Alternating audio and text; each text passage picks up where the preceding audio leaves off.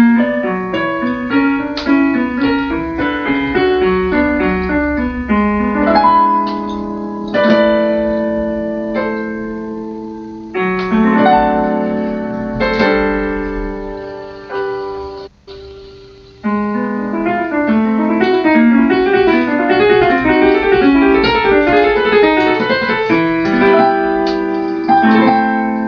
Julia, let's work. You did a lot from last lesson, and I appreciate that. I see a huge amount of work, but still, we need to work on it. Okay, Yeah. right from the beginning. Do you see me well? Yeah. Yes. I wouldn't suggest that you stop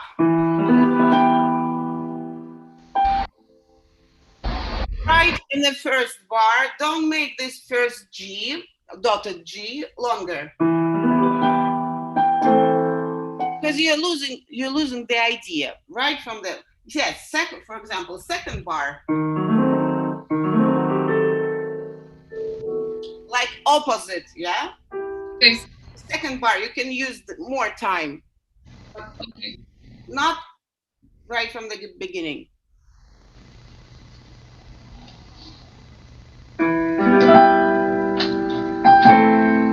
That's too much for me. Don't forget, it's opening. Yes.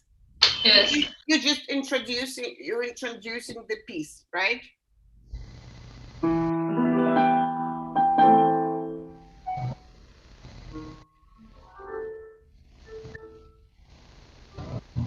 So make those two bars one idea. Don't split it. Okay.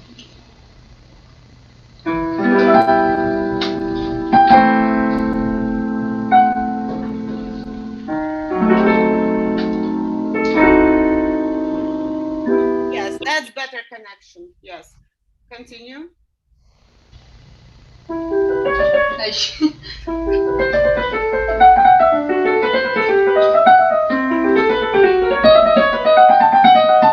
Yeah. Can you play it twice slower? Slower? Yes, twice slower. Much slower.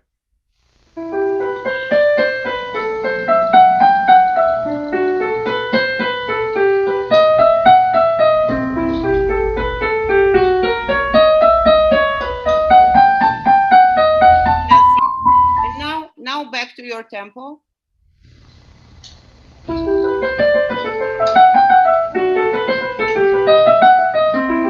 Remember, do you remember I told you last time about movements which are destructible?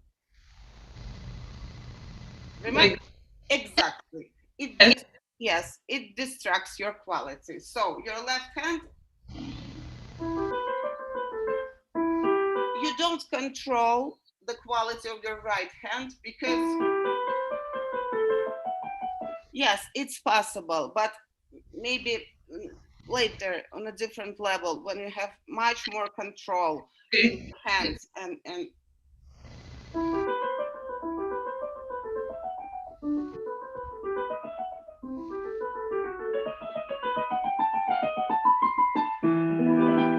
remember about those 16. I asked you to organize the not don't consider it as every group is absolutely apart from other one, so connected harmonically, dynamic and everything.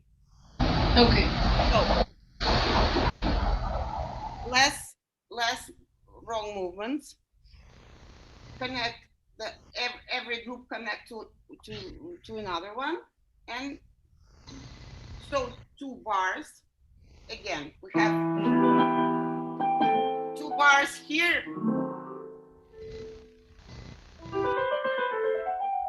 and also two bars. Yeah. From from No. From here.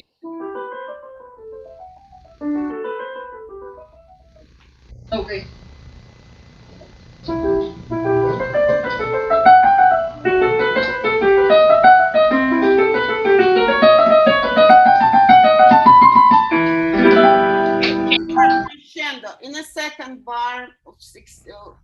16th. More crescendo, so you will connect it here.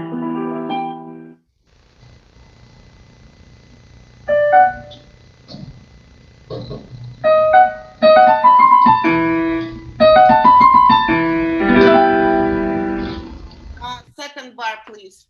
16th notes.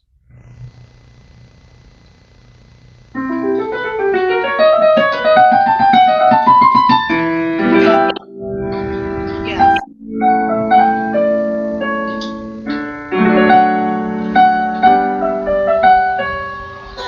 I'm not really satisfied with that.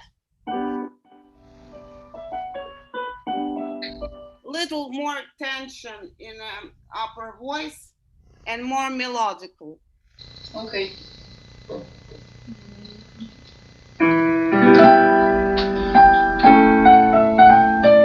And also that. Okay.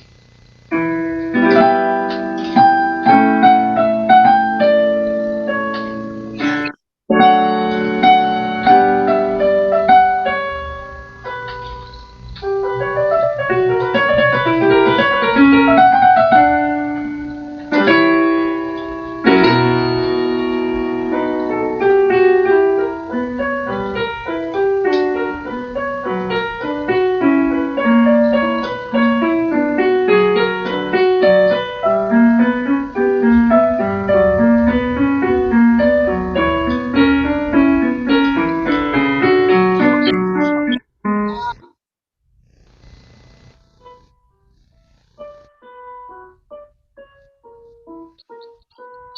Don't consider it as a single note.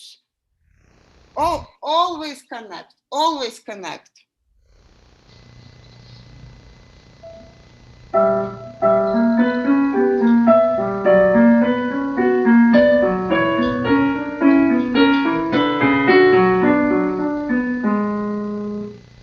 Don't slow down a lot, especially here. Don't slow down. Don't lose the pulse and tempo.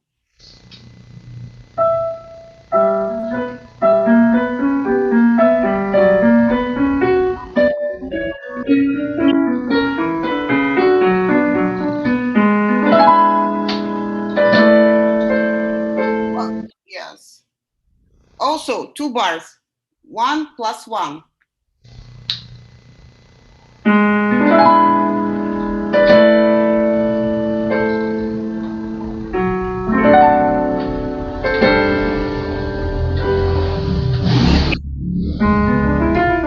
And back to toccata. Yes, that's the real toccata. More marcato.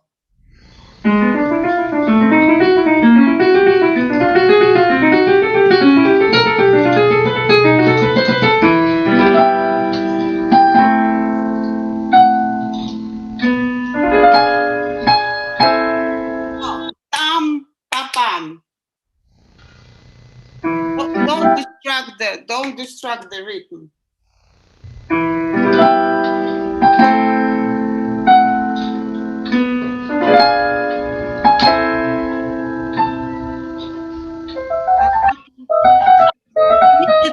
Immediately different touch, different sound.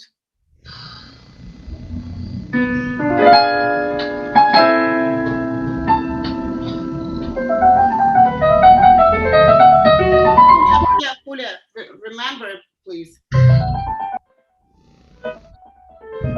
Remember about each note, absolutely equal.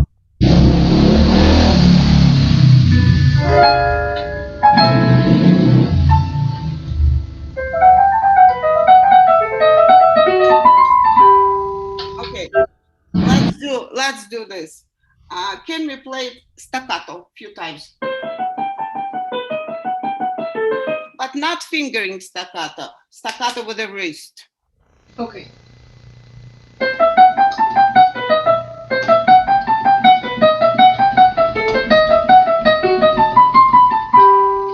That's better, but what you do? I don't see the equal staccato in left hand. it sounds a bit like you slurred it.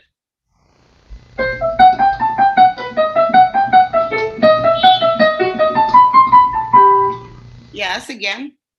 Again. 4 and 2 fingers. Is that a better way to do it? I would do it 3-1. I would do it 3-1. Okay.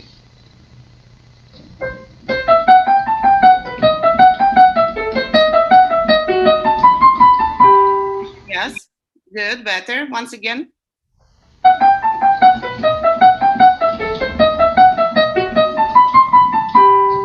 Yes. And now back to what you do.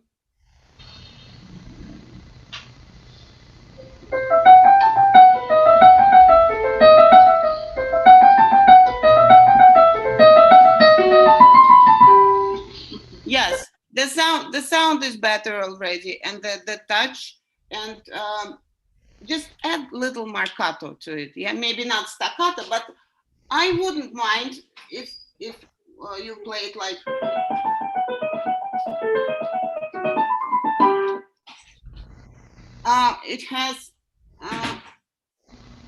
it has real toccata feeling.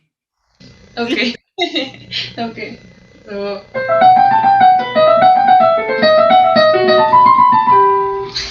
Yes, yeah.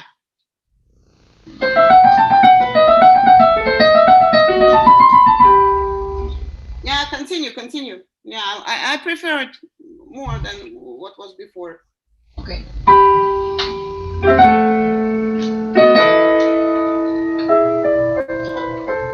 Don't lose pulse. Don't lose pulse.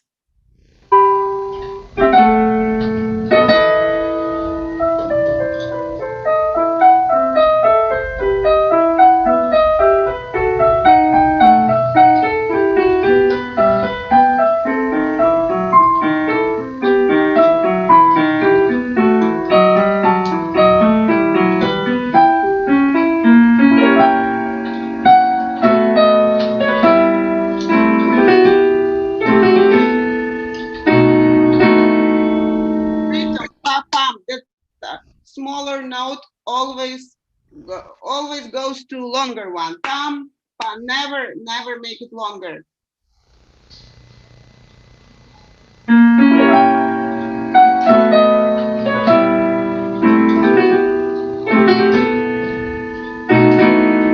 Yes.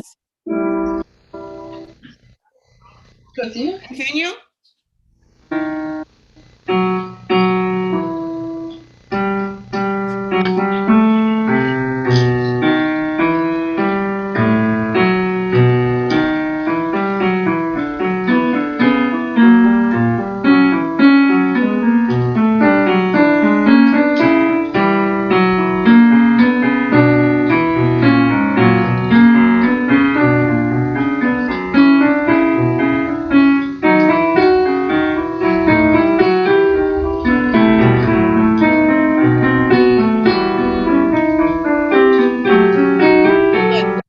Good. Good. Good. Um, so now we came to fugue, right? Right. Uh, there are few rules in fugue usually. The short part between themes, it always little less. It's not that important. Yeah. So can you start again? The fugue. Yeah. Also repeating notes. You can consider them like separate. Yeah. And it's absolutely different character if you asking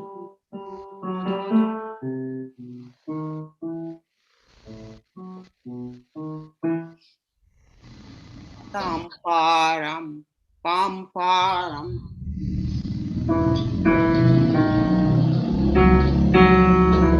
Same. You did perfect with E, same F. So first one, which is down beat, always less. Pam pam. Bottom. Yes. Okay.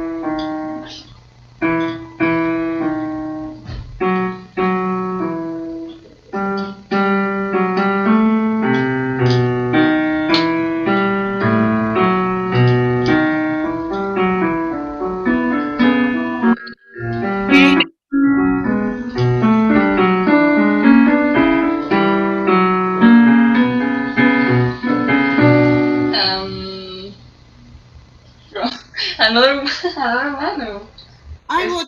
I wouldn't mind if you those eight notes okay. separated. Okay. Mm,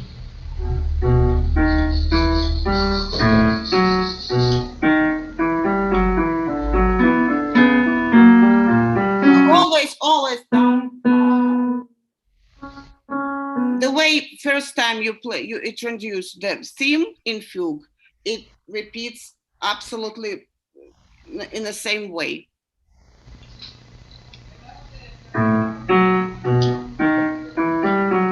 Always look where your theme ends. mm, Yes. So just immediately, yes, okay. immediately down because you have to bring up the next voice. Okay.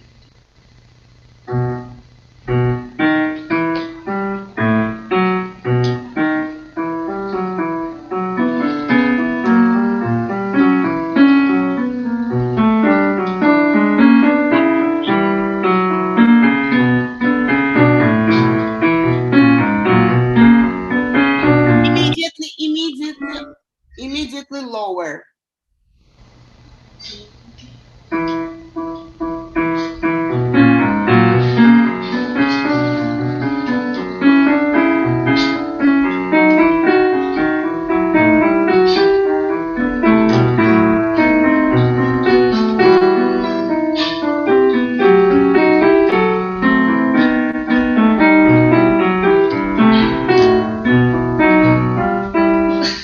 Yeah, yeah, continue. And immediately, we don't have team also here. It,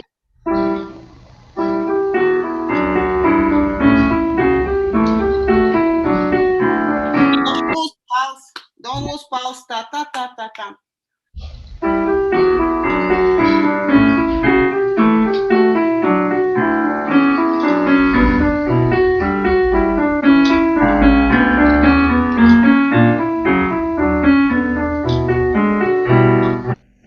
Yes, more bass. Yeah. Which um which theme is that? Yes, it's bass. We started with tenor. Then we have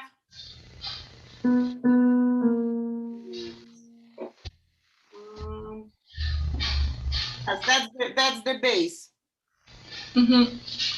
So more sound, more deep voice. Okay.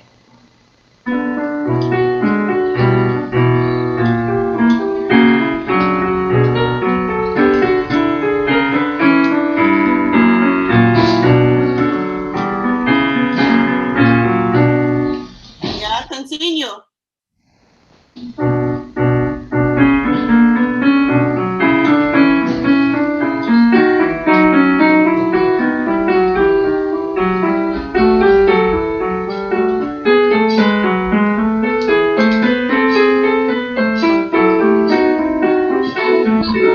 So please show next entrance. Next entrance. More obvious.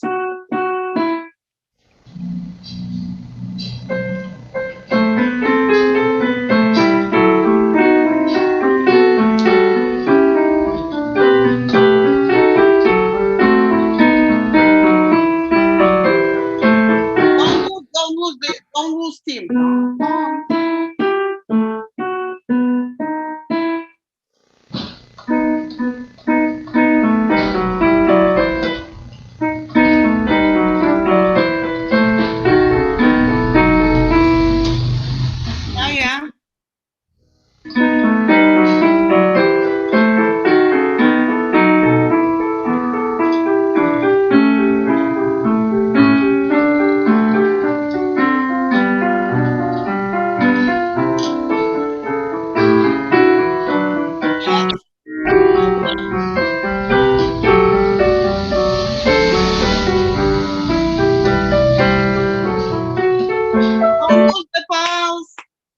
choose the pulse. And the construction of this fugue, it's much more free than what we have in real fugues, yeah, because it has two entrances and then intermission. Always intermission pullback. Always less sound, less don't be so expressive in intermission, yeah. Okay. Okay. Not as expressive as in theme. Okay.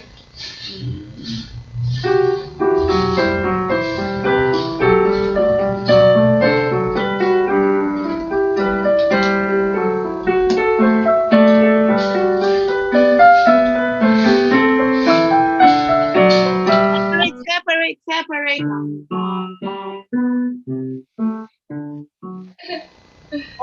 Always one pattern. As you played first time theme, you have to keep it all the way down.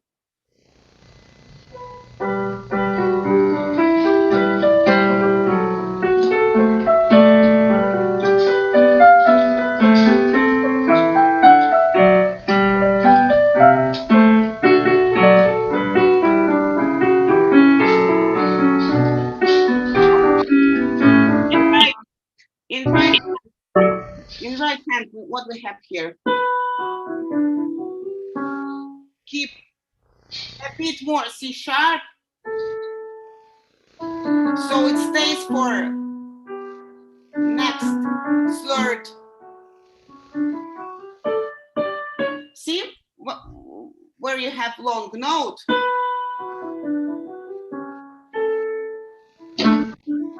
The last 16th, which is slurred, it belongs to next harmony. So a bit more, so it will stay. And when you change the harmony in upper voice, listen to this. Okay. Can you do on the right hand, please?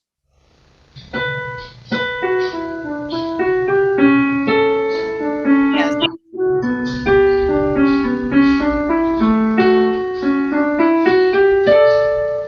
Yes, you got the idea. Both hands and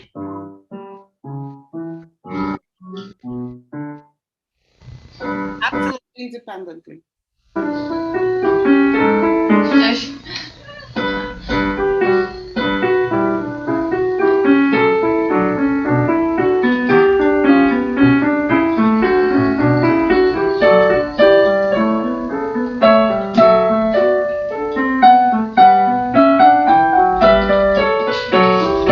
Oh, don't lose the team ending. Wait.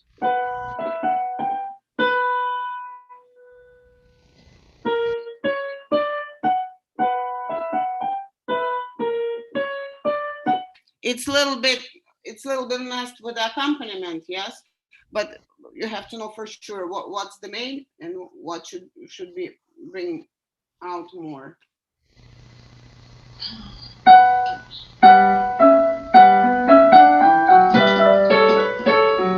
No, it sounds no. And we need A. A belongs to C.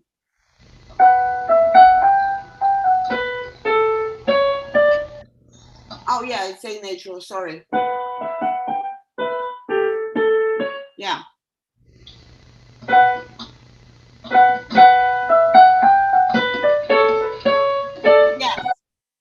Yes. Continue.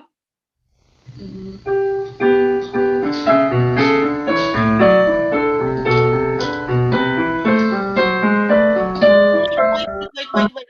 There is a short piece of theme comes out.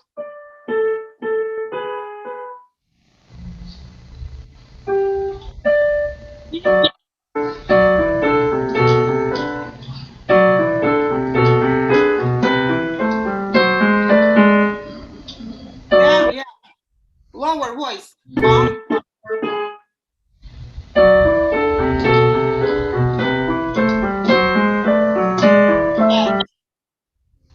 Yes. It's called stretta. It's called stretta. Yeah, you know, I'm sure. Yes. So show it.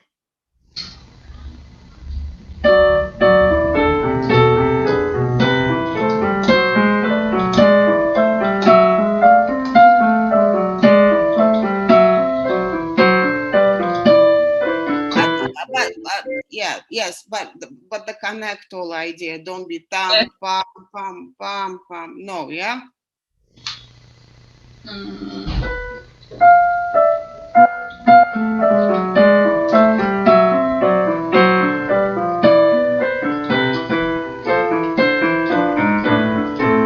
mm, Uh, a bit more shape the phrase. Yeah.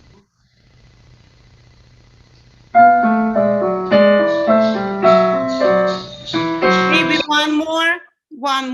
one less, one more, one less.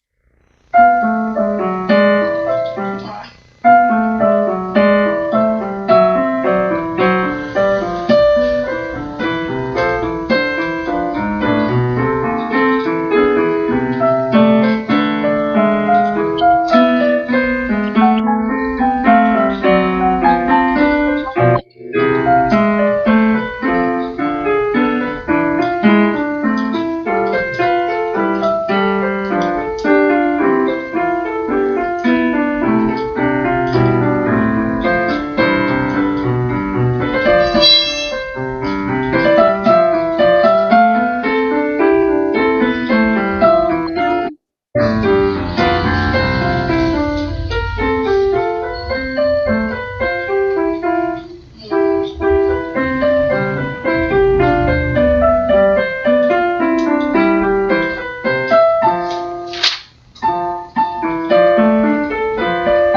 Again, we're in intermission part, right? What we have between the themes, yeah. So always a little bit less, and maybe, and don't lose the tempo. Okay, yes. Yes.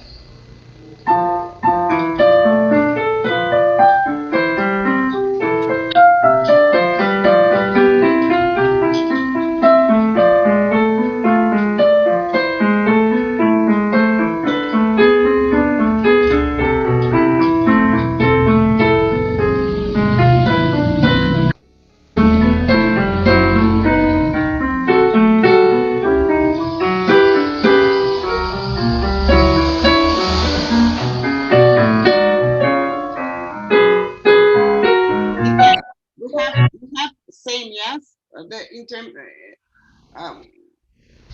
only entrances of theme, yes. But also we have to shape this phrase because it sounds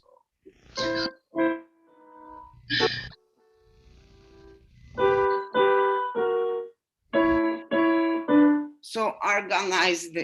Organized in longer phrase, longer idea. For example,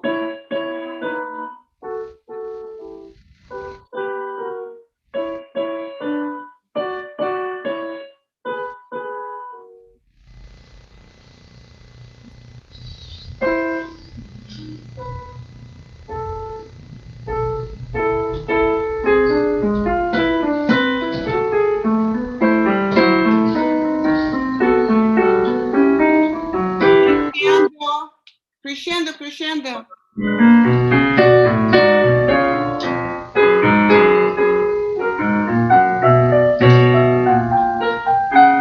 Don't lose tempo. Don't slow down, please.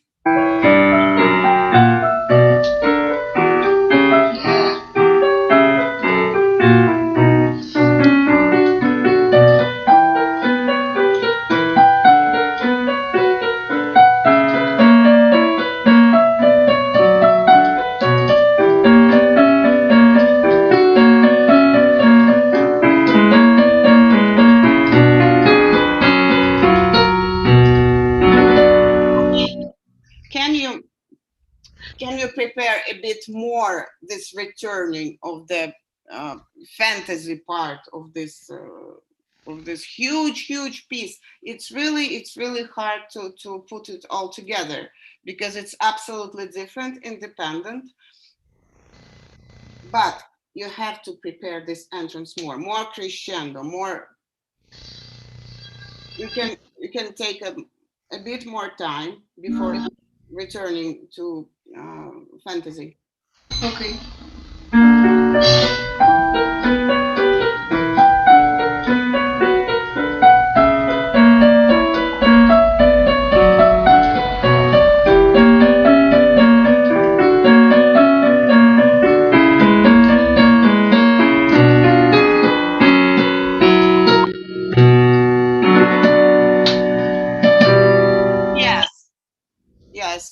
will help you shape the structure.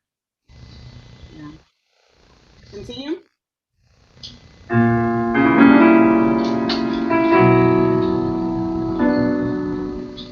Takata.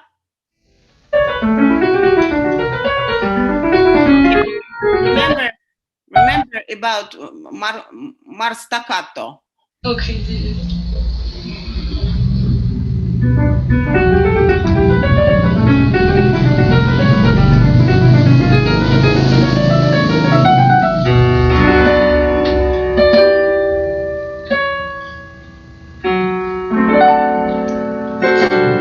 Always, always, always connect two bars in one idea. So one of those bars should be more dependent.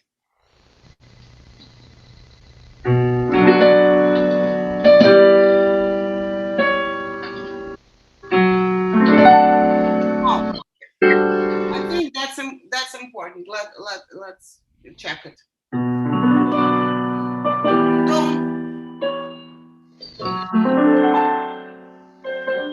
Don't wait too long. For example, in this place on C sharp,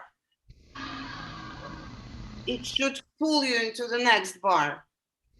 And if you wait too long, you lost all the energy, all the tension, and you have to start all over again.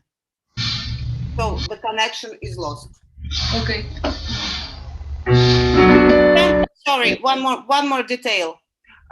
Pretend like you have crescendo on this C sharp.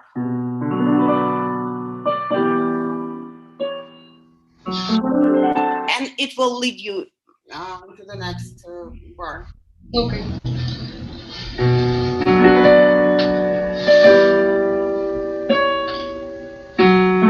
Yes.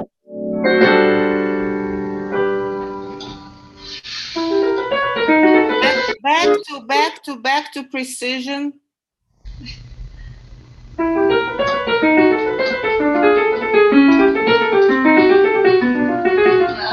Do you use 3-1 in left hand?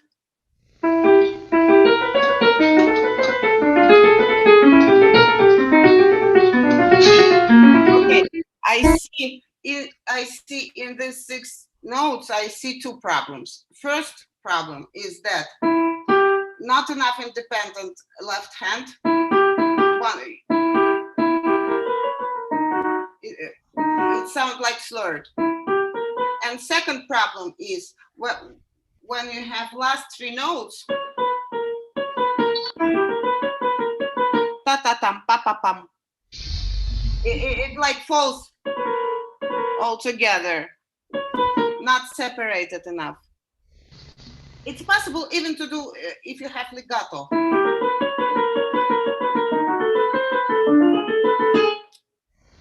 But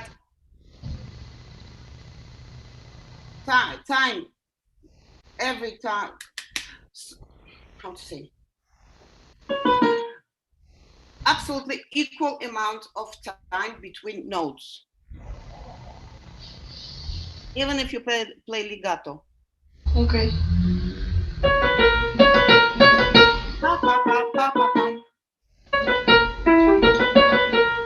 Yes.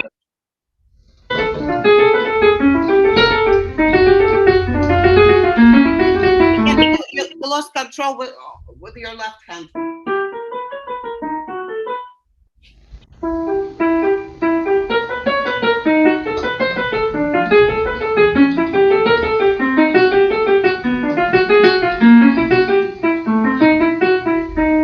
Yes, that's much better. Quality is much better. But now let's phrase it. But please keep the quality. Okay.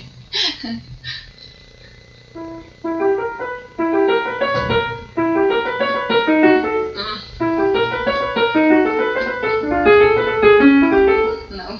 No, don't slur left hand. Ta ta ta ta ta ta ta.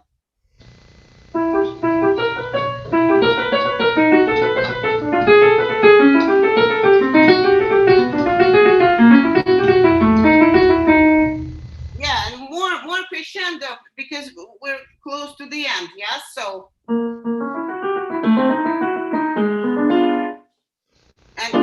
a sharp harmony, yes? Yes.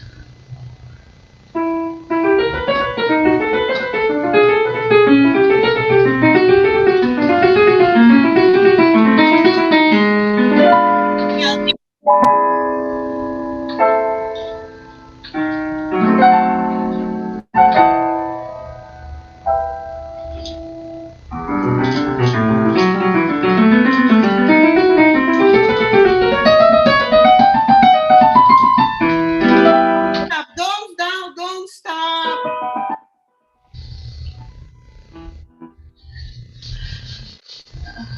Again, you're losing all energy which you gained with this toccata bars. Don't keep it. Use Okay. it.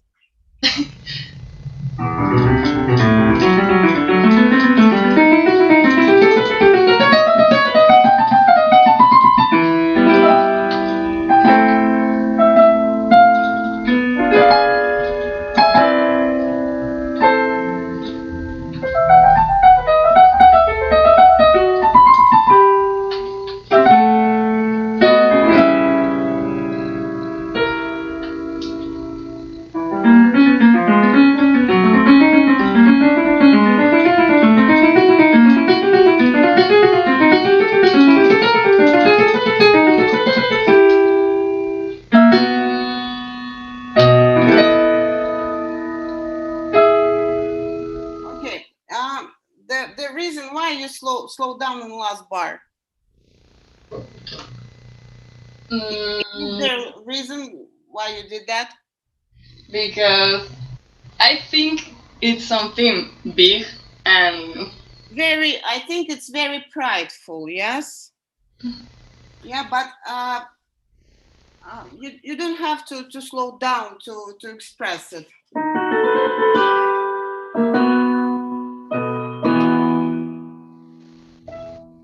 Yeah, try to be on track because again you suddenly you came to absolutely different mood. And why? Don't use tempo to express it. okay. Mm,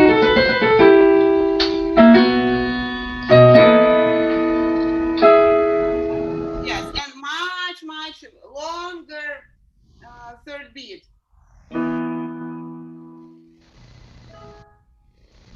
Wait until you really want this E minor when it becomes E major. You have to really wait for it. Really, if you do it really, if you do it in tempo and fast, that's ordinary. But if you really suffer for it to get, yeah, it gives absolutely different tension in and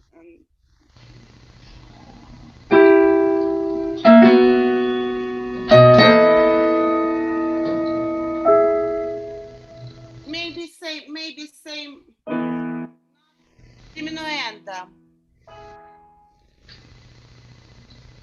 I would stay on the same sound on the same level. okay.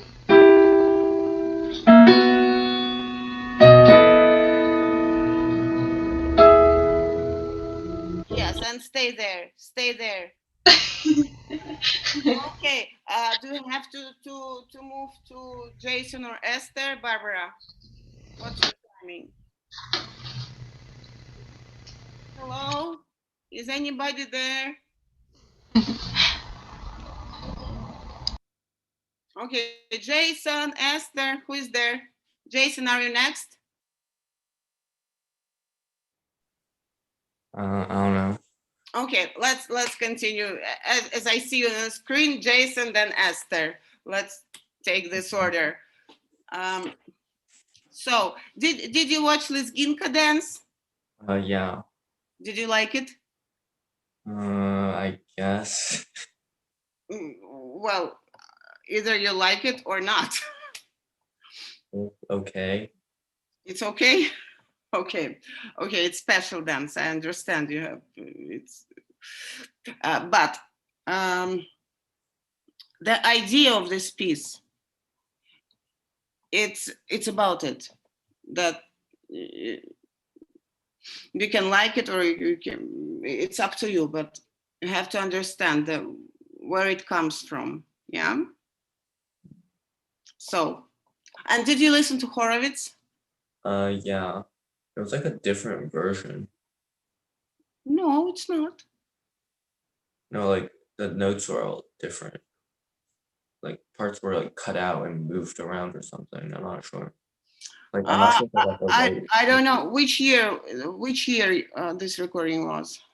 I don't remember, but like, yeah, the one. I know recording which is absolutely equal. Oh, then I But must have maybe gotten the maybe wrong he one. did some reductions if he felt that something can be changed. But the idea of the precision, the dryness, and the quality of the sound. Did you get it? Yeah, Okay, let's work. run through it, or No, don't play it. Don't. I wanna see the first part, and then maybe stop. okay.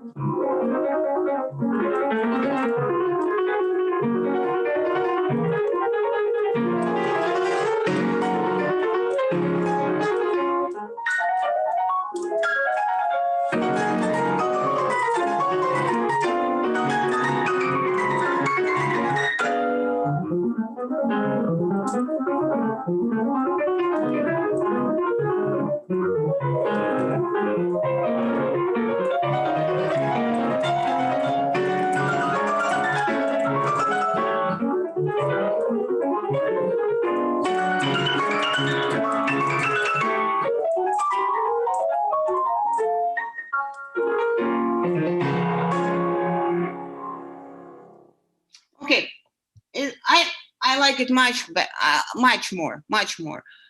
Now the sound has it's dry, it's it's clear, it's I hear everything what you do. What do you think?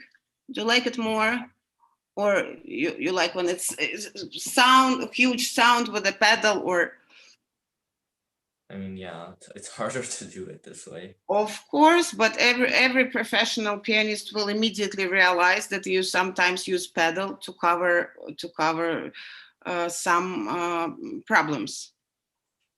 For me, it's obvious that it's harder to play, and I will respect it much more when I see that you don't use pedal as a makeup.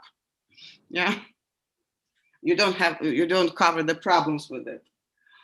So I respect it much more, and of course, to grow as a real virtuoso, uh, it's easier way to grow in this way when you hear exactly what you're doing. Yeah. Okay, let's start.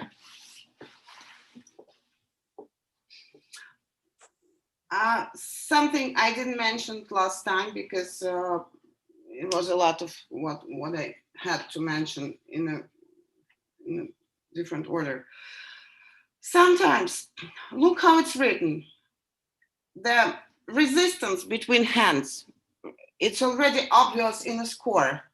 1, 1, 1 against 2, yes? You can use this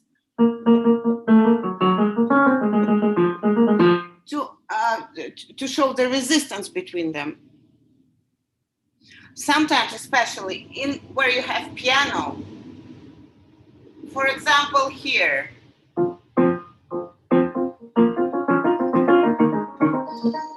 Bring it a little bit more, especially this when the not the accent, but to see it's not to show it's not combined in a, but one is against one hand is against the other.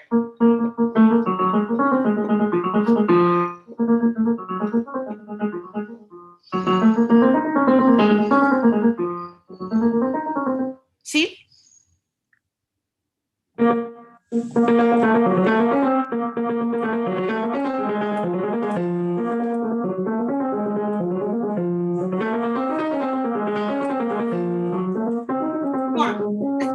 Especially it's good to use where you have repeating bars in piano, yeah, because music is absolutely the same.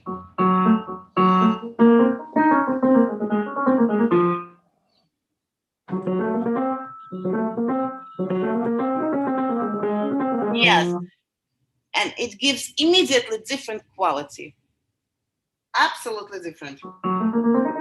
Can you do it again? I like the last time you did. Yeah, continue.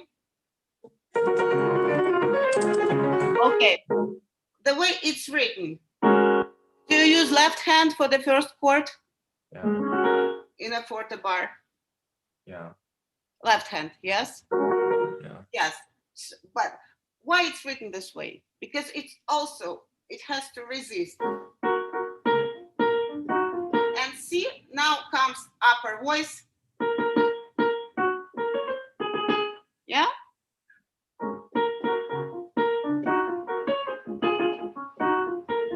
See? He didn't put double notes here. Not because it's gonna be too difficult. No. Usually they didn't care about poor pianists. But he did it on purpose because, see, it gives the tension. See? Can you show it? Try to play it a bit slower. But I want you to realize when the upper voice comes against the left hand and accompaniment.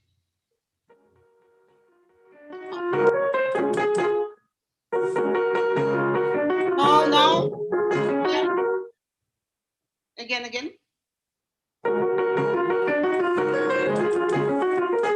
Yes. So a little bit more marcato in upper voice, especially when it. Yeah. Yeah. That's, believe me, it's much better. First of all, that I immediately realized that you hear it and you know it. It's much more respect from real professional and different quality. Continue. And same here.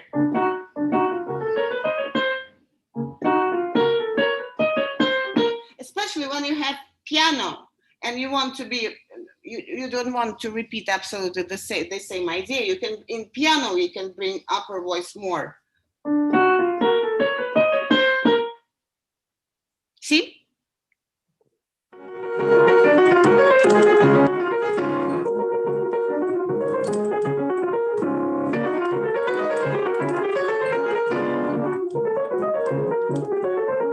Yeah. That's really good. Next one.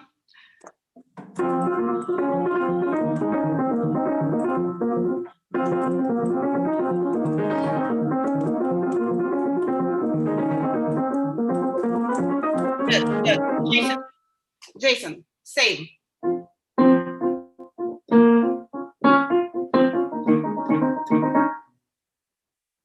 It's a bit harder to play, but it's much more interesting. Left hand, thumb, thumb, thumb.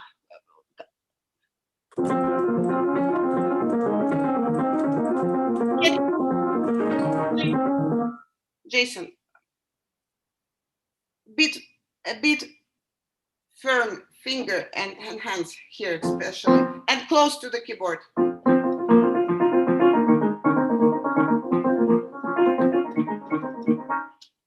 It's almost breaking the rhythm.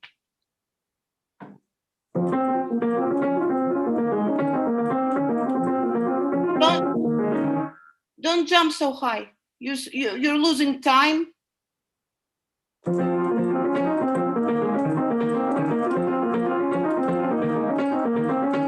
Good, good. I like it much more. Now, pianissimo.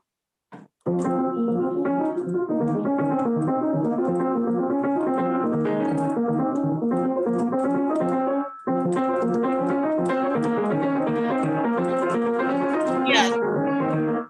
It gives such a great tension. Those constantly left hand, which resist to the right, to the rest two notes.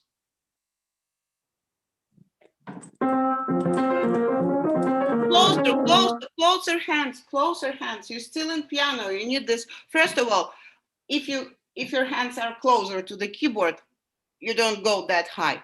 You can play faster because you don't spend time going up and down, up and down. You stay inside. You save time.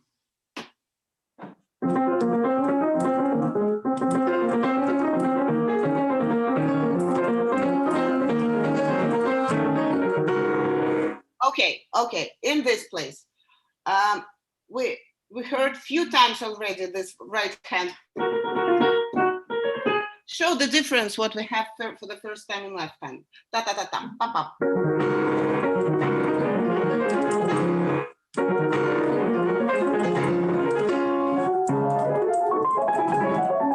No. Can you? Yeah, much more. I want this much more clear.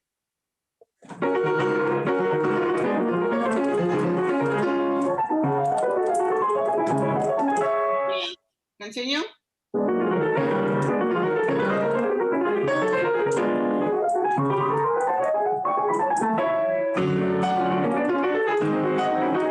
Slow down here. Keep the tempo. Ta ta tam tam.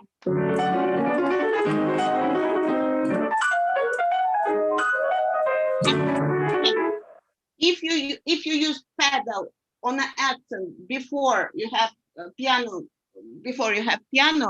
it covers your piano, and we don't immediately get the sound and the what have changed from forte to piano. So don't use longer. You can use pedal where you have forte, but not before piano.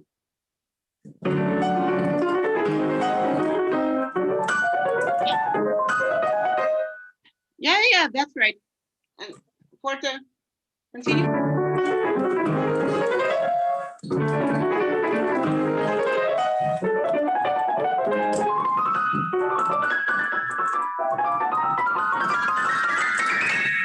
Oh, you can do it much better.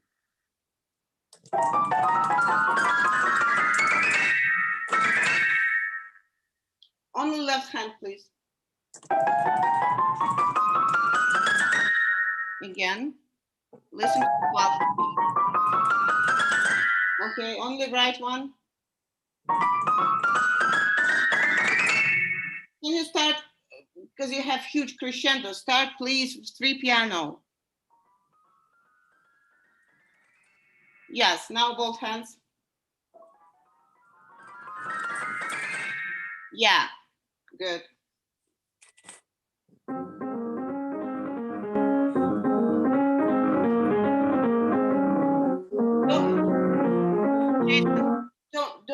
don't play with the tempo here. Don't use a lot of rubato.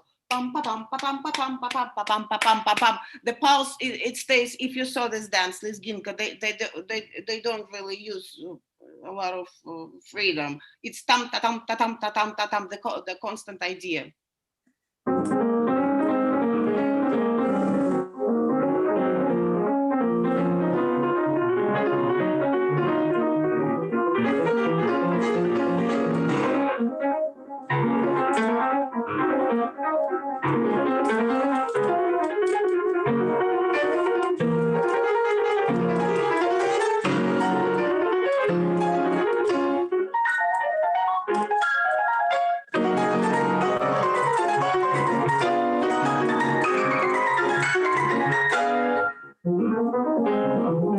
Again, please, upper voice, ta ta ta tam, pa pa pa pam pam. Yes, yes, yeah. Please believe me. I see that you're in hesitation, but please believe me. Believe.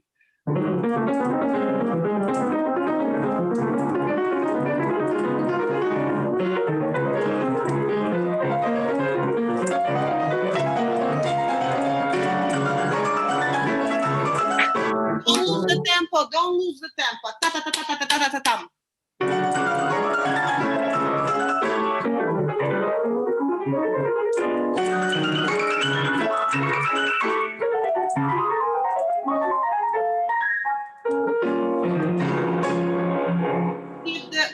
Remember, I told you. Keep it. Yes, and also keep it here, and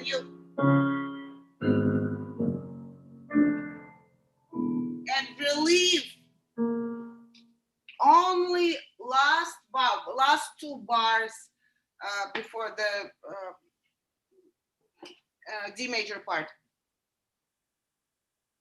If you're losing, for example, all your gestures should come from music, not the opposite, because this gesture, it's something different. Music doesn't want it. You have to always follow music and not the showing off stuff which pianists usually use. Yeah, a lot of them. Yes, it gives great connection, and you keep the tension and you keep our attention. See?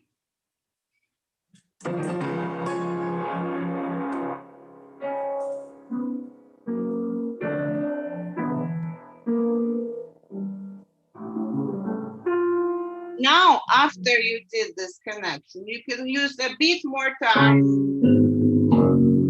here.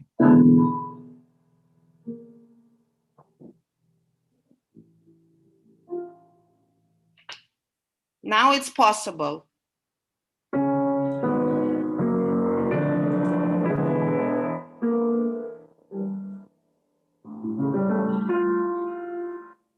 Wait, stay longer, because yes, you know it.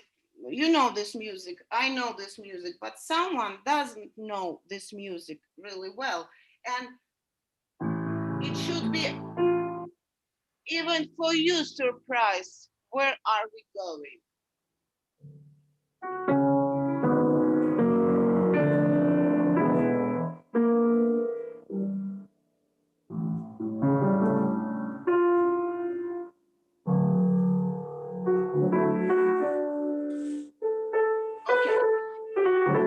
Okay.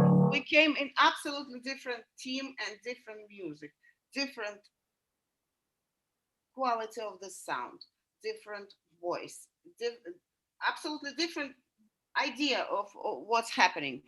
In the first part and third one, we have really vigorous dance, yeah, and here we have warm love song.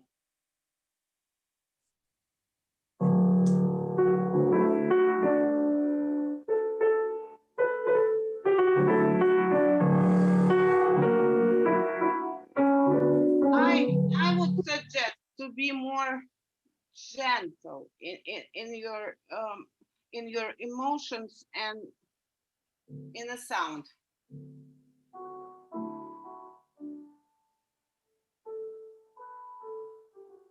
Maybe something really what happens between, not not for the whole world, not for everybody, between two people. So be more gentle and delicate in sound.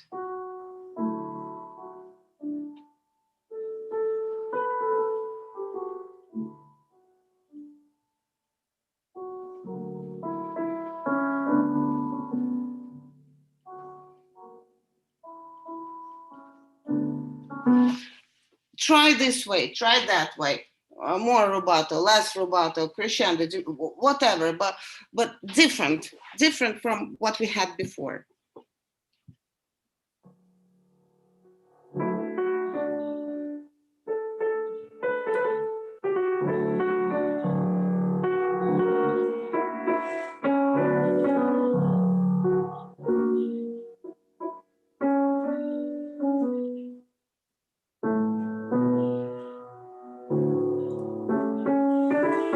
Yes, yes. You use a lot of time. Yes, here. Now, if we borrowed time for especially for ritenuto ritardando, we have to return it. That's the rule of timing. We took a bit more, we have to return it. So now back to tempo.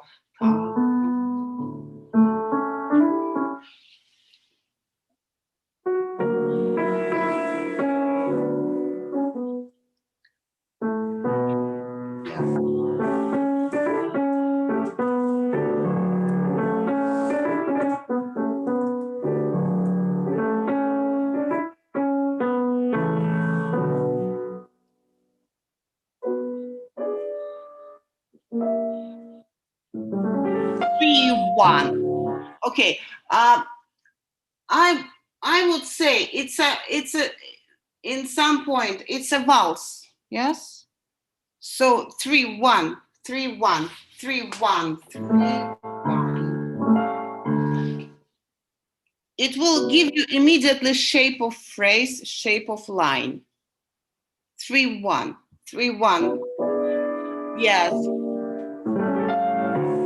Yes.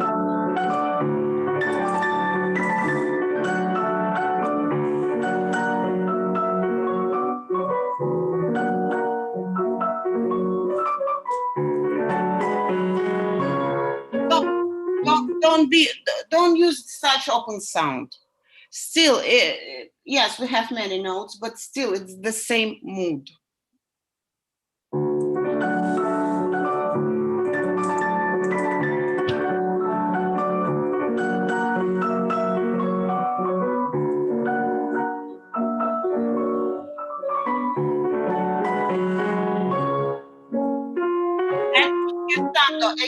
Again, yes, you used a bit time.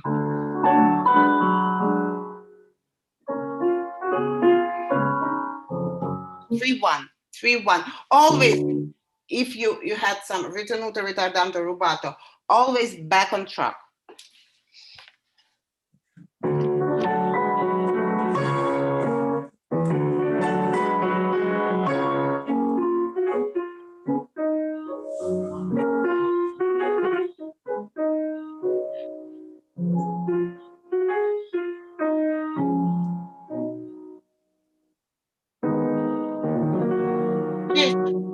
Yes, I see poco ritenuto, but first of all, it says poco, and my opinion that ritenuto belongs a little bit further, not here.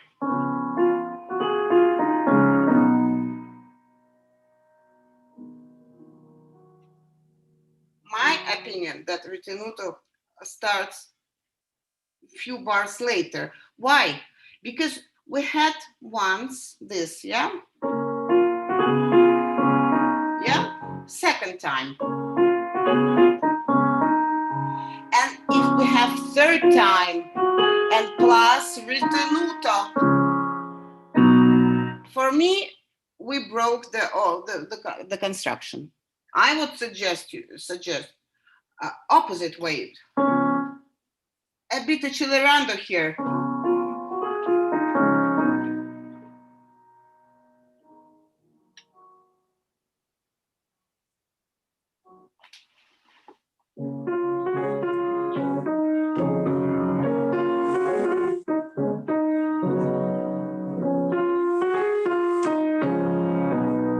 Yes, and now take as much time as you want here, ta-tam, especially in this harmony. Really interesting, yeah?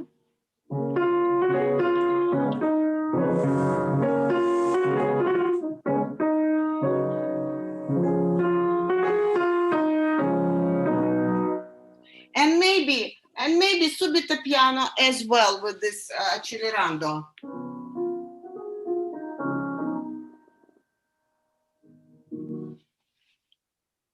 Don't stay on the same level of the sound. What we have 1, second time, and third.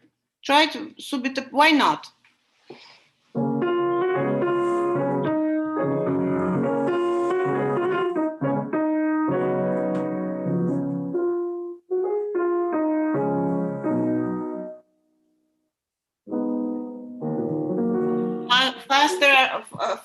Faster arpeggiato.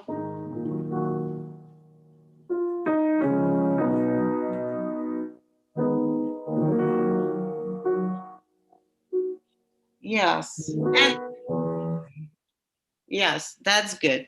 Do you like this idea? I think it gives a different sense of shape, and um, you're listening what you're doing more precisely, more creative, and so do we. When you are more creative, we're listening with more attention. Okay, continue.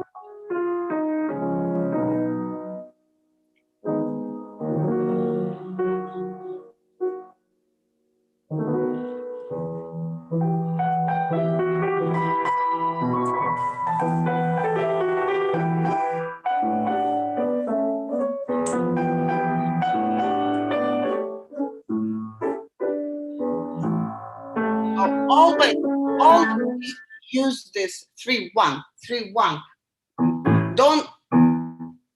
Don't be late on a downbeat.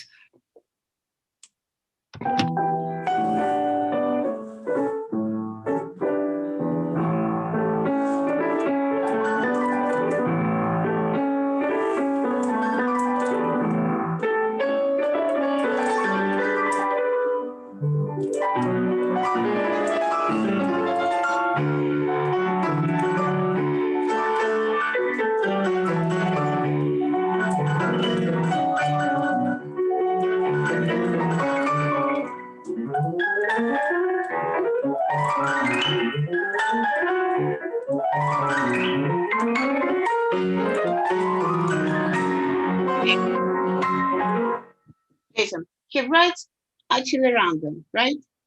Yeah. It's not really easiest place to do, right? What you can do, try to accelerando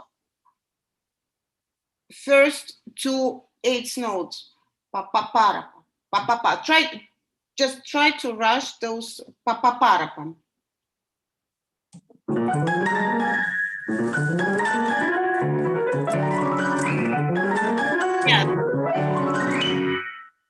Yeah. Ta ta ta ta ta ta.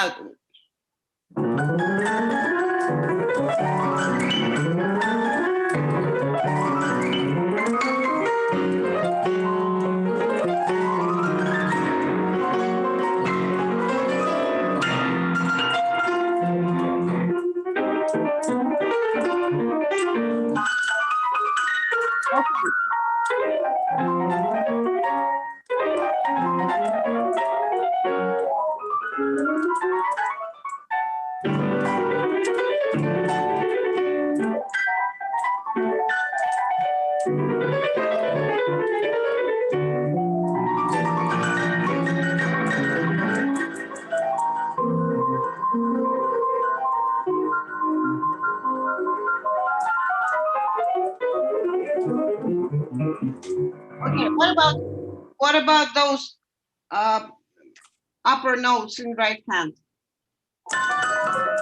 Yes. Can you do it lighter?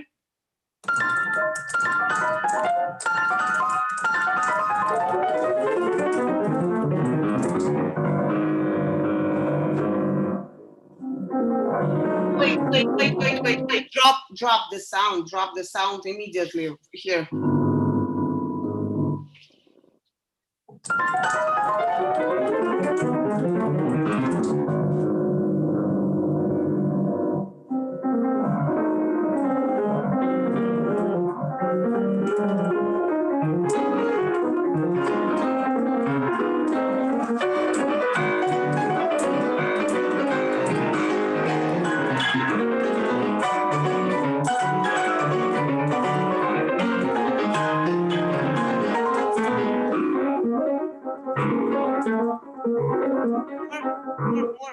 More dry, more staccato. Come, more concentrated fingers.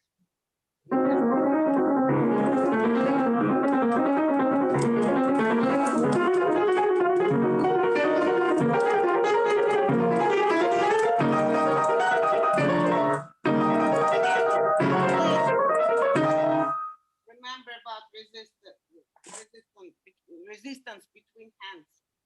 That's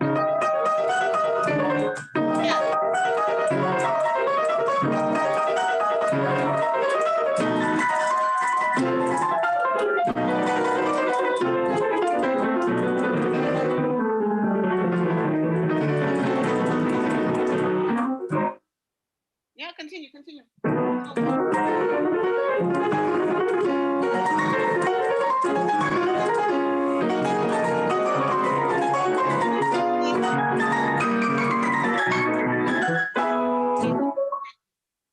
Don't use so much time. Papa, before the accent, before ta ta ta tam. In time.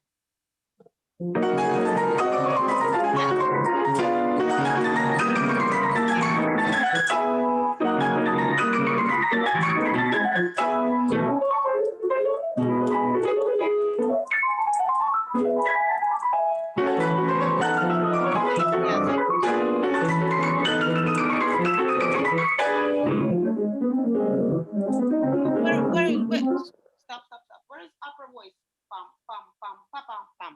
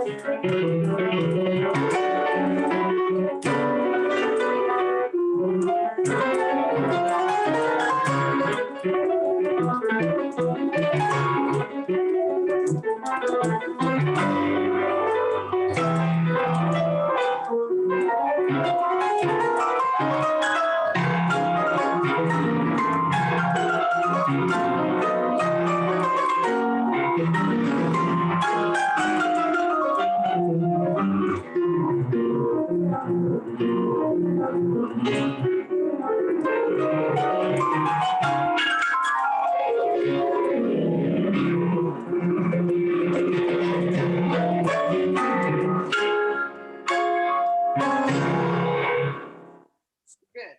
A few suggestions about Fresco Furioso, bar 282. 282. Yeah. Don't consider two hands like one. Also, opposite opposite. Mm-hmm. Yeah.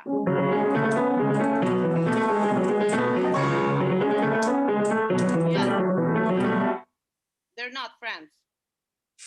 They're always arguing. Who, always arguing. Who is more important?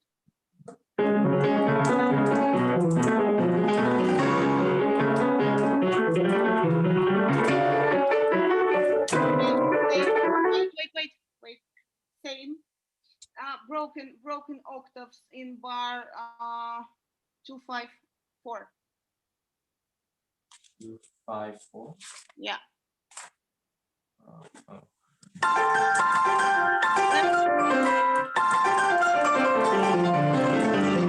Left hand a bit more than right one.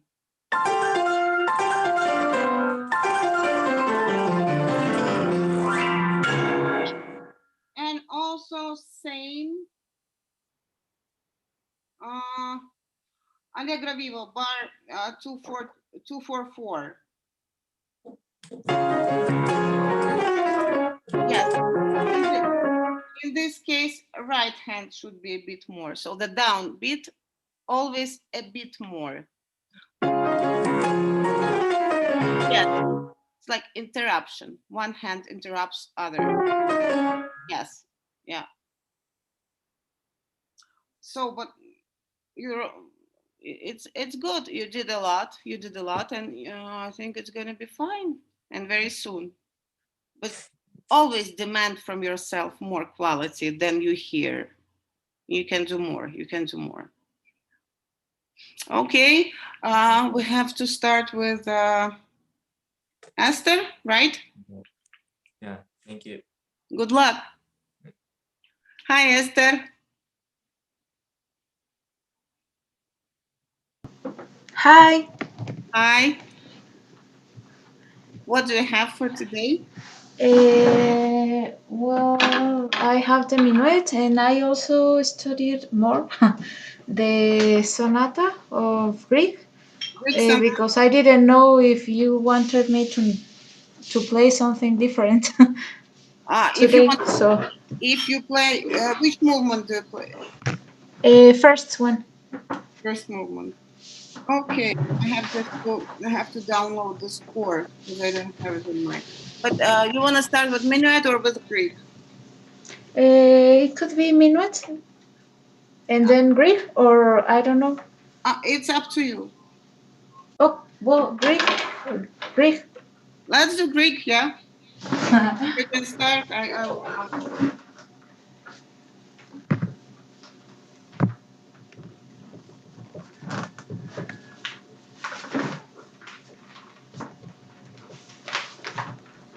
Yes, you can start. Okay.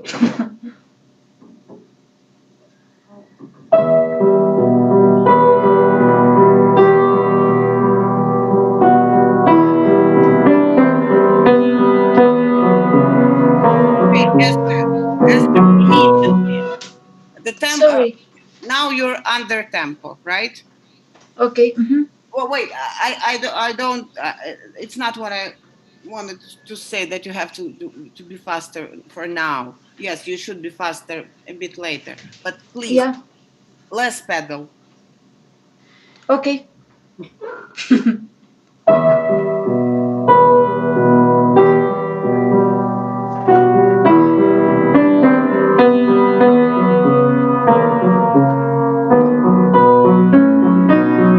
Less pedal.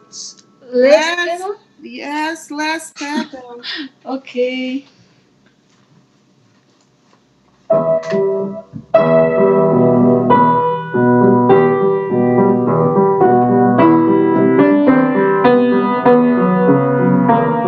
Yes, Esther. Less? Yes. No, Oh. now it's now it's better. But you made so many accents in one phrase. Dum, dum, dum, Okay. uh, line it, please. Follow the line, flowing. Okay. Uh,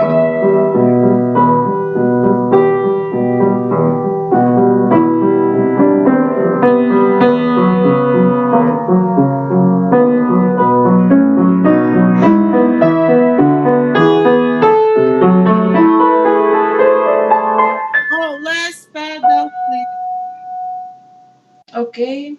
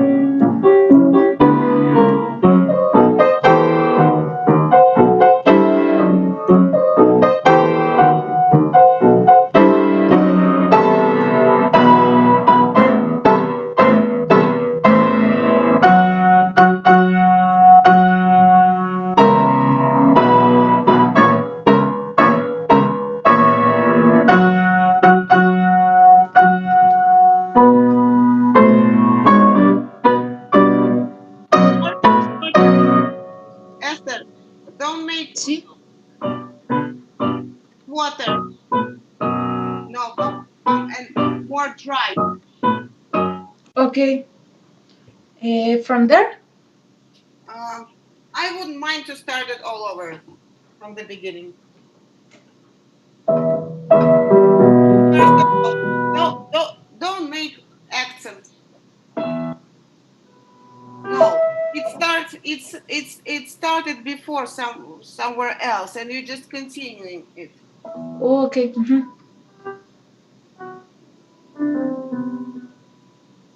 Yes, it's easier to do in real tempo, but still. Yeah. And one more detail: don't make accent. I I can do it faster here, but then in third page where it starts the seis octavos, I don't know how to say it in English. Okay, do it in. I have to be slower because that part is Okay, more difficult to me. let's start in real tempo because it has nothing to do with real phrasing and Yeah, shape. it's And also difficult. one more detail: don't Yeah. make accents with your head because what I told Oh, you is yeah.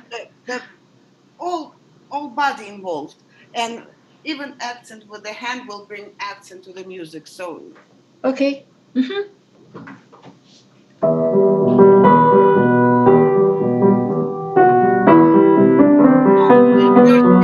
you're still can, Sorry. can I show you how to behave? Yeah.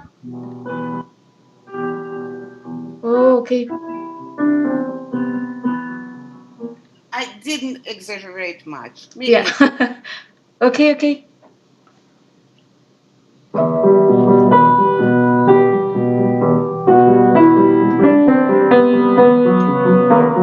okay. One Esther. Um, Also, you don't have to use your hand to bring wrong accents, but also when your wrist, do you see my hand clearly? Mhm. When your wrist goes down, down, down. Yes, try to use movements which is more linear on one line. Okay. Every time you go down, you put it inside. You put it inside every note, but we have to pull it uh, in one line. Okay.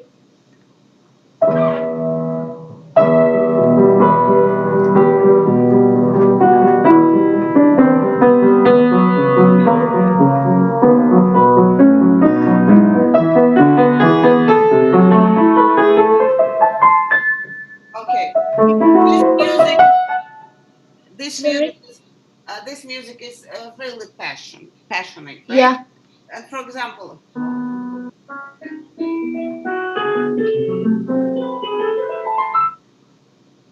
so use some rubato maybe in tempo, Okay.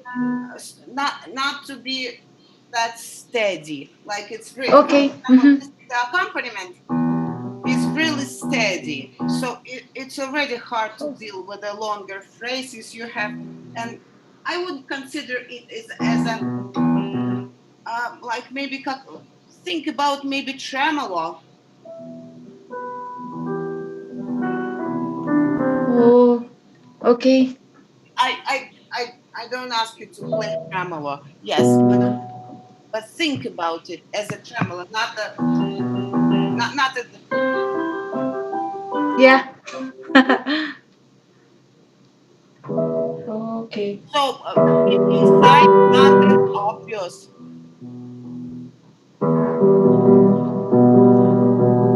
That's better.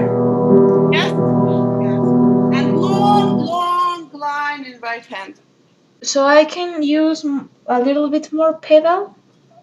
until Not you're in a right tempo. Yes, you are. But when you started to play for me in this tempo okay. with one pedal, it's impossible. Yeah.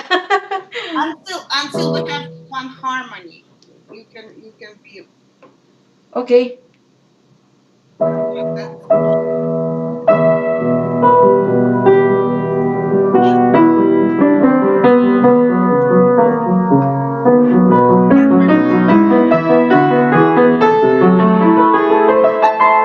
Look, he helped the composer help you, and Sorry. the composer helped you a lot already to be really agitato. Dum, dum, dum, crescendo. Help with left hand. Okay. Yes. Shorter, shorter, shorter. As Sorry. shorter now. Because where he has octaves, it is, but here he puts especially eighth note and rest. Tam, pam. Mhm. Okay. I from where I start. From here. Sorry. Okay.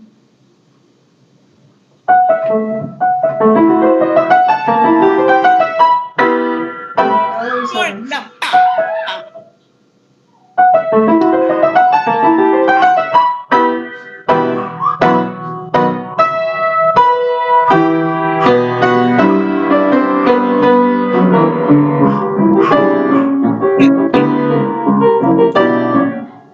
As lower you get, I mean the register, the part of the piano, more control your pedal. For me, that it was too much.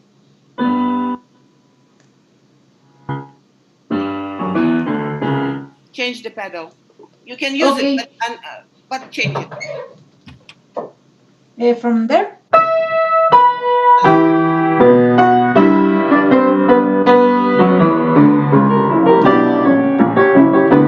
Yes, yes, sir.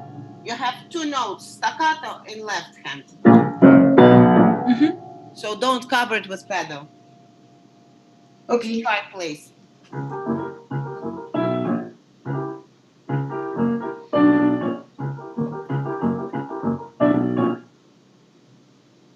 Mhm.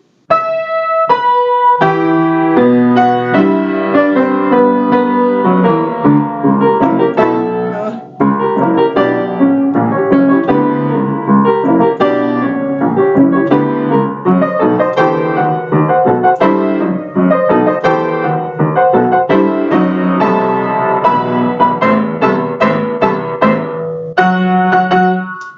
Sorry.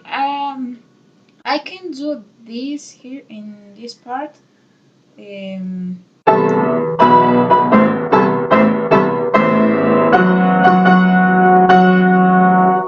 Yeah. With What the pedal, what do you mean? like this. Oh, sorry. One pedal? Mm. You mean Yeah. no? No, it's No. different, Carmen. No, it's I think consider it as a different group of instruments in the orchestra. Oh. Okay. Okay. Mhm. W is a trumpet, right? Yeah, it sounds like Yeah. a Yeah. trumpet. So, and it's a different. Okay. Mm-hmm.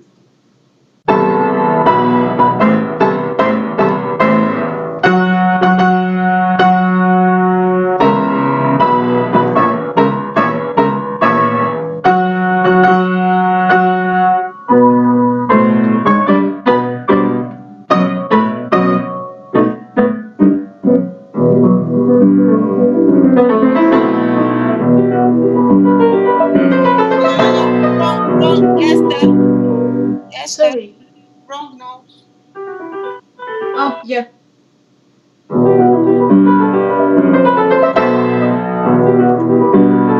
Oh, sorry.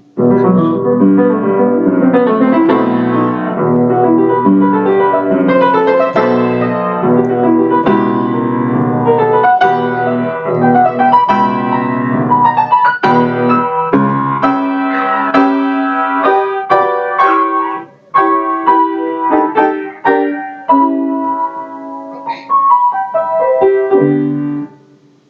Um,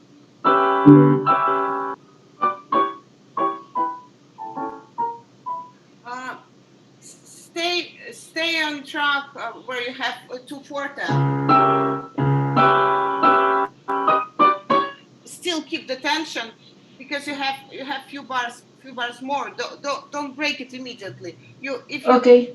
If you got really excited, you can not just drop your feelings right immediately. You Yeah. still have it.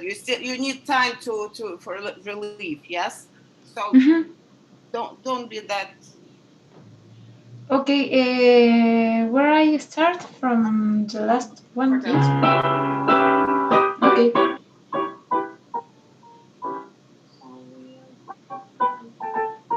Uh-huh.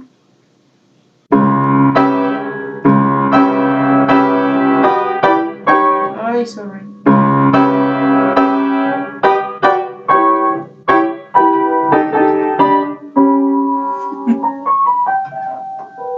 And Sorry.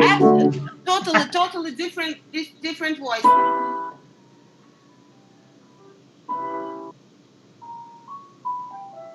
Very romantic, very Mm-hmm. poetic. Okay.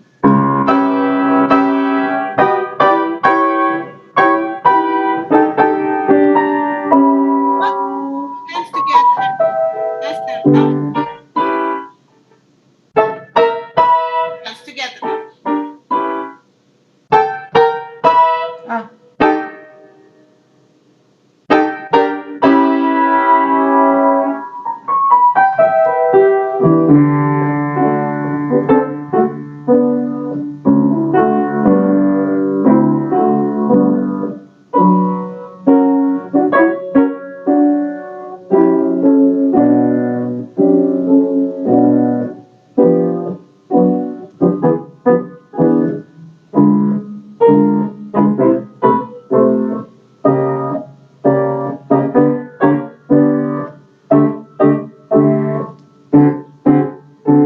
Wait. Just note more. Change the character, please. Sorry. Not change the character.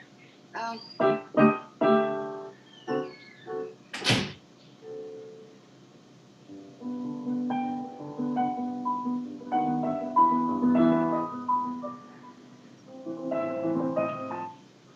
Okay. it's really point where you have to stop.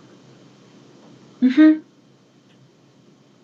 Can I start? Sorry. Yeah, good. You can start from here.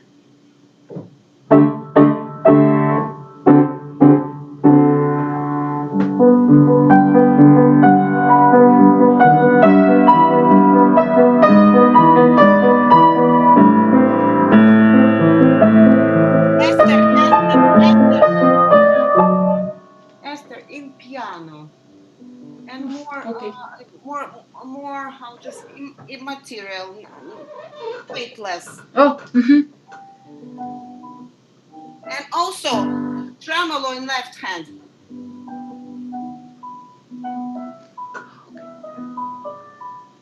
Yeah. Okay.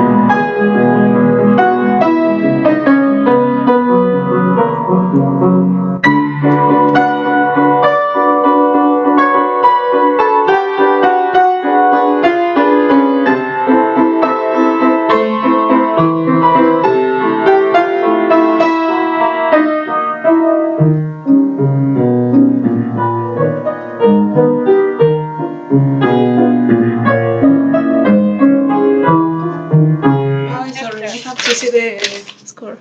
Esther, Yeah. until we're under tempo, use less pedal because you're getting used to, for this not enough clear sound.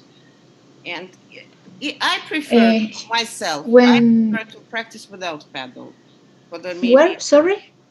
For myself, I prefer to practice almost without pedal. Yeah, but in the change of the compass, I don't know how to say it in English, or everywhere. Oh, you mean key change? Oh, okay. Uh-huh. Here,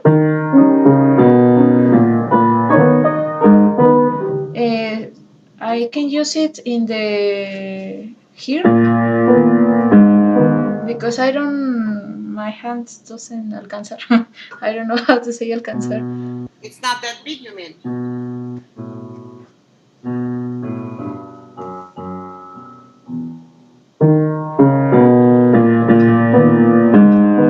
That's okay. Yes, that's okay. But even you don't have to use so much pedal because Okay, it gives you the wrong your ears are getting used to wrong sound, wrong. okay, It's not clear enough. okay.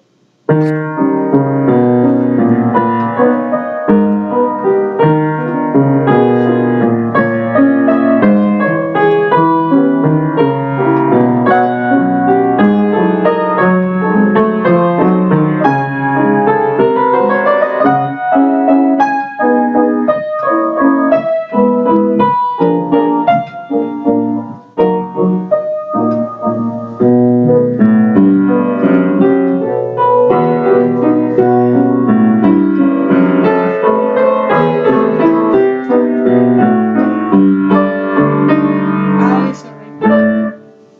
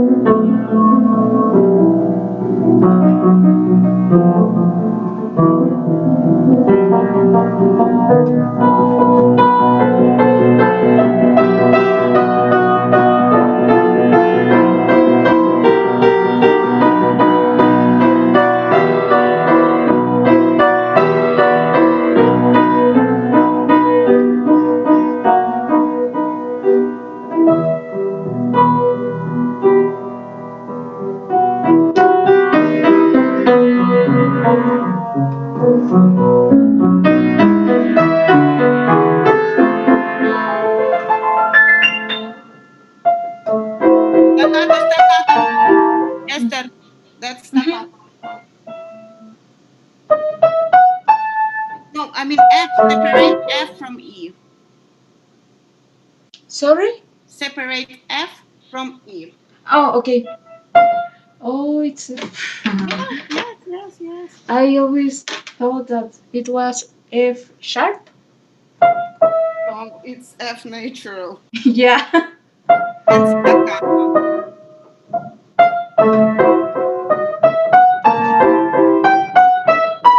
Shorter, shorter. First, no, it's B should be shorter and staccato because we need this tiny rest, but it still needs to be there.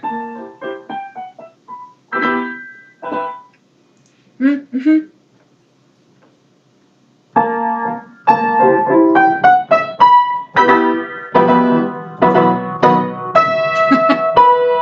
That's okay. That was okay. Shorter.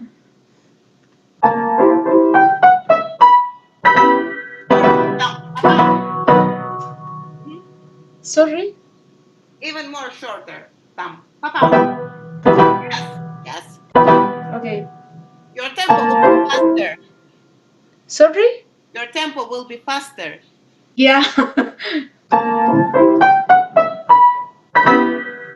Esther, Esther, Esther, Esther. Immediately, much. nasty, and sharp. Yes, yes. Even Okay. first, first eighth note. Yeah.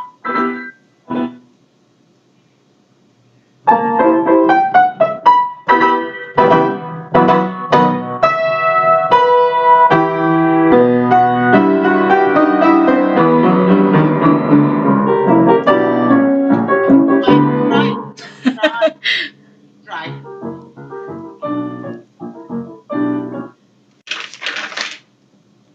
Okay. You know why? I start from Because there.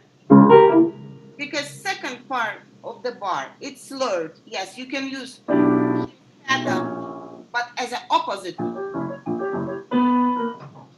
Okay. I start from here or from here. From here, yes, from here. Okay.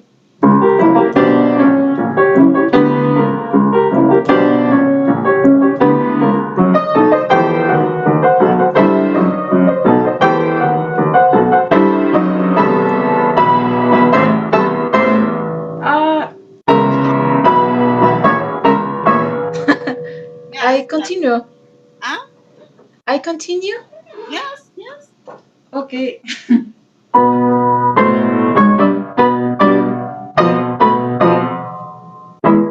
Okay. He writes Castanova here. Do you know why? Sorry. He puts sostenuto here. Do you know why? I don't know. Because we're getting I into we have to change for the different mood. So he wants okay. like a question. Where am I going? What's going to be next? Okay.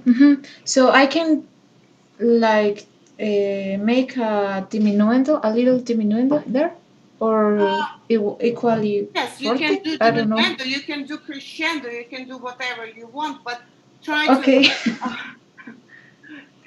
first of all, you have to try different things, okay. and always ask yourself, what do mhm. I really want here and why? Okay. The explanation is most important part.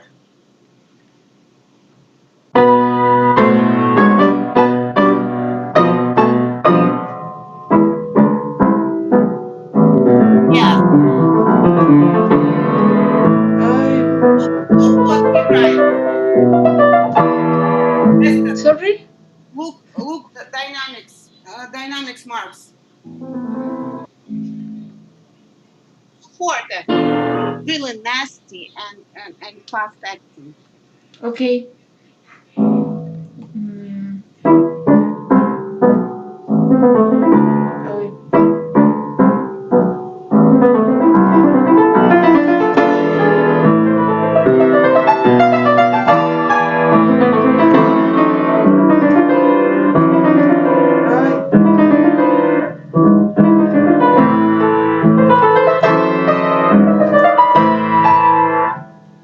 Yeah, sorry. continue. Yeah. Okay. I I'm return here. the. Mhm. Syncopa. Don't delay for syncopa. Tam tam. Yeah, Oh, that. yeah, yeah. that. And Yeah. Okay. yeah, yeah. Without pedal or with pedal. You can use two pedals, one and two, not just one. Okay. You can use more. You can use more pedal, but until you change it, that's fine. Just Okay. don't keep one. Sorry. Okay.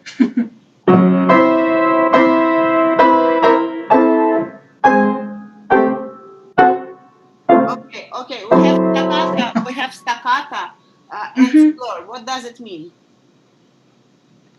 That we are going to change the No, mood. I don't know. where we have long slur. See on the here. That means it's softer, longer staccato, and we have to care about phrase. to keep one phrase. Okay. That's the idea of the stroke. Okay. No,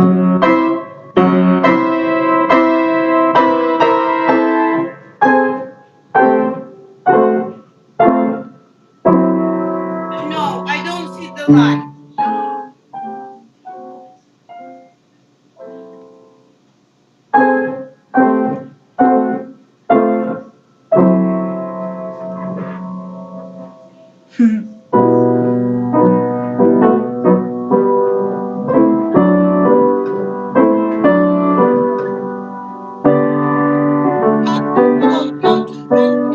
Don't wait too long.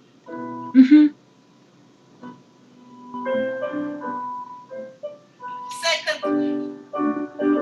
Second step, don't spend so much time. Okay.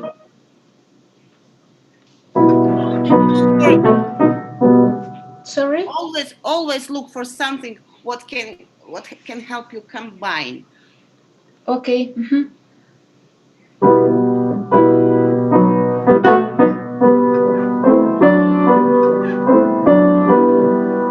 Oh, sorry. Yeah.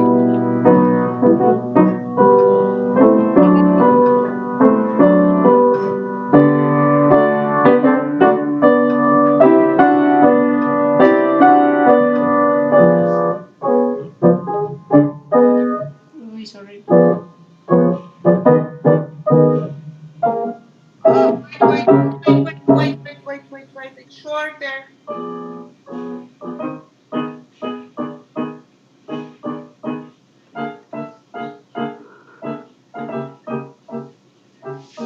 Last one. Don't make water out of it.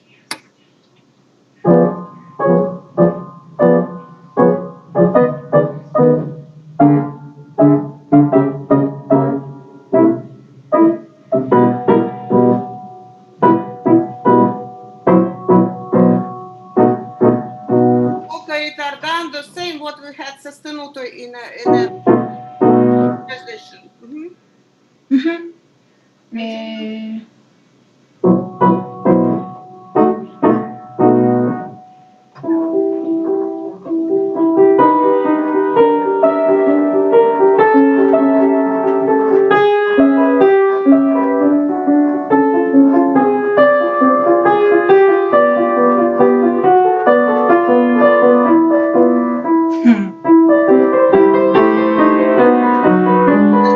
Pedal, sorry. change pedal. Yeah. From where I start? You can go from here.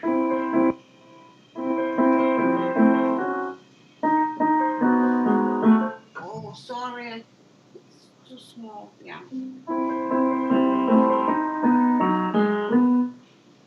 Okay. I will stop.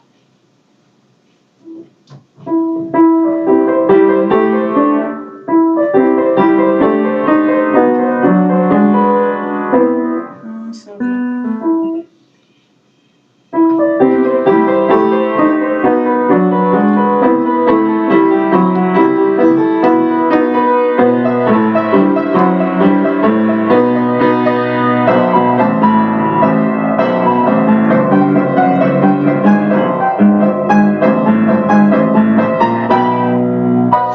Sorry. Yes, right hand shoulder.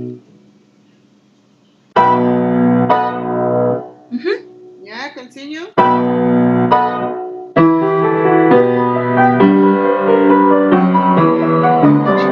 Wait. Can you repeat it?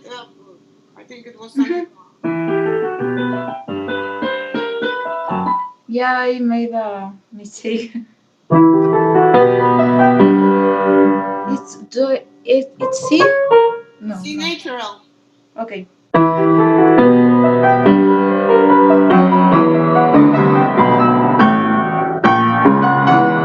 Sorry.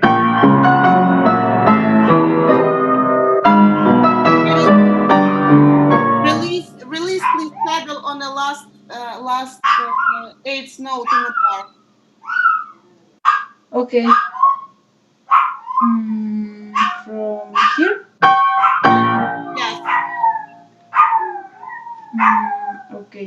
Sorry. It's okay. There are my dogs. Sorry. Really, no, shorter, shorter. We need this rest.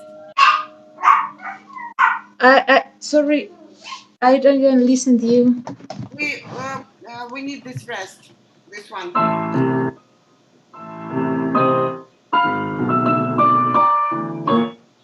Last rest. Mm-hmm. Pedal off and hands off. Oh, okay, okay. Like Yes, that? yes. Okay.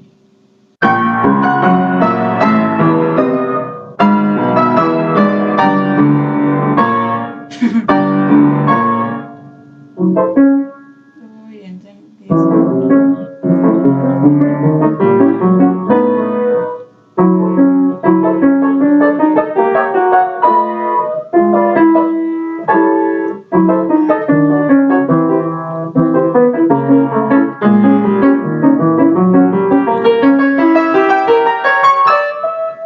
Sorry.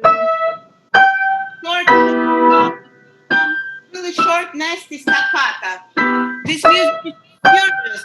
Yeah, don't try. Don't be too intelligent. Okay.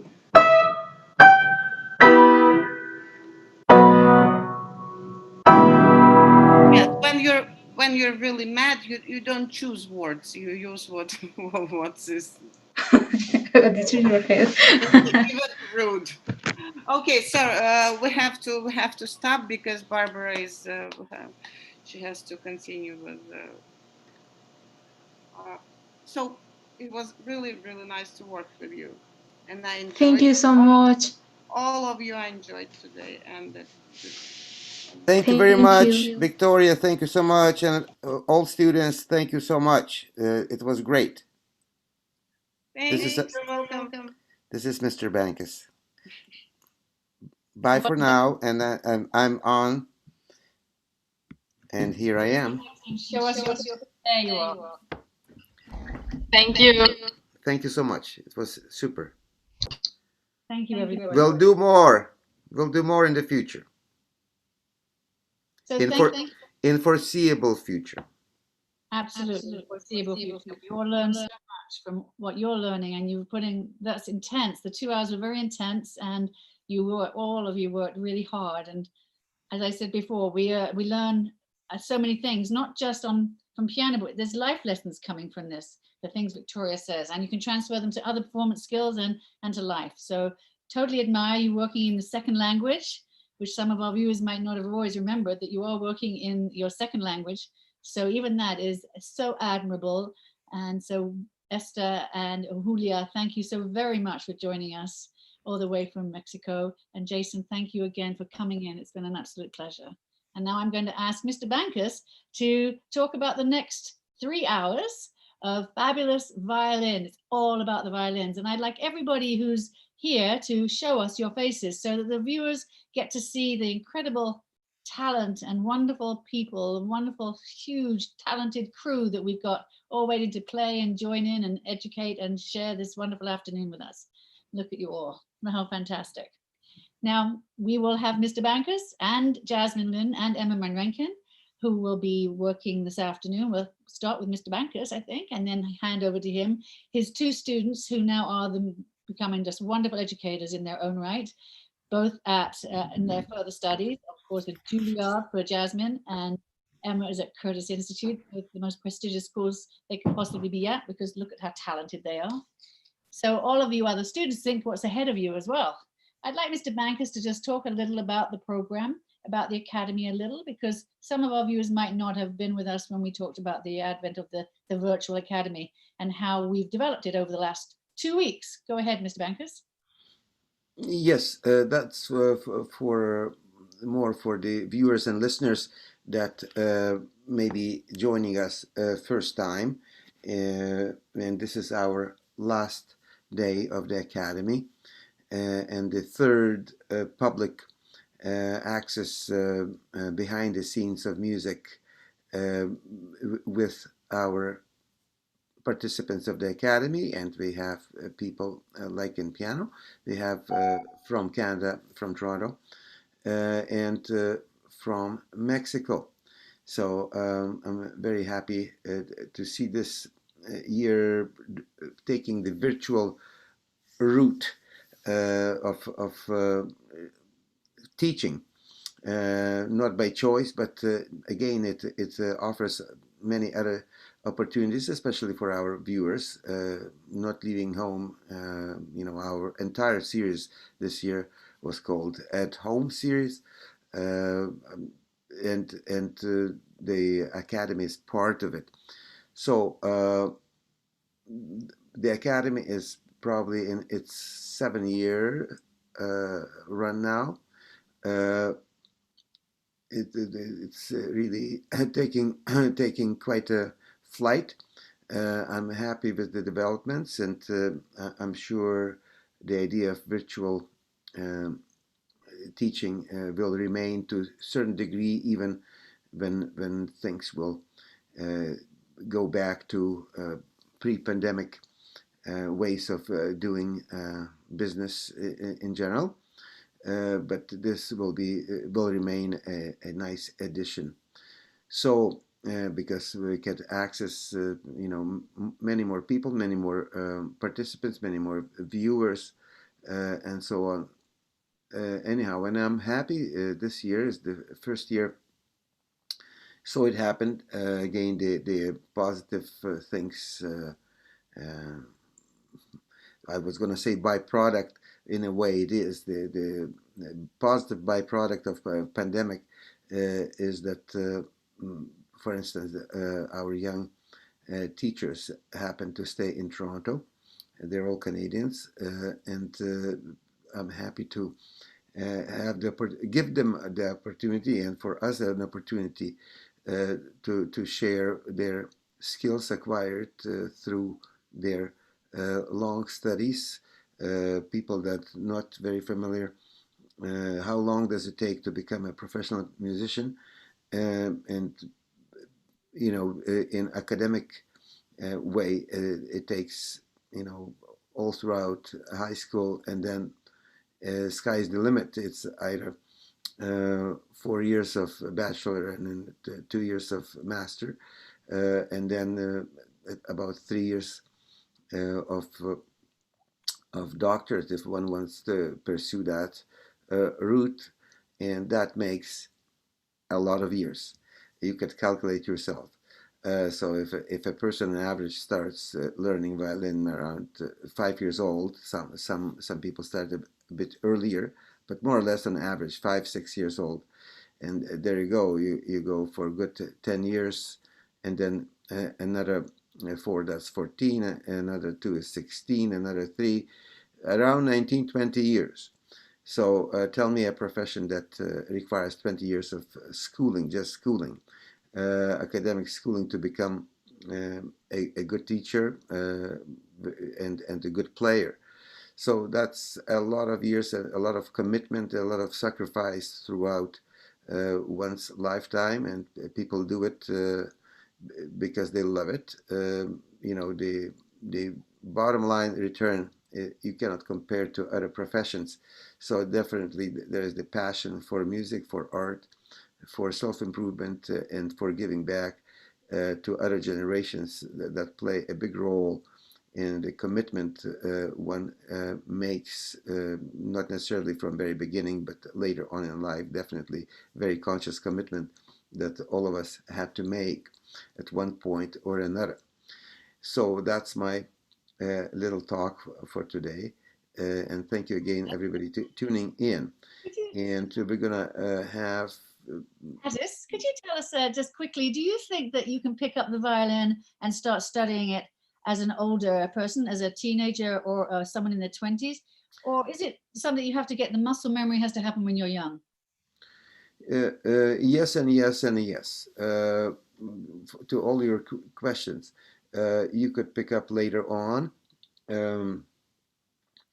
I had, for instance, my teacher in Moscow, for reasons of different reasons, the wartime and so on, He started rather early, and then didn't study, didn't play, didn't do anything till he was 12, and then accelerated and became a great violinist, winner of multiple competitions, and professor at the Moscow Conservatory, etc., etc. There are a number of people of that generation because of war conditions that had to either stop or start or restart later. Myself, when I started teaching, I had a number of older and much older students, adult students, and I liked teaching them very much uh, for one reason. They're very usually bright and very motivated and committed. Uh, yes, so they can pick it up late in life, even if they never played before. The only thing that there is a limit to their improvements, and usually another thing that they will not continue maybe past 3, 4, or maximum 5 years because they may have different interests, looking after grandchildren, or or gardening, or moving to different countries. But during those years, the commitment and motivation is great, and uh, I could easily explain them very quickly what needs to be done, and comprehension is definitely much on a much higher level, even for the beginners, than a kid of say 7 years old or 5 years old, especially. And myself, I always liked to accept students when they're 11, and somehow 11, 12. That's when the abstract thinking is on a higher level, and they I could express myself in more mature and adult way about how to do things, as opposed to with very beginners at young age. You have to be like a kindergarten teacher, which is fine, to each its own. And then again, some people, if you teach at a higher education institution, that many of them don't like working with young kids for very same reasons. So, which is fine. Again, I'd like to do the groundwork, and then continue, and then let them go. And Jasmine and Emma would be prime examples. Emma was with me around 10 years. No, 10 or 9, something like this, and Jasmine a year less, whatever that was, because she's 1 year older. So Emma, that's how it happened. Emma has been with you since she was 7. There you go. Through 17, I believe, and Not? I think it's 7. something like this. But 7 or 8. number of don't years. remember. Parents said 7. Yes. They tend to exaggerate. I think we all remember you at 7. Okay. Anyhow, I think that's very I interesting. hope there is no more questions, because I want to give the time to the teachers, and we have, starting out, I understand Gloria is ready and anxious to play. Am I Gloria, incorrect? mute yourself. Gloria, would you mind? Unmute yourself, please. Unmute. Thank you. I'm glad that the computer is working. Seems like everything is okay. Can you say hi? Hi. And what would you like to play or continue to play since yesterday? I would like to play Kavalevsky's Violin Concerto. Excellent. Let's try, maybe not the whole first movement, right? Yeah. I don't know if Emma or Jasmine played with me that concerto. No, no. Have you heard that concerto? No. Okay, you like it. I remember some famous piano professor in Moscow. It was kind of, we our students were apprised of this. Somebody came, some student came to play some Beethoven sonata, whatever it was. Let's say number 17, the students started to play, and then um, the teacher said, "Have you heard this sonata before?" Obviously, it was totally off in every way. I said, "No, never." I said, "Well, how exciting is that? It's like a new work, like it's like approaching a newly composed composition. You know, just like everything is open for consideration." So, and the person even didn't bother to listen to some recordings. So, you too should be very excited to hear first time Kabalevsky Concerto, which is quite famous and recorded quite extensively, probably more by Russian players than the Western players, but there are also very good recordings by very good Western European players. So here is Gloria Vyskabalevsky Concerto that was written for this exactly age. Um, Gloria is a mature age of 13, and that's exactly the right age for this concerto that was Kabalevsky aimed for those uh, uh, people, with bright future and enthusiasm that is very well uh, transmitted through his concerto. Go ahead, please.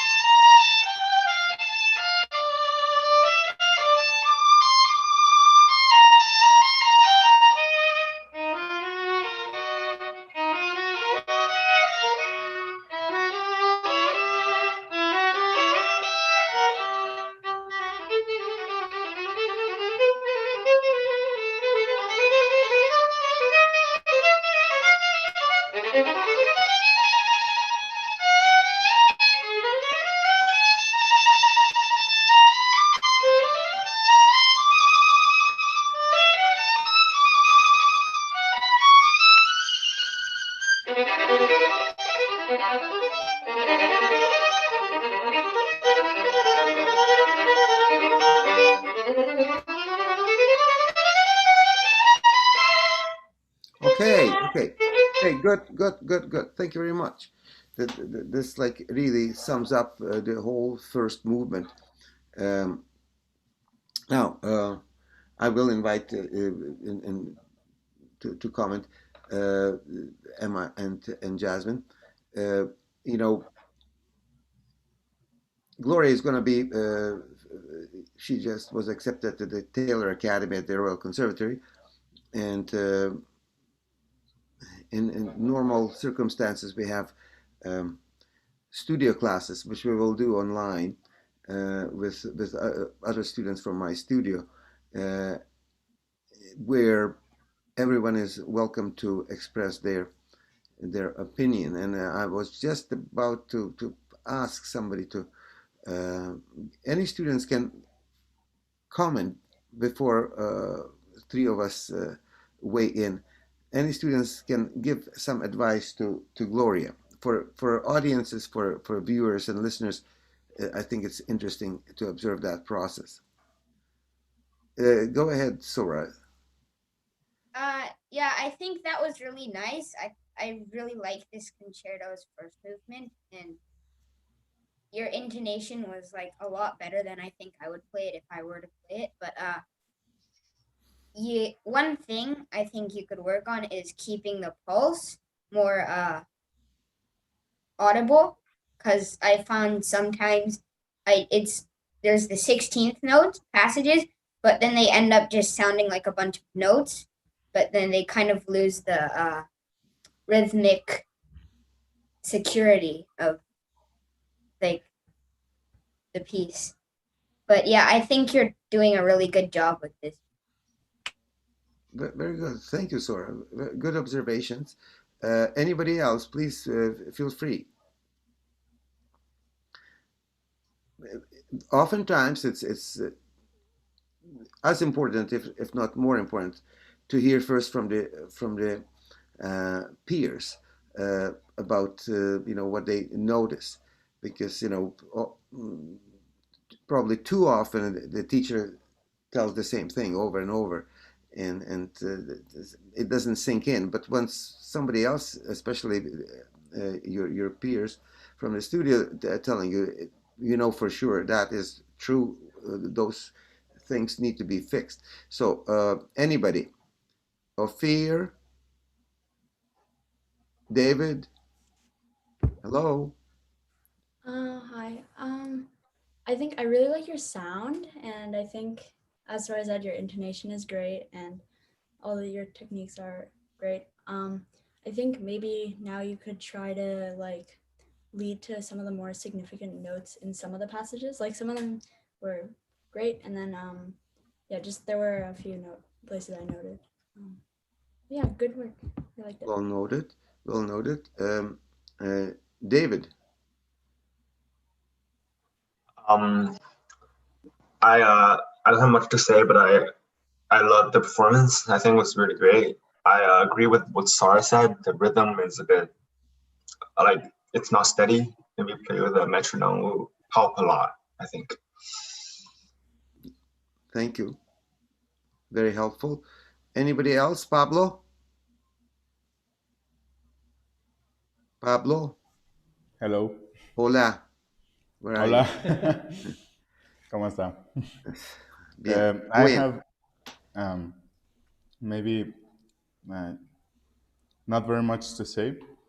I really like your sound. It's very clean. I just can tell that you could work and give it more of a melodic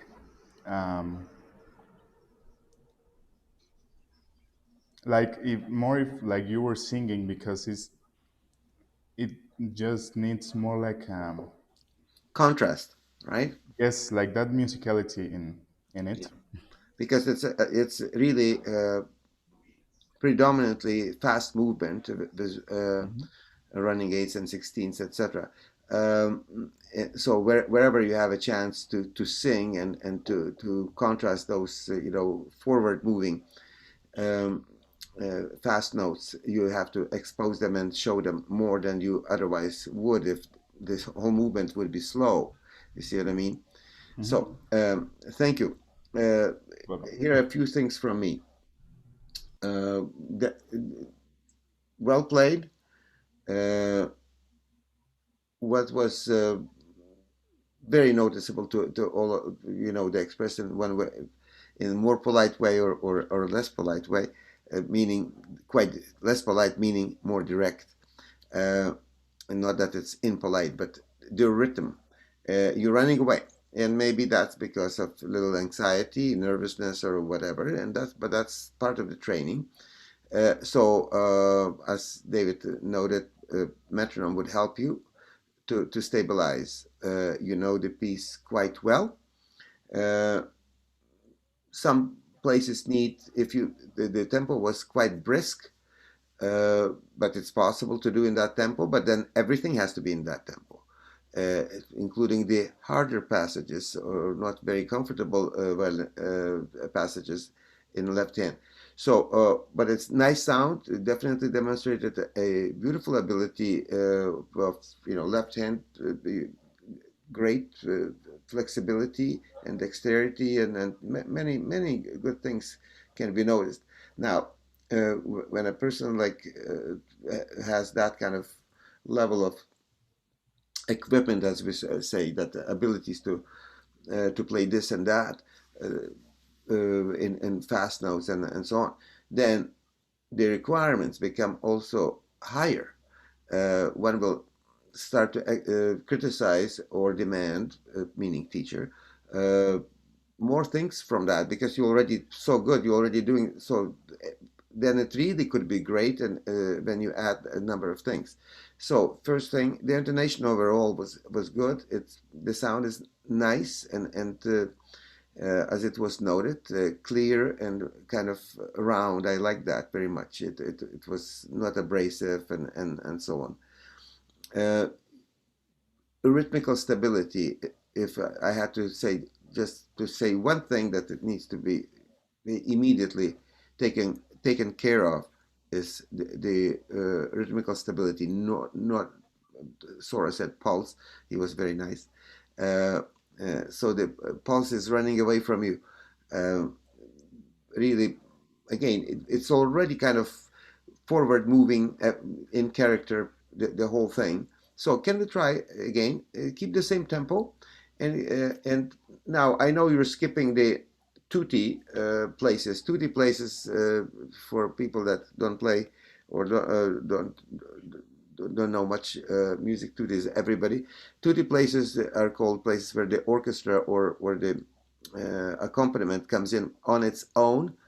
So the soloist plays for some period of time, and then the orchestra joins into something much bigger. And there are a number of places where the composition is done that way.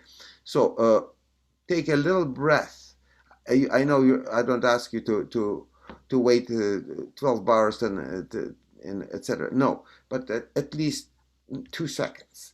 You're just ramming through like there's no space whatsoever, as if it was written from beginning to the end non-stop, which it wasn't. So that also, what it shows me, that you're not into the whole character of where the music uh, you know got to the certain level, and here the explosion of the orchestra that comes in, tutti playing, the orchestra is playing quite loud, etc., on its own. So the character more kind of jubilant and majestic in some way, and you're just going through. That means you didn't get yourself to that point of the character. So can we try from the beginning, please?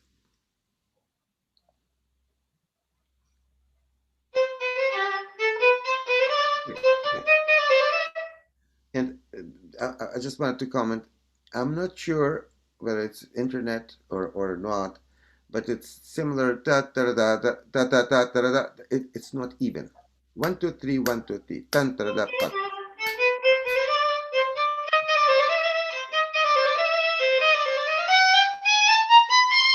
no.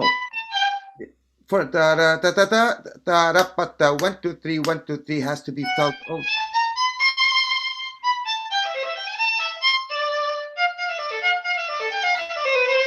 yes, yeah. The guiding thing is not the fingers. Fingers are guided by the pulse. It seems like you're guiding the pulse by the fingers. The anyway, not going to tell you more than that. What comes first? So pulse comes first. So this is absolutely you cannot do any other way. Could you try? It was some places were better, but can be even better. No, no.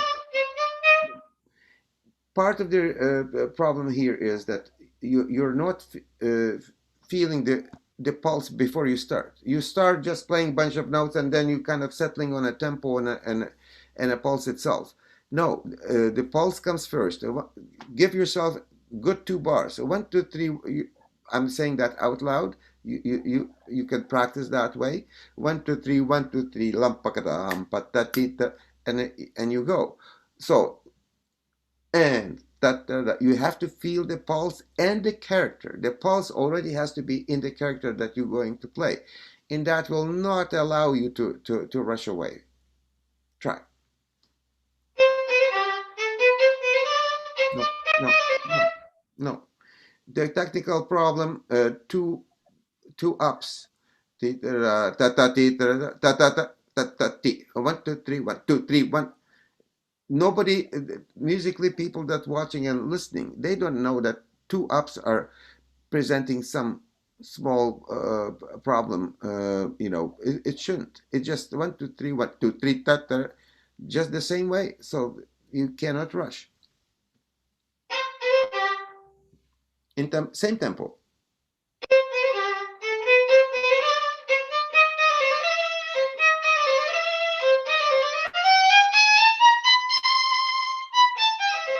Yeah. Another thing, da da da. Again, you lost the pulse. Da da da da. 1, 2, 3, pa pa da dum. It's continuation. Again, two ups. Da da da da. Either you. No, it's not even. Ti ta ti ti pa pa pa. You have to insist upon yourself.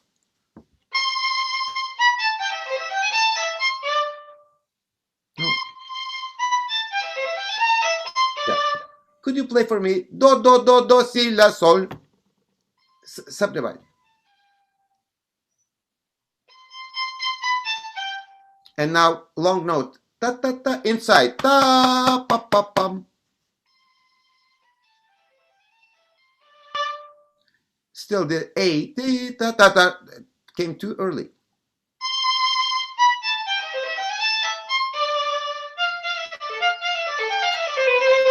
Yes. Yeah, don't allow it or forgive yourself. Dum pa suddenly it was faster. Second dum pa dum was good. So dum pa. That means your ears are not supervising. It's like driving for a second or two with closed eyes. Driving a car, you can make an accident anytime. Please supervise with your ears. Very alert. Very alert. La pakadam. Listen, and it's so easy to fix. You could fix on the spot. No? Good. It was good. Tam para ba ba ba. Ta ta da ta ta ta ta ta ta ta.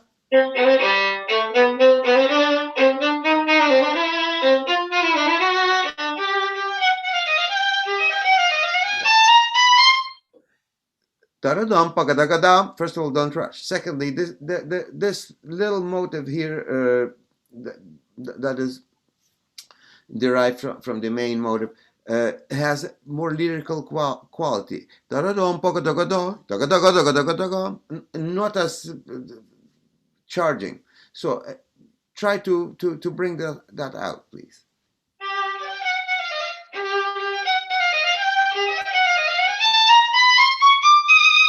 Good.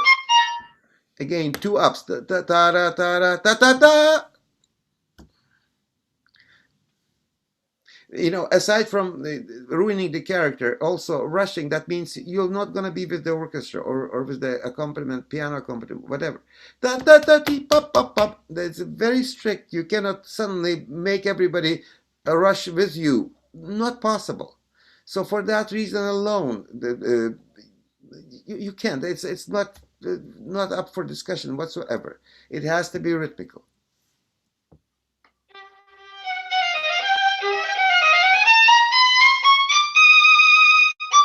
No, late. You're sleeping. Ta. Oh yeah, ta ta ta. 1, 2, 3, bum, bum, bum, bum. Don't rush second quarter. 1, 2, 3, 1, tapa. Don't go slower. Exactly in time. You see, it comes too early. Da, da, da, da, da, da, da, da, pa, pa, pum.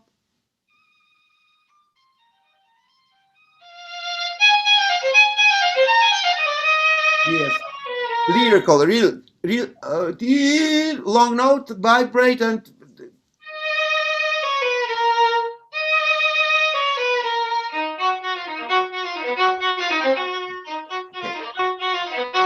know, yes, those are the hairpins, crescendo, diminuendo. Yes, that's what we call hairpins.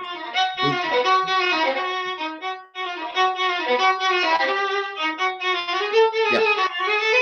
And those hairpins, the crescendi, going um, um, louder and softer, has to be exaggerated. I hardly could hear it, and if you're in a big hall, I'm telling you, from fifth row, nobody would even know that you're doing anything. So you have to be doing like a, think of a big picture that one can see the picture from a distance. Not, you don't have to come close to see it.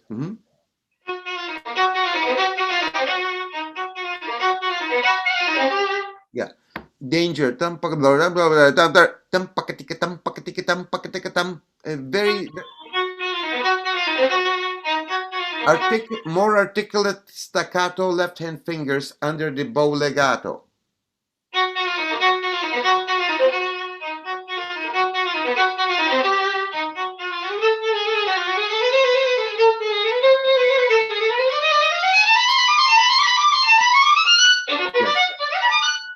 This place needs extra attention.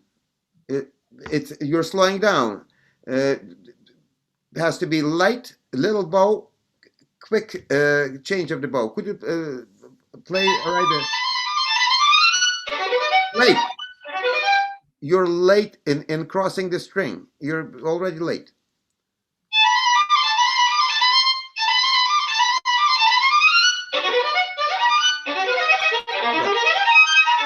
Please do not lift the bow. Cross the strings without lifting the bow. By the time you lift and go back, you're already behind.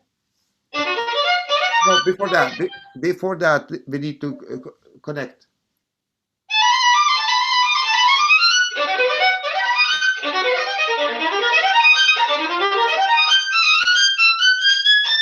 Don't rush. You're happy that you got through this, hard place, and then you're running away. Yep, pop, pop, pop, pop, pop, pop. Exactly the same tempo. Yes. Okay, I'll invite for additional comments. Okay, play a little bit. The next, the lyrical part. Where's Jasmine and Emma? Please, could you show yourselves?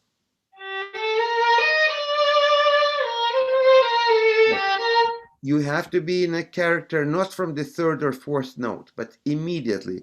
Immediately.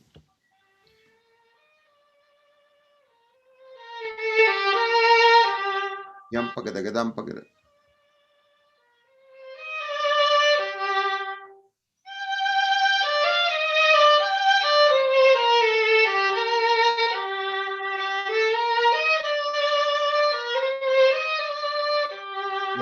I have a distinct feeling that you're firstly because you're rushing the third da da da da da, the third half note and a quarter, and the quarter comes always too early.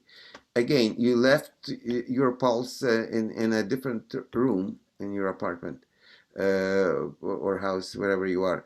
Da da ti da da da ti. Lyrical. The pulse is still clicking.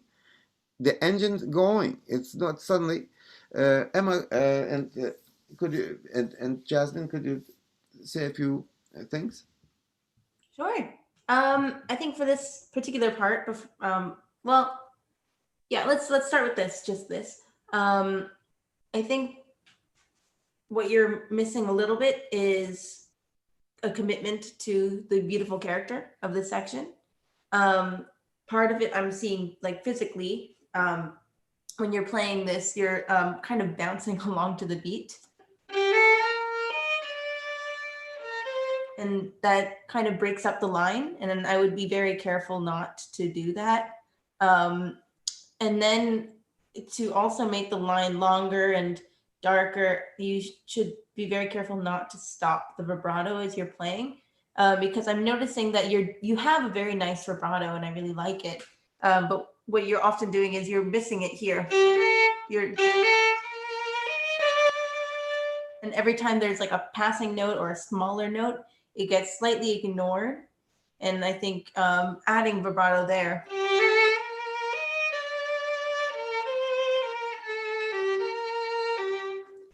will help you sustain that a little bit longer. Do you mind trying that?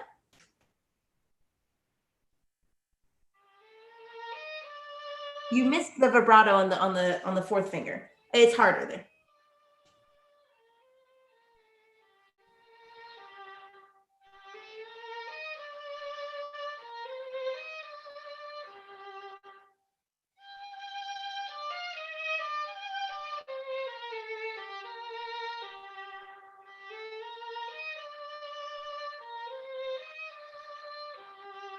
Okay, so you have these kind of four little phrases, da da da da da da da da da da, and then the second time, and then you have something slightly different, and then you have the first little phrase again, and I feel like you played every one kind of the same, and they all had the same journey basically, and to me, when I hear, I think that this entire section should be under like one long slur.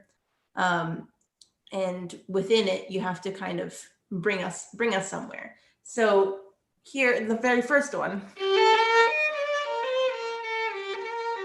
how is it going to be different the second time you do it? Do you want to lead towards the next phrase? Maybe this one.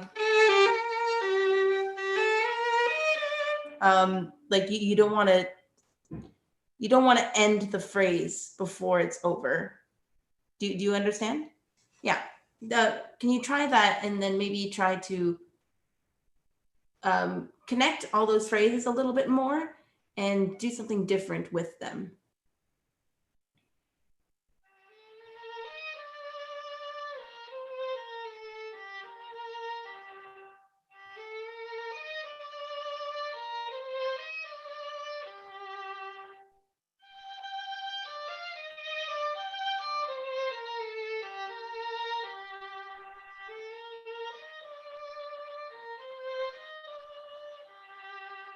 See, that's to me that sounds a lot better. I think for the third one, the one that starts here, you can maybe use a different vibrato. You could make it a little lighter, or even more passionate, depending on what you kind of imagine. But then when you return, I don't quite remember how it goes. I think that can kind of have like a sense of resignation, or a little bit less powerful than the first two times that it came up.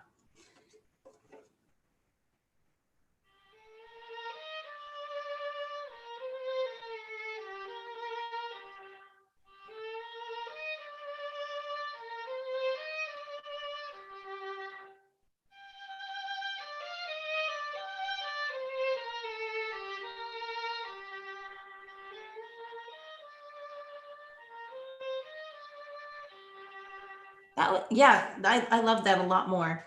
I'm gonna just go with overall comments now, because eventually we should hear another student. I think you're doing very well, and for 13, your dexterity is amazing, and you have a great vibrato. I mean, doing the continuous vibrato is going to be something that you'll probably work on, and it's going to come very naturally eventually. I would be very careful about not forgetting to vibrate on the pinky finger, even though it's a lot more difficult than the rest of them. But I think overall, and I've heard you play 3 times now. The general issues are not like individual to the piece. It's kind of like a general thing. I mean, the main issue with all of them was, the rushing, which you have to be very careful of, and a general lack of commitment to character. um, you everything's when things are easy for you, you tend to rush, and when things are difficult, you tend to slow down, and then it has a little bit of an uneven rhythm to it, and well, that reflects how you feel about the music technically, but it doesn't reflect how the music itself is supposed to sound.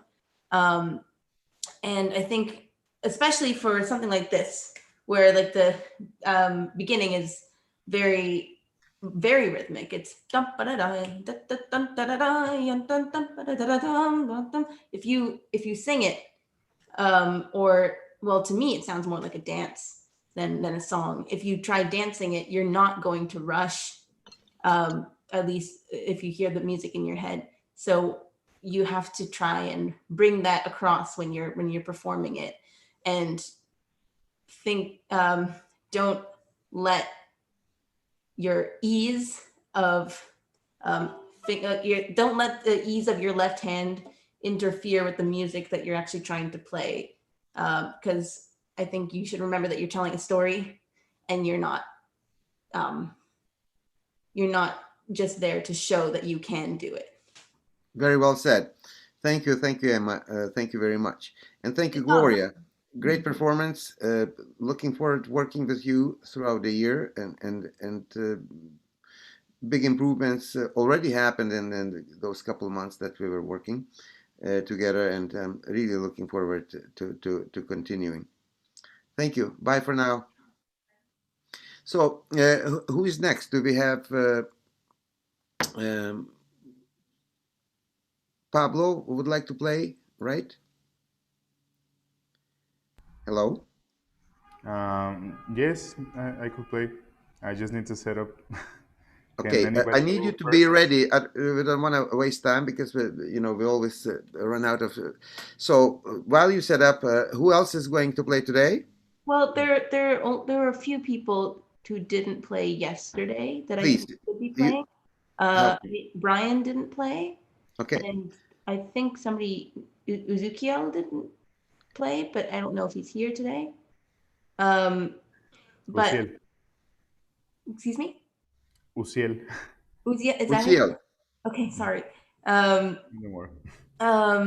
Yeah. So if they want to play, then I think that they should go. They should. Okay, Brian, are you ready? Then Pablo will get ready so that when his turn comes. Yes. Yeah, thank you. Brian, can you play now? What would you like to play? Hello, I don't hear you.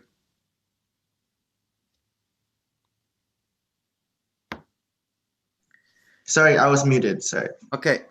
Wieniawski Polonaise in A major. Okay.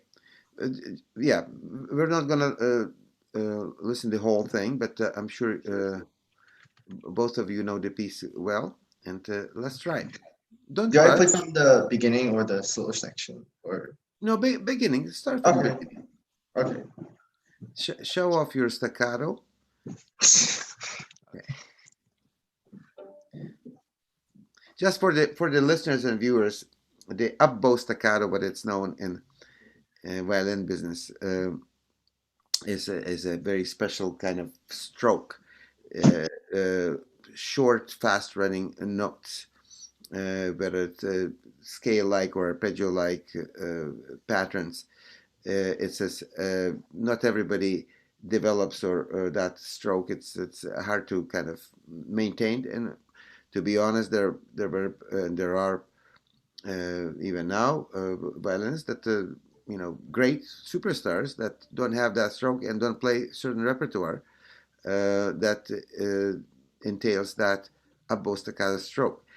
And all of us, myself included, at one point or another, wanted to conquer, wanted to learn that stroke badly. you know, it's like a special thing to have in your tool box.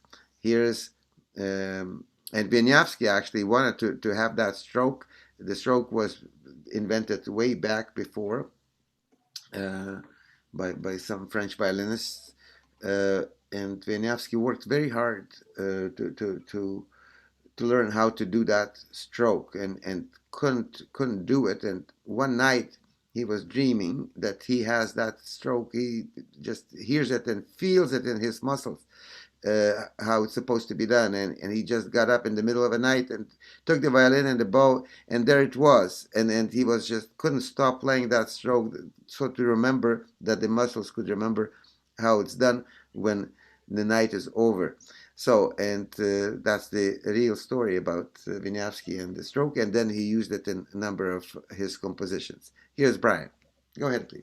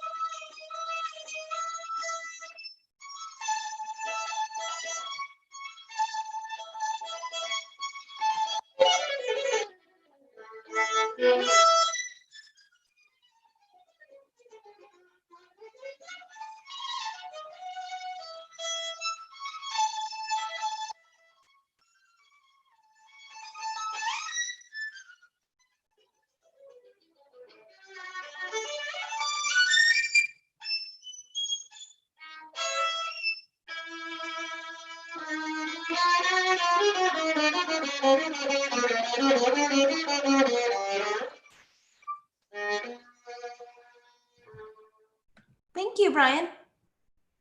That was really great. I think maybe we should do what we did with Gloria and maybe go around a little bit and see if anybody has anything to say before me and Jasmine kind of dig in. Can I make a comment? chorus. Okay, at the beginning, I think that could be a little bit more like, instead of, it feels a little bit dragging. I think it could be like a little bit more like jumpy and happy than hard kind of thing. So, and yeah, I really like the upper staccato. I can't do it. Okay, does anything, thank you, Sora. Did anybody else have anything to say? It could be compliments. You don't have to say anything negative if you want. I really like your sound, and your intonation was really good. I think that maybe at the beginning you could have a little more contrast between each time that the main like motive comes back. But yeah, overall, great work.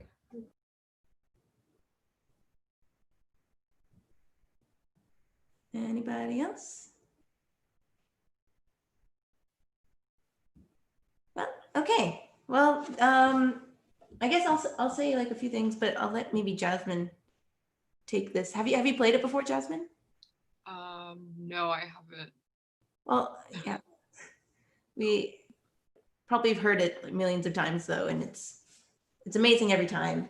I mean, your upper staccato, of course, is really impressive, and it looks really natural. And I'm quite jealous of that. It doesn't come so naturally to a lot of people, and that's really great. I think, and your general ease around this piece is very good, and you really nailed a lot of those high notes that I know a lot of people find difficult. I think what I found a little bit lacking was just the general joy, the lift, the sparkle.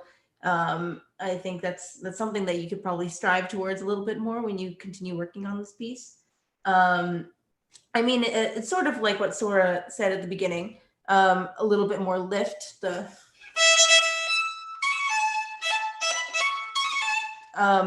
and another thing that I think you could do is realize that you don't actually have to play this that fast for it to be impressive. You weren't playing it too fast, but some of the passage work was a little bit rushed through, and I think it comes from a place of wanting to show that you can play it fast, but it's sometimes a lot more impressive if it's slower. There's more space, but the audience can hear every single note like sparkling clean. And that, yeah, that's basically what I thought when I was hearing it. Yeah, no, your technique wise, it's like it's all there. You can play all the notes very clearly and very cleanly. But going off of what Emma said about the rhythm, I guess, of the piece, I think, yeah, it's clearly all there, but I think there's certain times where the general tempo should be the same. Like there's the expressive tempo that you're doing that's really show off, and it's good for this piece where you pull back and rush a little bit, but like the general like beat should be the same, especially at the beginning, just for like the first couple open bars where you have. But yeah, I don't know, do you just want to, let's just start from the beginning. So how fast do you want me to play? The same tempo, or?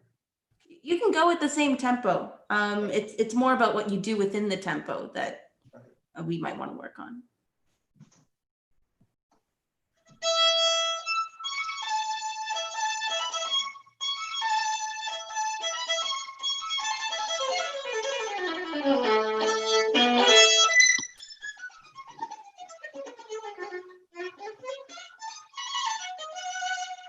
Okay, Brian. That's great. Your passage going down was really clean. You do this kind of brushing thing through, which I think can work if you do it once, but it isn't exactly what's written in the music. And I think it would have more impact if you did it exactly in time, or at least one of the times. So the yum ba-dum ba-dum ba-dum ba-dum ba-dum yum and then you can kind of play around with it. But you first want to show the audience what the exact tempo is. And then again, like kind of rushing through a passage like this, you have a lot of time. Nah. Especially with those little rests in between the, you can lift a little bit more. You don't have to bulldoze through it. Do you mind playing it again and kind of trying not to use, yeah, I think what you're doing a lot of the time is using rushing as an expressive technique. And it works sometimes, but very rarely, and it has to be used very rarely in order for it to be impactful. So otherwise, it just sounds like rushing.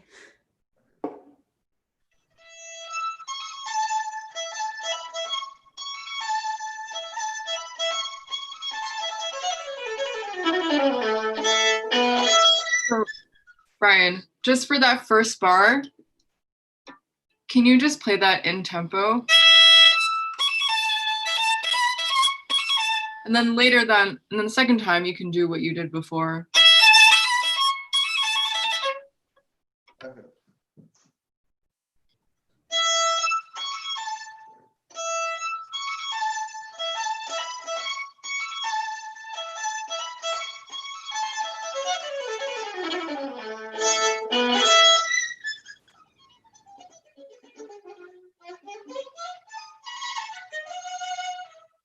Okay, so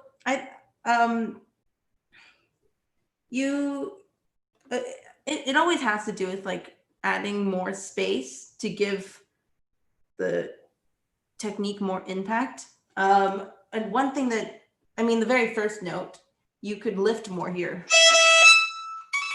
Not that long, but that's just to show that, nobody's really rushing you there. You don't actually, there's a rest there for a reason. There's a rest, it's accented, it's brilliant. And I think it should have a little bit more flair to it and a little bit more care. And then at the very end of that phrase, nobody's rushing you there again. And it's kind of the bookend of the phrase. And I think you don't want to go through that immediately into the next part. Yeah. Do I start from the top? How about you start from the top one more time? And so here, more lift, and then in tempo. And then when you get to here,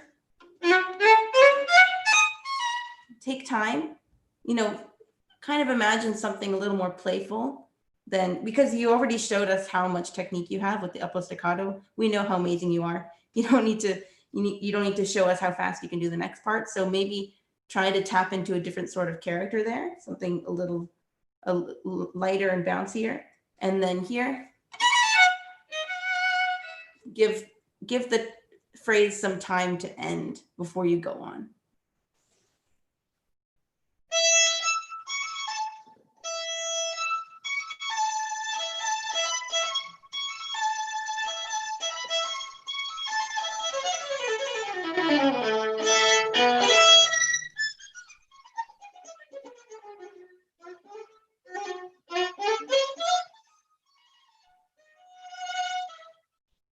Yeah, that was better. Also, when you get to the very top, sorry, this one, can you almost like linger on that and just because there's no one playing with you, you're by yourself, and then linger on it for a little bit longer and then go all the way, do your little up-bow staccato thing. Yeah, I think you can play around with rhythm a lot more in this piece than you would normally be able to with other pieces, because it is basically only written with piano, and the piano can adjust to you very easily, especially if you let them know, like, oh, I'm going to take a little time here. I want to like add something here. So really try to do things that do little gestures that make you happy, basically. And don't worry so much about getting to the end of the phrase. You know, like make the music last longer.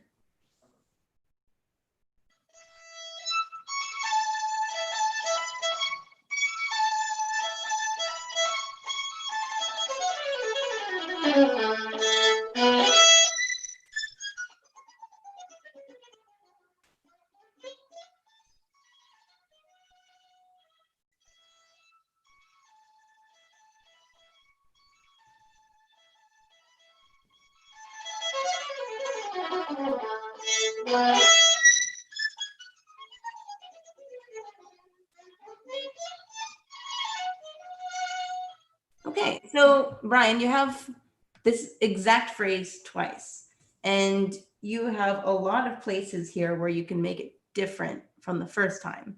And, you know, maybe try going through it and trying all the different things that you like. Maybe the second time you can be a little freer with rhythm. For example,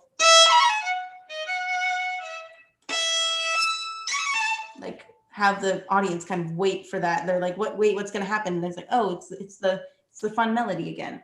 I would be careful with the accents. I would bring them out more. So it doesn't sound like you don't want it to sound like that. It has sorry. It's a little more punchy than that. You can just start from the second phrase and thinking about doing something different than what you would normally do.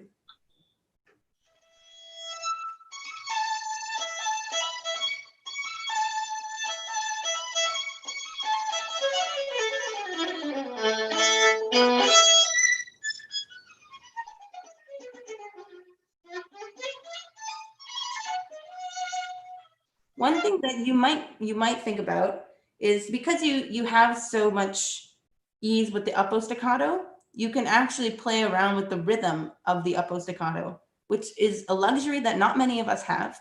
So I would use it. So what you could do, the first time you just go straight to the bottom, but maybe the second time you might want to take a little bit of time at the end of the uppo staccato passage to again let it float and make the audience guess about what's going to happen next. Can I do this?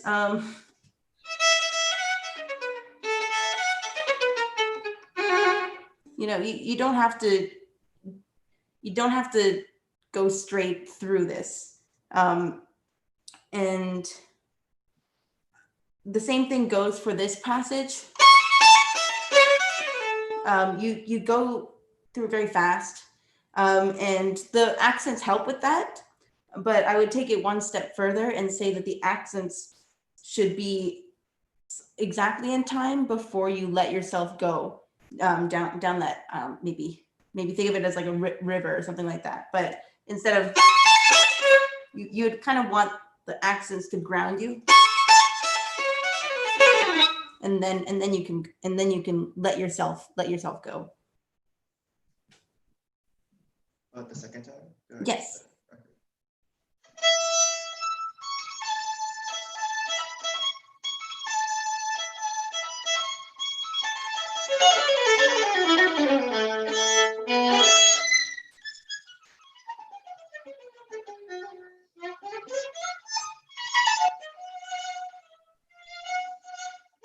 Yeah. Before you go on, you again bookend the phrase. It's something completely different, and you don't really want to connect the two ideas. One more thing before we let you move on. Sorry. Right. I appreciate that you're trying to do something different with these, but it seems like your only method of kind of making it different is either doing it perfectly in tempo or making it fast, or like going through it. So you have your and your, but there are other ways to do it. You could start faster. You could kind of like make it kind of mirror your ideas a little bit more, and think of different ways that you could shape those little phrases. If you do want to make them different every time, then you shouldn't have only one way of making them different. That's just something that you should probably keep in mind when you're trying to add a little more flair to this opening section. But you can go on, I think. What do you think, Jasmine? Okay.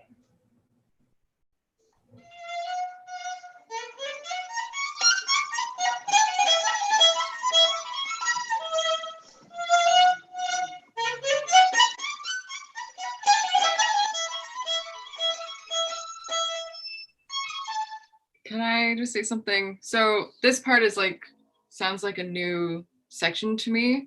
So I think when you're starting it, you can start with a little bit more uncertainty, or can be, it doesn't have to be in tempo straight away when you start. It can be like a little, like you don't know where it's going, and then you go straight in tempo.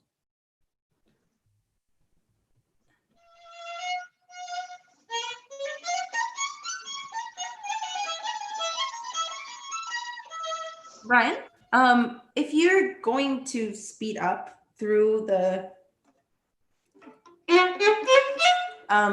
if you're going to speed up, then you have to slow down at some point in that passage, because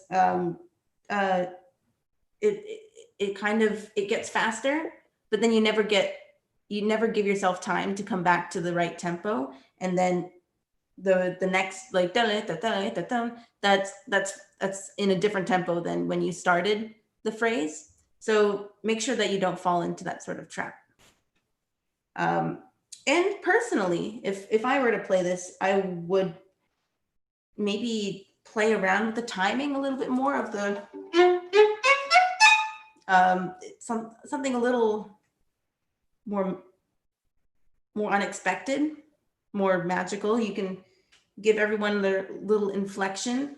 It's a very like fairy tale like sections. Maybe you can think of like fairies or something, little sparkling lights, or something that's a little bit less, has a little bit less direction, you know?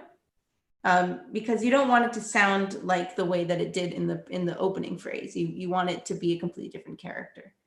But yeah, you could just start from there.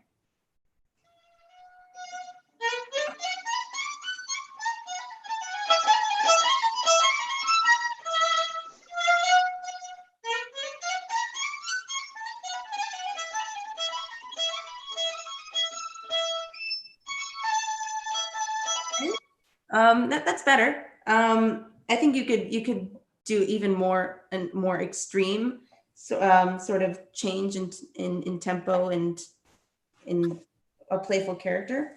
But I want to kind of talk about the transition into the next iteration of the opening theme.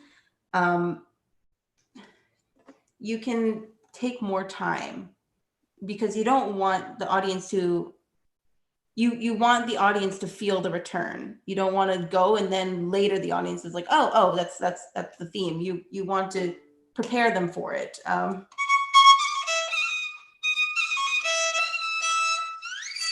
You kind of want to like give them some time. You know, just don't don't bulldoze through the return.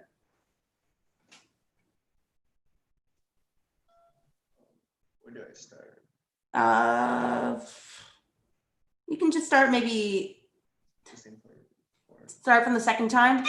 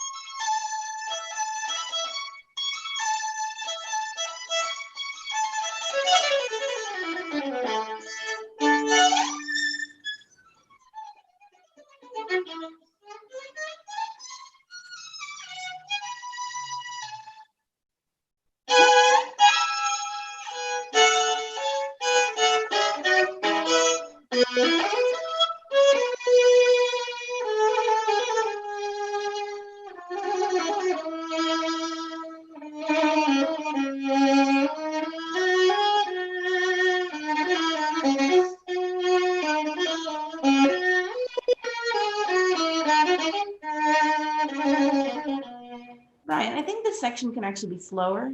Well, that's an oversimplification, basically, but I think that you should do more of a character change because it feels like you have the same sort of energy that you did in the opening phrases. It's still very high energy, and this one I think is a lot thicker and more romantic, and it would be great if you could really commit to a more romantic character.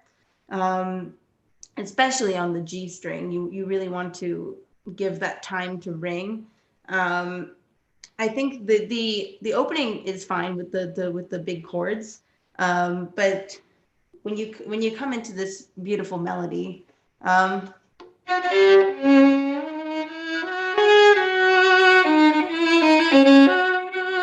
just yeah, don't throw it off. Give it time, and I think overall it can be slower.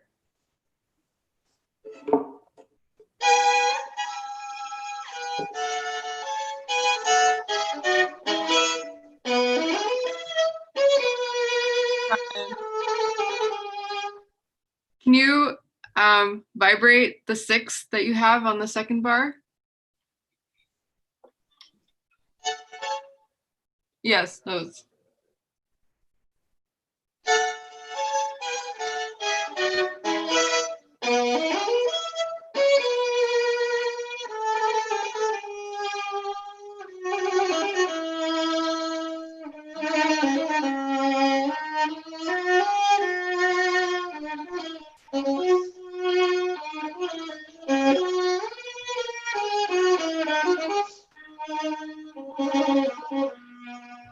I think your vibrato can also be thicker. Something slightly wider that's more fitting for the G string, because right now it's a little bit fast, and that contributes to the high energy feeling. Whereas if it's a little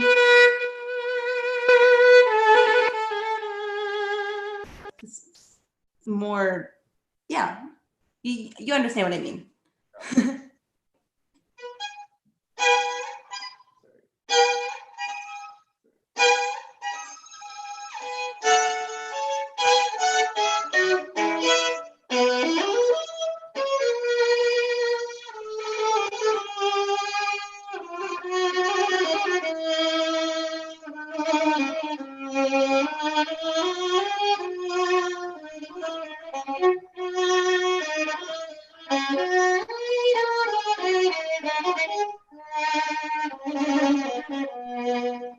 I think, yeah, that was better to me, at least. One more, it's a very, very small detail, but it kind of, I mean, that's the thing about playing over,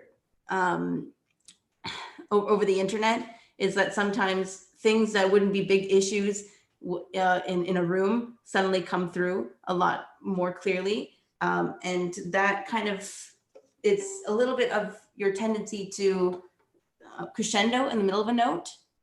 So it's a little bit like,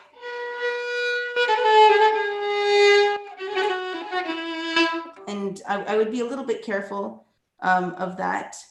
I heard it here too. It's just it came in and out. Maybe it's not your fault. It might just be my speakers, but I would be careful with that. Something that's probably more easy for you to fix that would help with that is making sure that you're vibrating from the very beginning of the note and not getting to the note and then vibrating. This goes for here.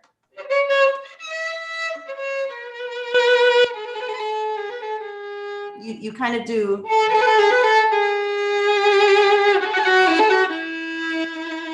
Whereas you kind of want to land on it and already have it moving.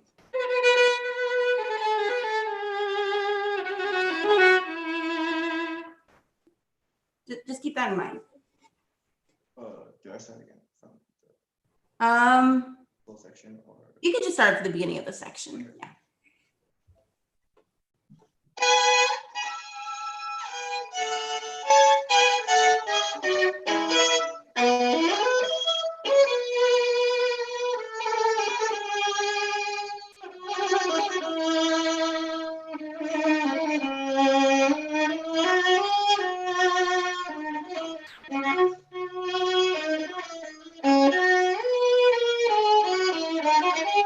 Yeah.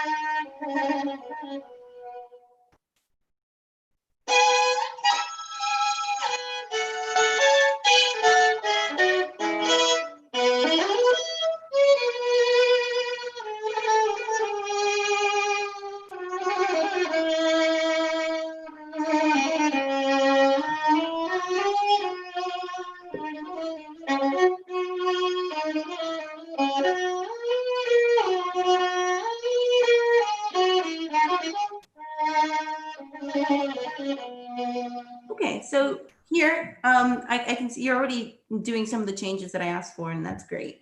One thing that you could do to make this part more interesting, because it is very romantic, but then it has like these little playful moments within it. You have these little grace notes. And every time you played them kind of at the same speed, whereas you could actually use them differently every time.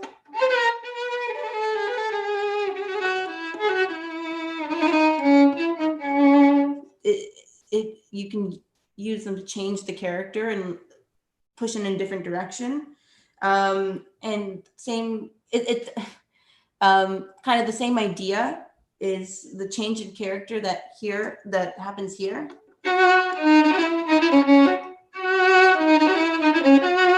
That's kind of an interlude of playfulness in the middle of a very romantic melody. And I think you can kind of snap into something a little more playful and then let it become something more romantic at the end of the phrase. But you know, those little contrasts in character would be fun to hear. So do I start again? You can start from the second one.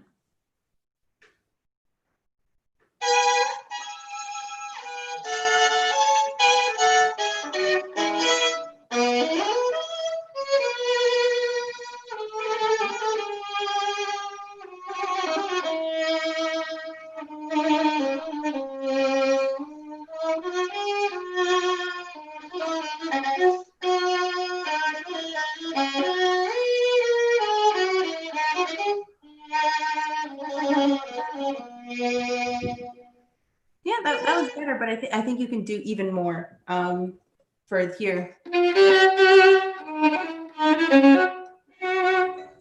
Even physically, I can see that you're very serious when you're playing this section, like all the time, and you have your brows furrowed and everything's very strong. But maybe there you can let your physicality lighten up a little bit and kind of embody that change in character.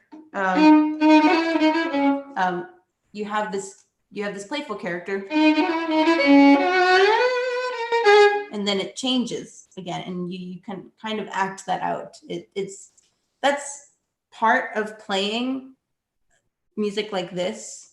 I would include the rest of Vinyasky's short pieces in this, and also the pieces by Sarasate, where as well as being a vehicle to show off technique, it's also something that we use to entertain people, like entertain friends, groups, small groups of people usually, because these were mostly written for living room performances. Not really for the concert hall, but kind of imagine you're playing this for friends, and you are playing them for friends. We're all your friends. And you can kind of imagine when you're playing for your friends and you're playing something very playful, you'd want to show them that it's playful. You would kind of make fun of the music a little bit and act it out. And that adds to the fun of playing music that isn't so heavy. It doesn't, I'm not saying it doesn't mean anything, but it means something completely different than, say, like a Sibelius concerto or a Tchaikovsky concerto. It has a much lighter, more playful character, and you can have fun with that while you're performing. You don't have to treat it with the same level of seriousness.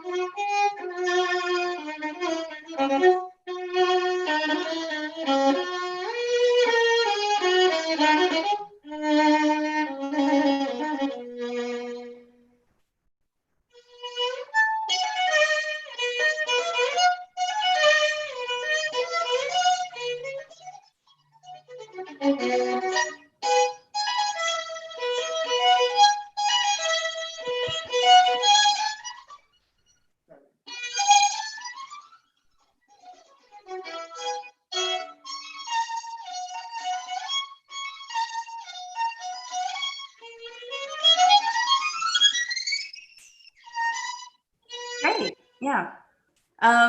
When you have those little interludes of the first theme coming back, you have your just kind of peeking in here and there. I would maybe snap back into the character of the opening and then go straight back to the character of the section that you're playing to be like, hey, look, guys, it's coming back. It's coming back. Just wait for it. And really point it out, poke fun at it. Yeah, I think this is kind of a good place to stop, unless Jasmine has anything to say. Overall, you're doing a really, really great job with all the technical things. And what you really need to do is inject it with a little bit more fun and a little more playfulness, and find the joke in the piece, because it is called it's a polonaise, right? Which is, it's a dance. It's something fun, and it's written for a small group of people, a group of friends, and I'm sure a lot of these little funny gestures that we think are funny were actually like probably inside jokes between Vinyasky and his friends, and you kind of if you go like people would probably laugh if you really were able to milk a funny section like that. And I think that's something that you can probably think about as you go a little bit further into this piece, is how can you make it fun for everyone to watch? Yeah. Yeah, good job. You sound great. Like Emma said, everything's pretty much there. And I think you just, just don't think too much about like if I'm gonna make this shift or if I'm gonna make that shift. Like just sing, like enjoy the piece and like have fun with it, and dance around with it, and like you got it. It's fine. It's totally good. I've heard so many performances of this that they've missed like half the notes, but it was still really fun to listen to because they were really committed to the character, and you're not missing any of those notes. So you you can really bring it to the next level, I think. Okay, thank you. So good job, good job. Okay, I think we had Pablo next. And then if Sora wants to play again, of course, you can finish up your piece. I don't know if maybe Sora wants to go first. I was playing also Beethoven. We checked it yesterday. Okay. I don't know if. Well, okay. Pablo can go first. Okay. Well.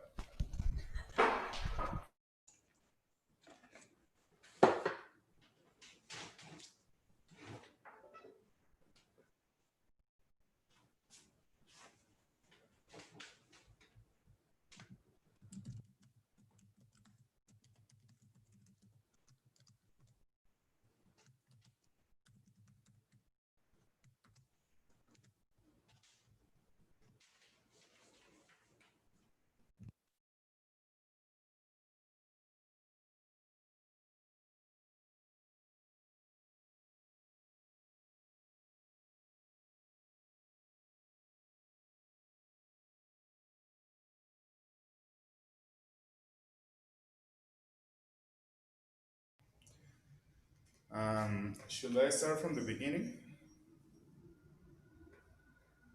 What are you playing today? Beethoven Romance, same as yesterday. Okay, cool. Okay, from the beginning, or maybe, okay.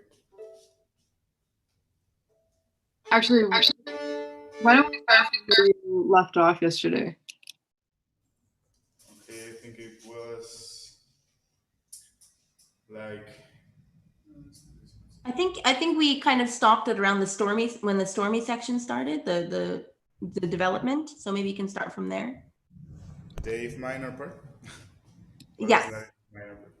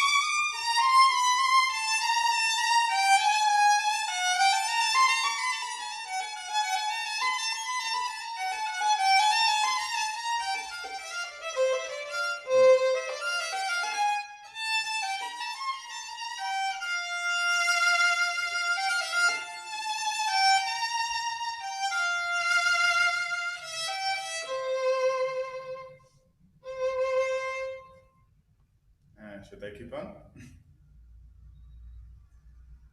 Well, now that you've stopped, we can work with what we've got. You're doing this middle section very well. It's of course one of the more difficult ones, difficult parts of this piece. Let's just start from the beginning of it. I think there's more changes in character that you could probably bring across. I'm kind of imagine that you have this stormy character in your mind, but it's not always stormy. And you kind of need to be able to switch between those characters very quickly. So just start from the beginning and I can help you. I don't know where Jasmine is, but she'll be back soon, I'm sure.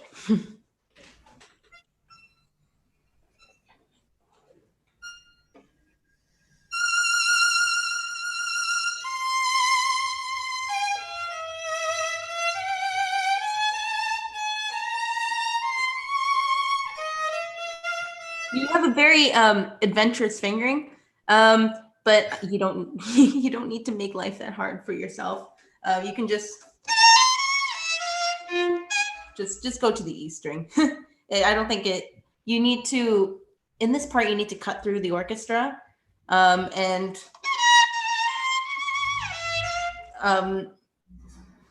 I think that it doesn't.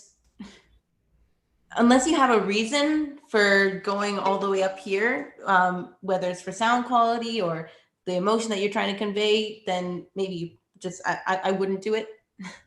And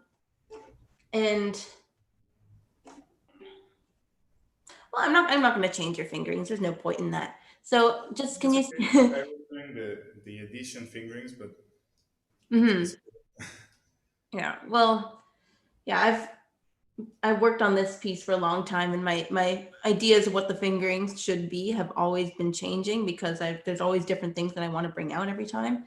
So just with something like this, you should maybe always learn to be a little bit flexible with fingering, and realize that there's like a million different ways to do it. Let's start from the beginning of that section again, and we can get to the parts that I want to work on.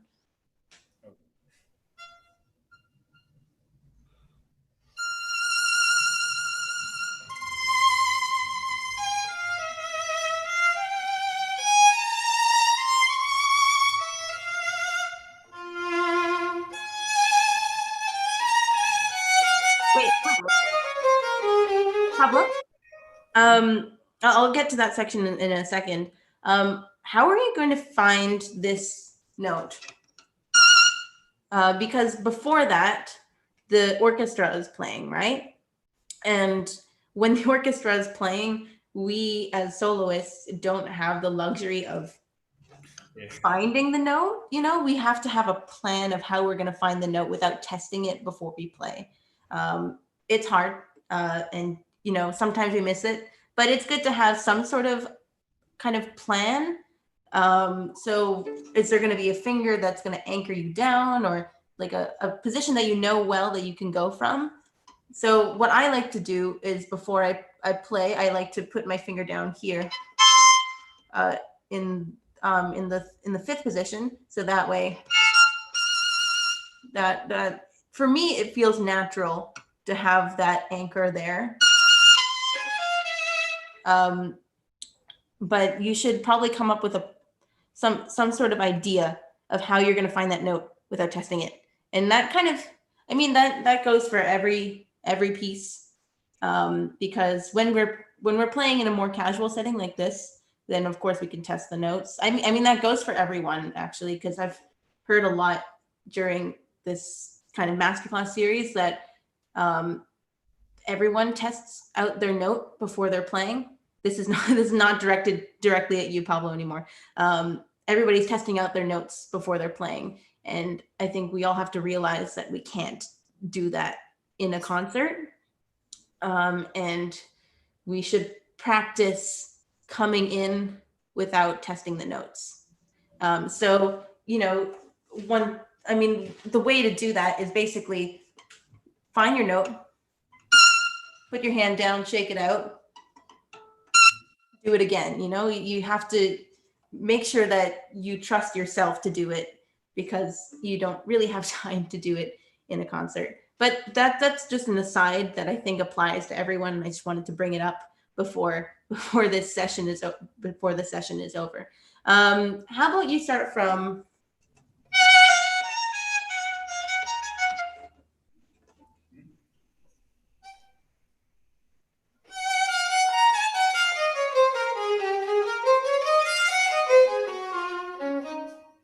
Yeah. There's I like this part because I feel like there's a lot you can do. I find it to be a very snake-like part. It kind of curves around in unexpected ways, and it'll be good if you could bring that out, because you're always in the same part of the bow, and then the sound quality is very consistent. Whereas I think you could maybe have a little more fun with it.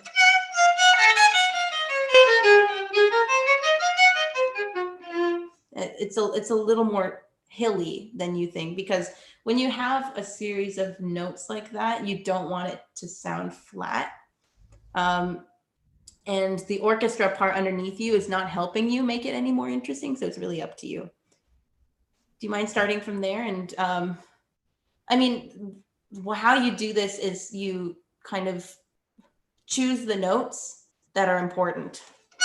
So to me, this one is important, of course.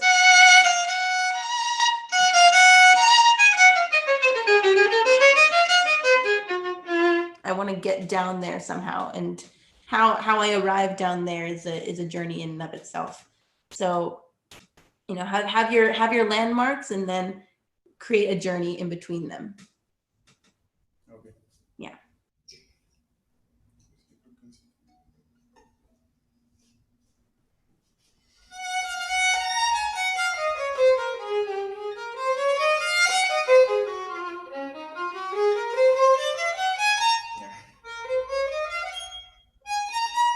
Sorry. That's okay. That's okay. Yeah. If you want to go slower, you can do that. No, it's just that I was thinking what you told me to do. Yeah. You can just remember it, practicing in your own time. Is there something about that shift that is difficult that I can help you with? Sorry? Is there something about that shift that is difficult that I can help you with?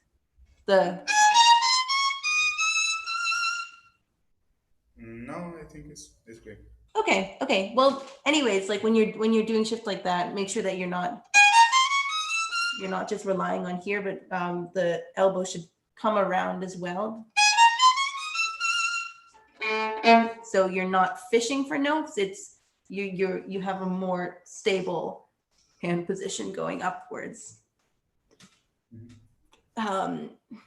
We can kind of go on from there. Do you want to try that section again? Okay.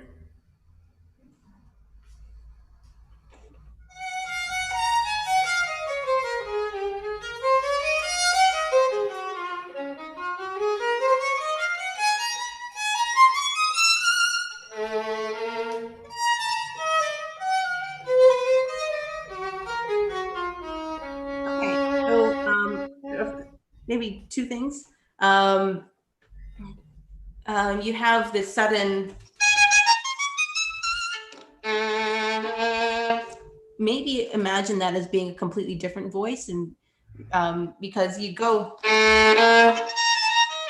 you have, it's only two notes over there, and you can make it sound a lot different from what's happening before and jump back to the original character. And then you have this part. They actually occur in groups of two, and you should kind of put them together instead of they're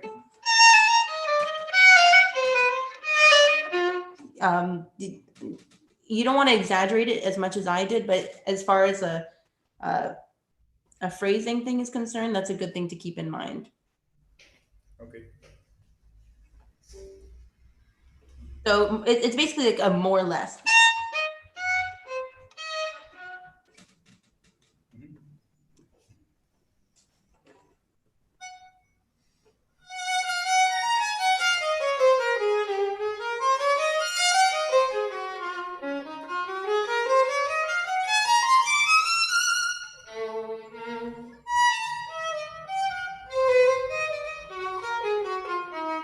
So, Pablo, when you have this part, it might be easier for you to connect it and not release so much on the slurs.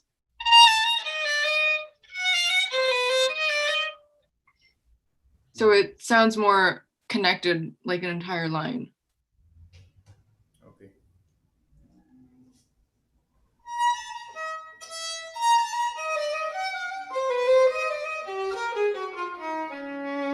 Okay, Pablo, you have a little bit of trouble with intonation in this section.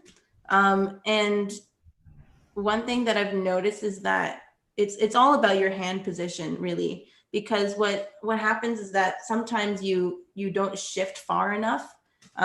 Here you're a bit high, but if you hear that it's high, then you should immediately correct it instead of you've landed and then you're just stuck in a sharp position for the entirety of the time that you're in that position. So be a little bit more conscious of those sorts of things, and it really comes down to making sure that you have good control over your shifting, because if you shift into the right position, then all the notes in that position are going to be in tune.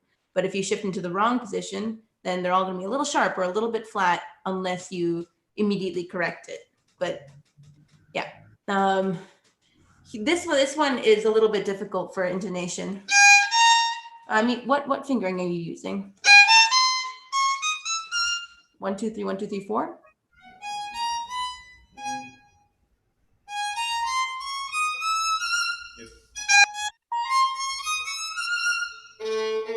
Okay, so basically the only really difficult shift there is so when you're practicing it, practice this.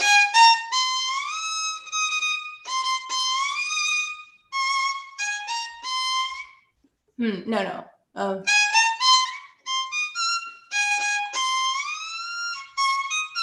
So you are finishing on the third finger. And so shift with the third finger to get to where the third finger will be in that position, and then drop the first finger to where it's supposed to be.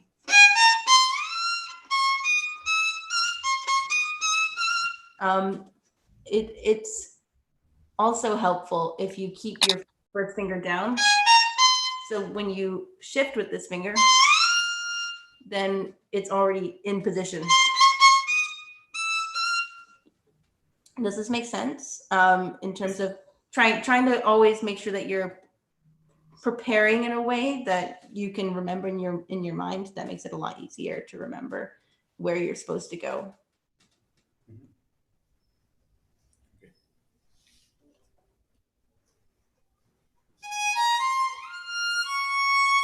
See, it's already correct. It's already correct. Yeah. So yeah. So it's a simple fix of something like that, of giving yourself anchors throughout the fingerboard, so you're never fishing for a note, because sometimes you catch a fish, most times you don't. And that's, I mean, guitars and pianos have it so much easier. They have like little frets that tell them where to go. And that's, I think it's a little unfair. But on the other hand, we have a little bit more, subtlety with intonation that we have available to us.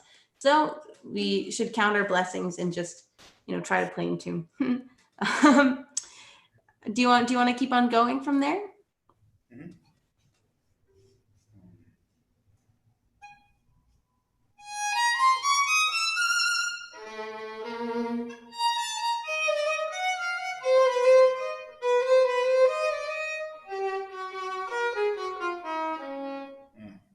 Sorry.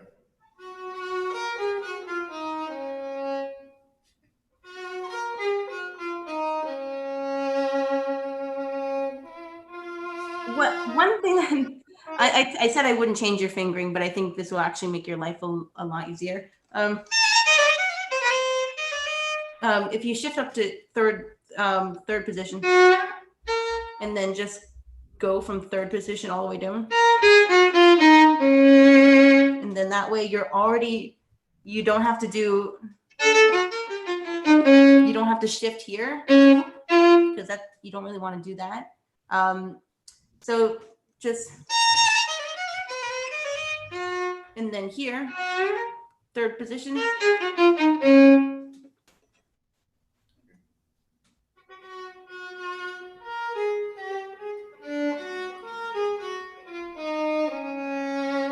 Yep. And then you can just use the fingering that you're using before, from there on.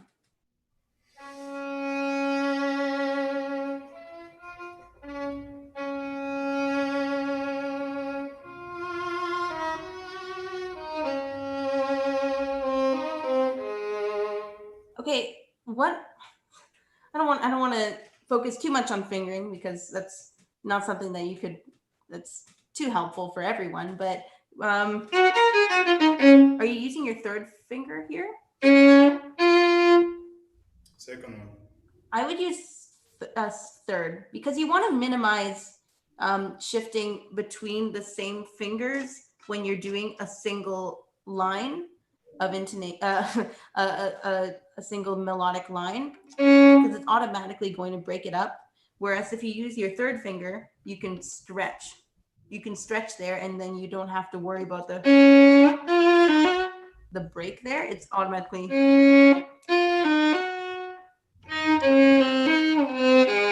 So you when you're I don't know if how closely you're following the fingerings in your part, but again, we're trying to make life easier for yourself, for yourself.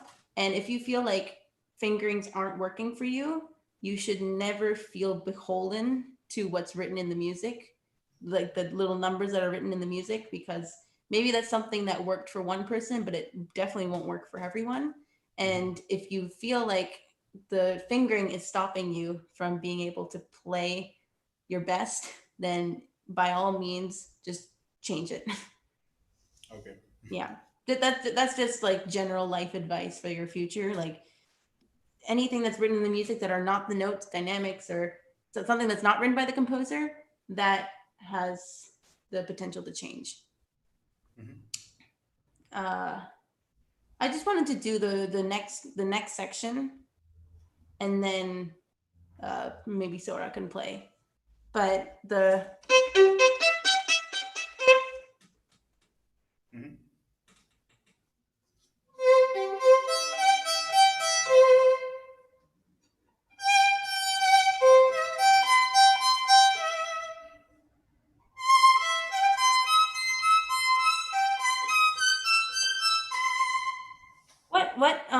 what instrument are you imagining here?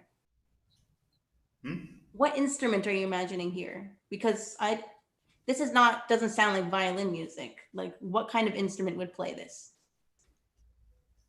Maybe a trumpet or. Yeah. That's exactly right. So, try to use this guy to imitate the trumpet. Part of it is having a little bit more attack on the beginnings of each of the notes, a little bit more,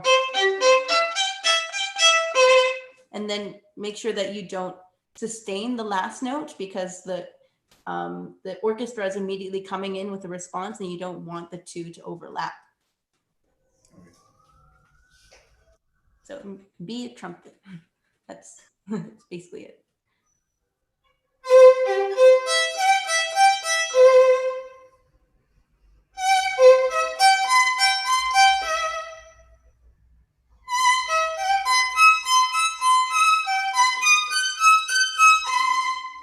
Yeah. This is a that's a difficult shift, and you just have to work on it. My personal interpretation of the last of those three, because it is definitely the first one's less than, well, it's less, more, and then the most for the last one, but the last one's also much longer than the other two. And when I play it, I like to imagine that the last one starts out as a trumpet, but then it comes back to the violin. It has that little bit of a transformation. And part of that is kind of, well, you want to pass the melody on to the orchestra that's coming in right after you. You have this, but what the orchestra is playing right after you is it's a lot softer, a lot brushier. So maybe you can start a little bit more the most out of the three, but then you can start to transition into something a little brushier that can flow into what the orchestra has. So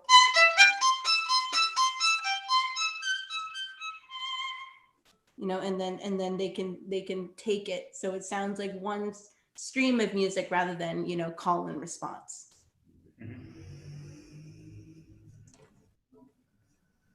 Can you start from the first one and then do like less, more, most, and then do the transition into the orchestra section?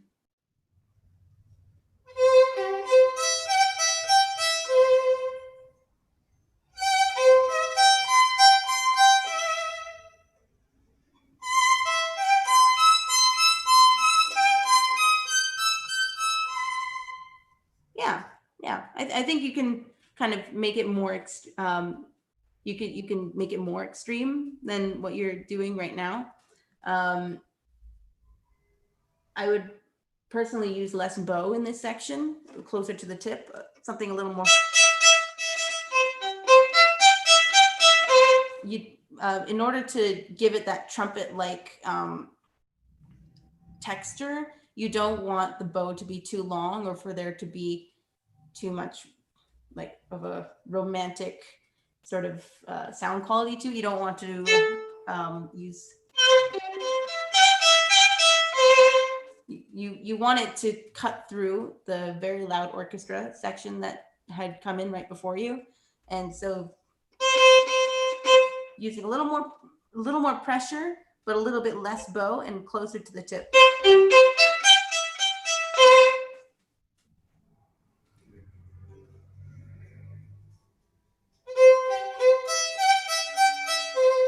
Yeah.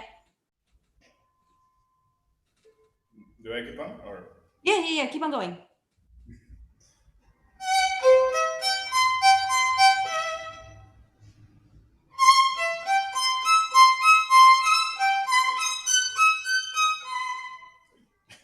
Yeah.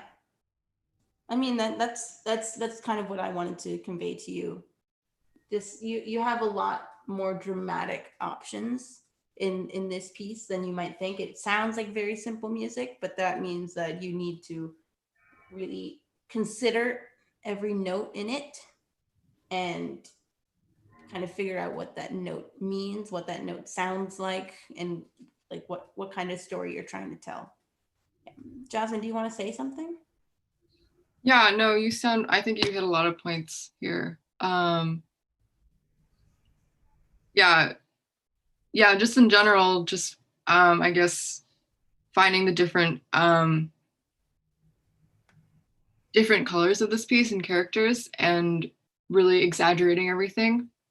And singing when you need to sing, and you know, finding different characters like the trumpet Emma said, and finding the playful parts and the singing parts where you need to just really open up your imagination for this piece. And you're the star of this piece. It's a romance, you know, there's a huge storyline to be told. And yeah. And just kind of to bounce off what she's saying, like the contrast in the music, like when you have your playful section, your fanfare, your dance, whatever, making those characters really stand out only serve to enhance the beauty of the melody. So you have this beautiful melody, and then you have everything around it, and you know, the more that you commit to those characters, the more beautiful that melody is going to seem, especially when it comes back for the last time. It's going to feel like a huge relief to the audience.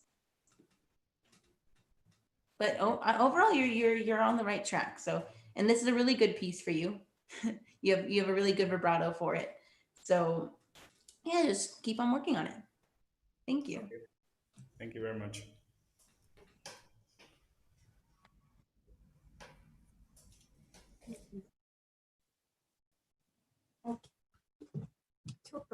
Okay. Wait. Okay, I'm going to be playing the Scherzo Tarantella from where I left off. Last.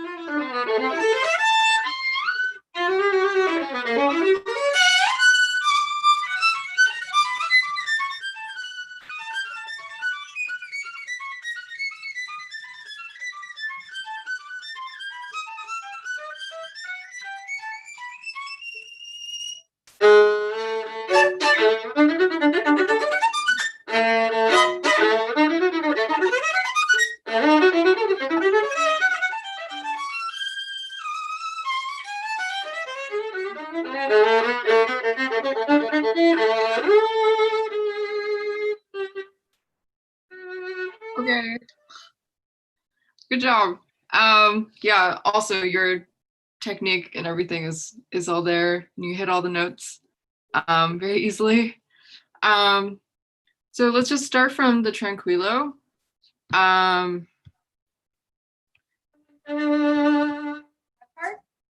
Yeah, where you just started. Yeah. Sorry. Okay, so the tranquillo is like, you know what it means. It's tranquil, so it's much more calmer. This is the first, I think it's the first time you have this in this piece right now. And there's just a lot of things happening in the left hand, a lot of ups and downs. So it's obviously, you know, really uncomfortable, but I think if you maybe try just standing a bit more still and just letting your arm come around the violin a bit more, that might help with the sound not, you know, fluctuating too much.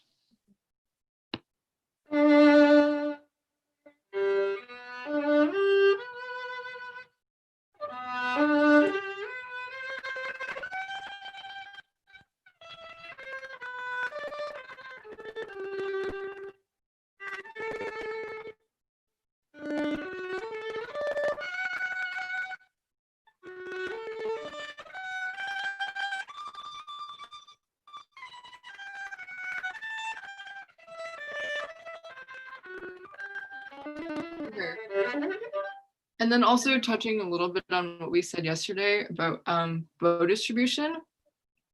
Sometimes your longer held notes tend to get stuck a little bit. So I think, especially at the end, I think you use up a lot of bow at the beginning. So just keep in mind that you should save your bow, especially at the beginning. And then sometimes you have like moving notes towards the end, like this one. So the moving notes are much more important of showing direction into the phrase. Yeah. Can we just try it tranquillo?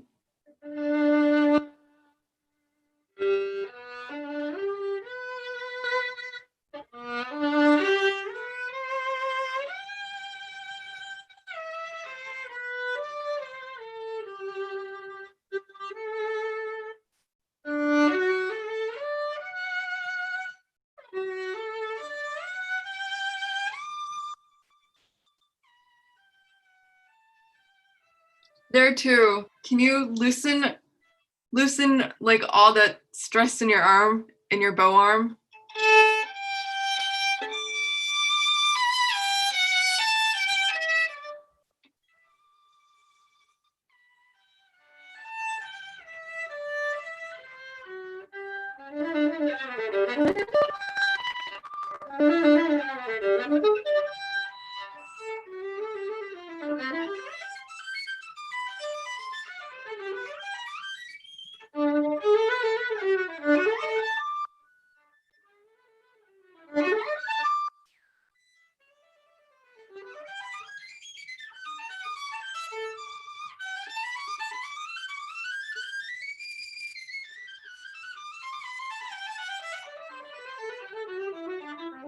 And then here, when you get to the very top,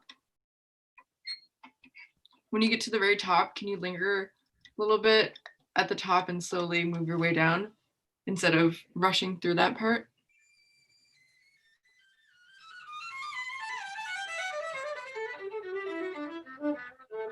Okay, let's go back to this part. Can you just play that?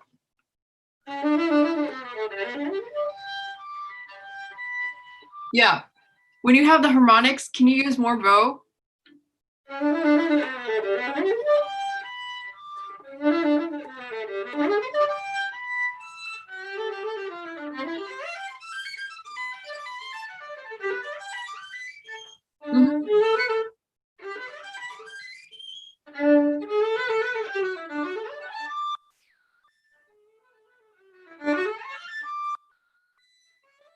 Mm-hmm.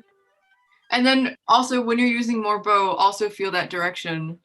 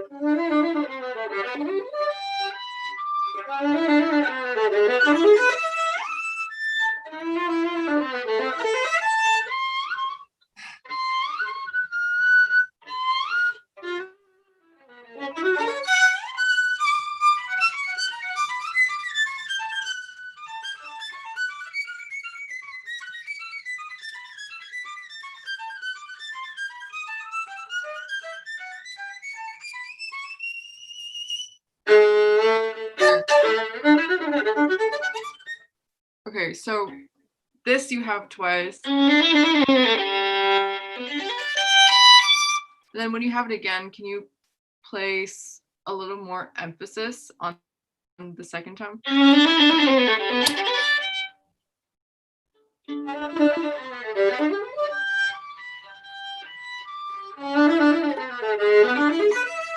C sharp a little longer.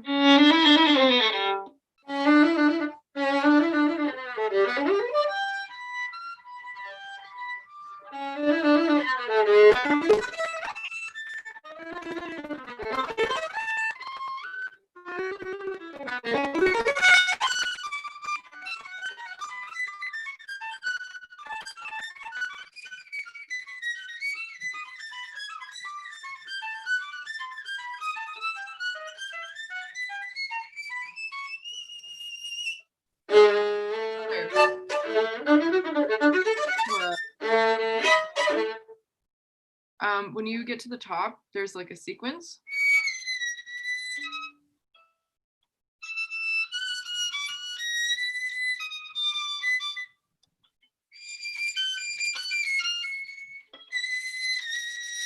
And then this one, the sequence is da da da da da da da da da da da. Can you bring out the top one every time it goes down and then it goes back up, the top one?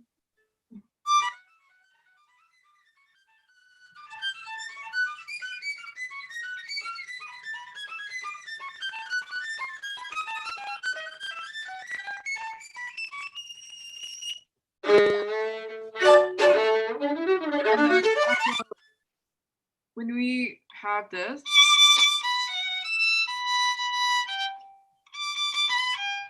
Sorry. Can you also bring up this top one?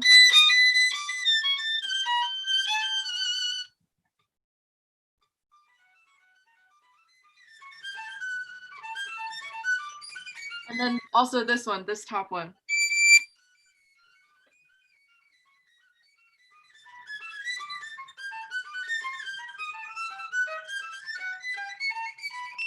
And then don't rush this part. This part is really has a lot of tension in it. So if you pull back and keep it steady, it will help with the intensity as well. Sorry, can you repeat that? Zoom just quit on me and then I got kicked out. Yeah, so when you do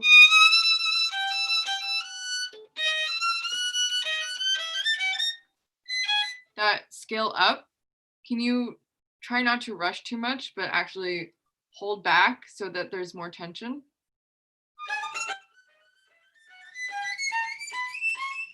Yes. Can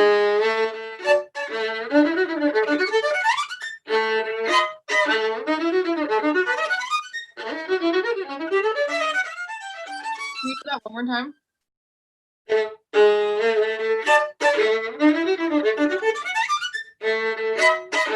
So this part is also really important, and it also says largamente, so I don't think you should rush through it too much.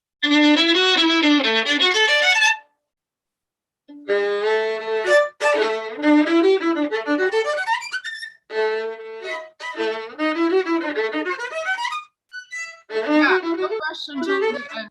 Don't rush this arpeggio.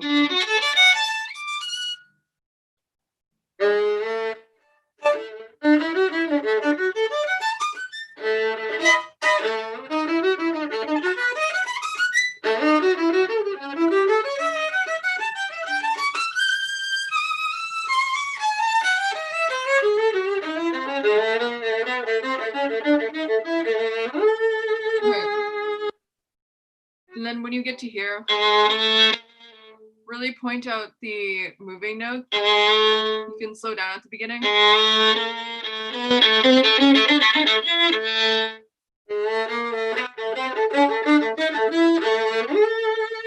Slow down or start slower. Start much slower.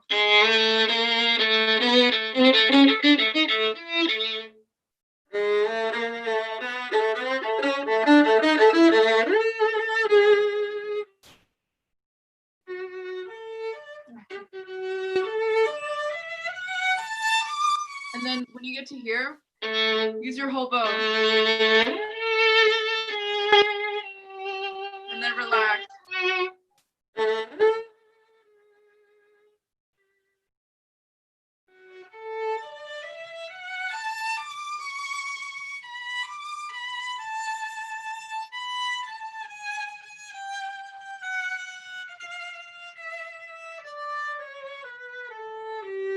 Sora, when you have this,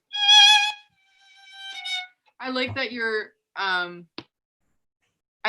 showing that it's on the offbeat by like making a diminuendo, but I think you're doing a little bit too much. Especially because there's like a crescendo here. So it's fine at the beginning when you have, but towards the end, I think you should crescendo a little bit more and sustain a little bit more.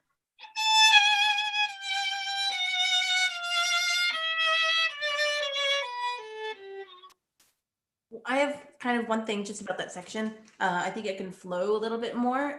You're very deliberate with every note. I like that you're trying to vibrate on every note. You know, I always appreciate that. But you know, this part is a lot floatier and a lot less deliberate than the rest. So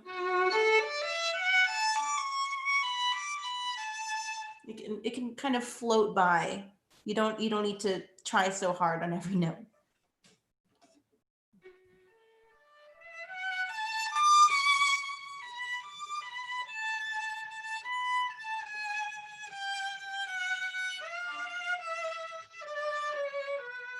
Also, Sora, I think it would help if you try to use just free up your bow arm and use as much bow as you can on this part.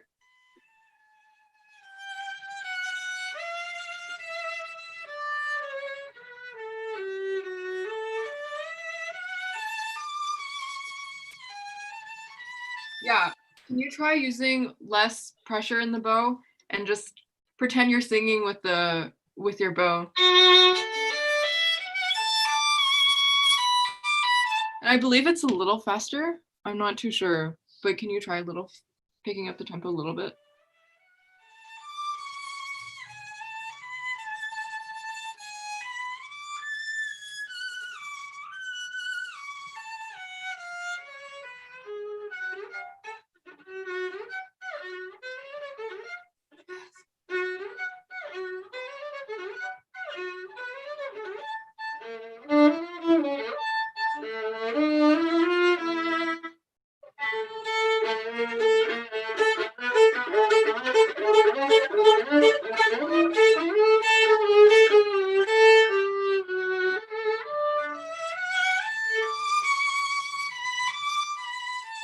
Yeah, here too, Sora, remember just to loosen your arm and try not to keep too much tension in it.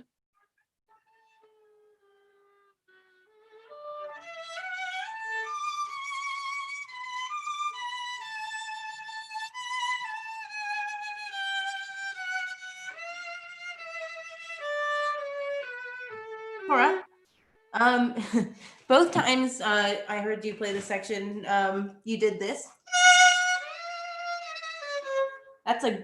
I like it, but do it once. Choose one that it kind of applies to, because if you do it twice, it's no longer special. I would always do something like that on the second way around, so people are like, oh, it's the same thing, but it's different. It's a little sassier, and that's all I have to say.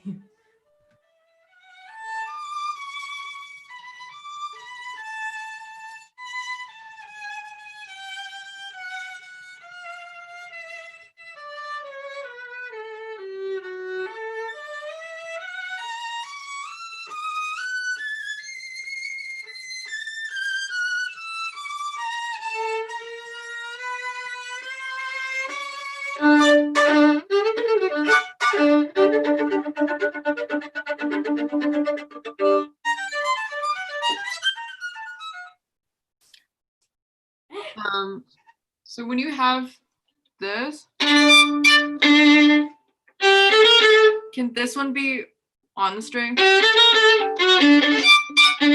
And then this one would be off a bit more. Well, actually, no.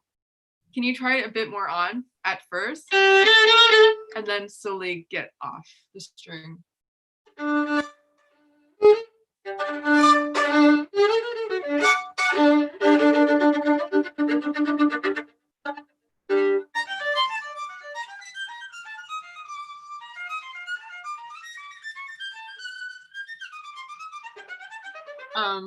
And then Sora, when you have the longer notes, I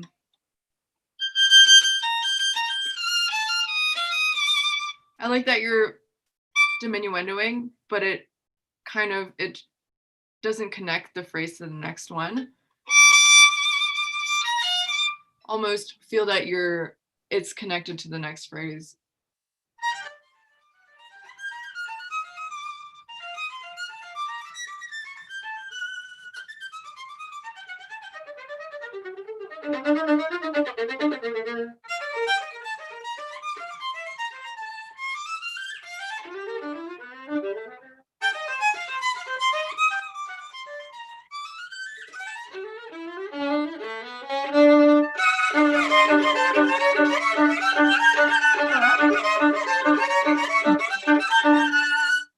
Sorry.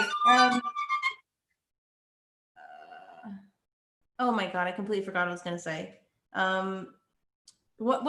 The section that you just played, can you go back just a little bit? Sorry. Yeah, that part exactly. Can you change the character as you change register? So you have like a,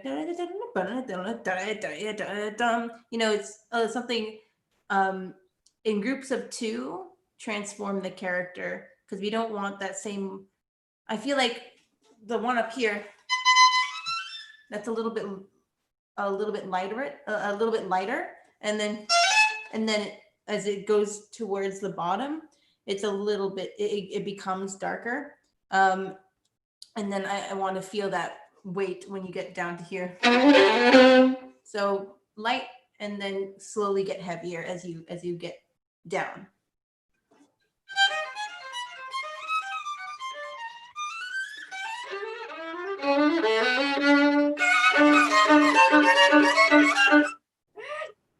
Oh.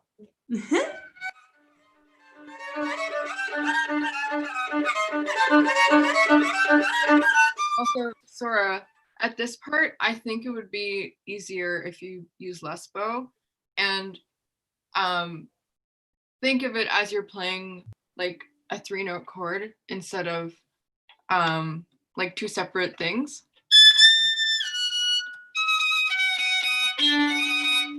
Because it's going to be so fast, like you won't even notice. And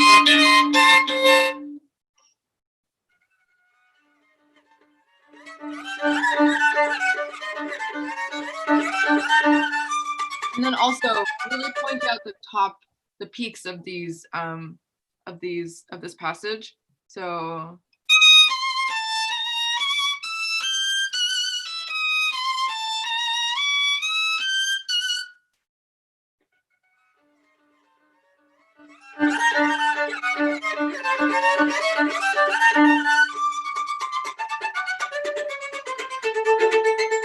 and then also I think you could afford to really start a bit slower here, a bit more on. And then as you're getting faster, slowly do like an offish stroke. Yeah, I think, Sora, you're having as far as I can see through Zoom, I think you're having a little bit of trouble with the flexibility in the right hand. So when you're doing like passages like that, I'm not going to play any of the notes, so just bear with me. But you're like, it's very stiff here. And I know you want to play faster. So how do you play faster? You have to make sure that these can move individually. It's Mr. Bankus always gets us to practice things like this, where it's like, where, you know, make sure that this has independence. But this is really helpful when you're playing something like this, where, and then you have a lot, it can be a lot lighter, and you don't have to try so hard to play fast. That's something that you can work on over a longer period of time, but, you know, make sure that this is really loose. Right.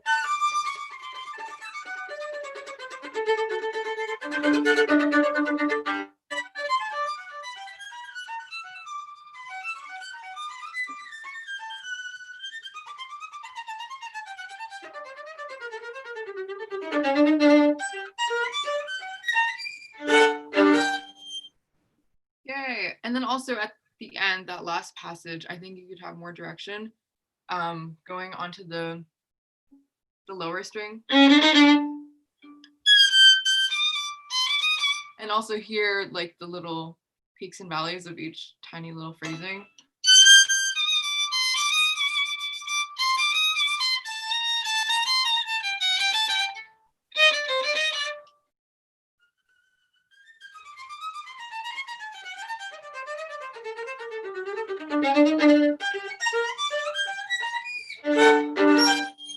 And do like a long crescendo all the way until the end. Sorry, I meant in the passage before that, when you have that goes all the way till this is like this is where you're heading to.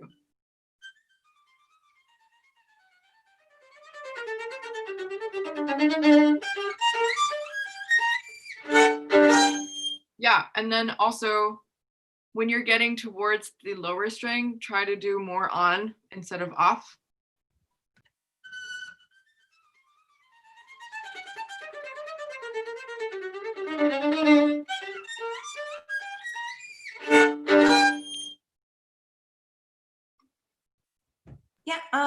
For the very, very last note, you probably you want it to be very like sparkling and a very impressive ending.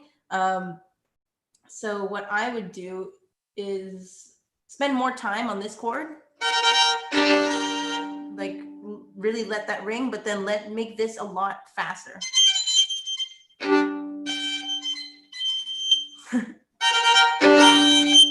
You know, like snap it upwards and make sure that it rings, because if you linger on this note, it's not going to ring. But if you catch this ring and like shoot it upwards, then it's really going to have a little bit more of a kind of electric sort of quality to it. So more time here, and then more energy in the very last harmonic. Yeah, just that. Yeah, that's good. So you did it. So I'm just gonna explain what you did correctly. Is when you do this note, catch it, but keep the bow moving in that direction as if you're still playing it. Something about that, I feel it might just be like a mental thing, but it also helps the audience kind of hear that ring. I keep on missing it. I don't play this piece, you do, so that's fine. So make sure that the bow keeps on moving. You don't play it and then lift it off this way. Keep your bow moving.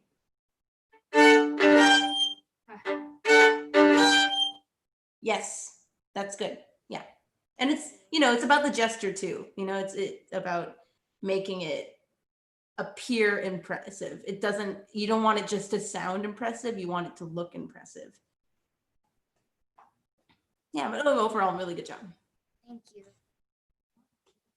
Okay, we have half an hour. Does anybody else want to play? Did Mr. Bankus have some sort of plan? Hi, I'm back. Hi. Hello. How are you? Oh, I'm great. How's everything going?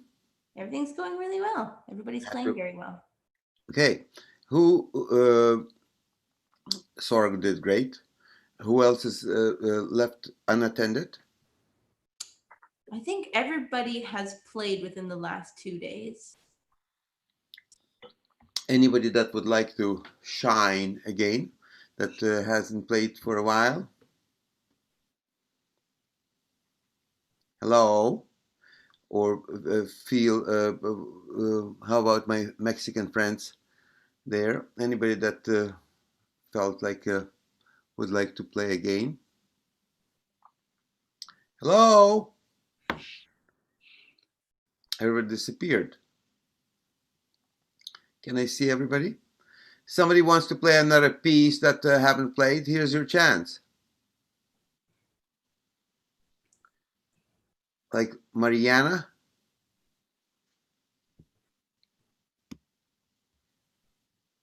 Anybody? Nice to see everybody. Hello? Talk to me. Well, I already played even today. Yeah, okay. Maybe. My mom is telling me to play something else right now. Would you like to play something? I mean, could I play the Dawn study number? No, Rode study number 2? Sure. Mariana, we will still have time if you would like to play. Only if no one else wants to play. Mariana, we want to be as helpful as we possibly can. Yeah, I think Uciel is still missing.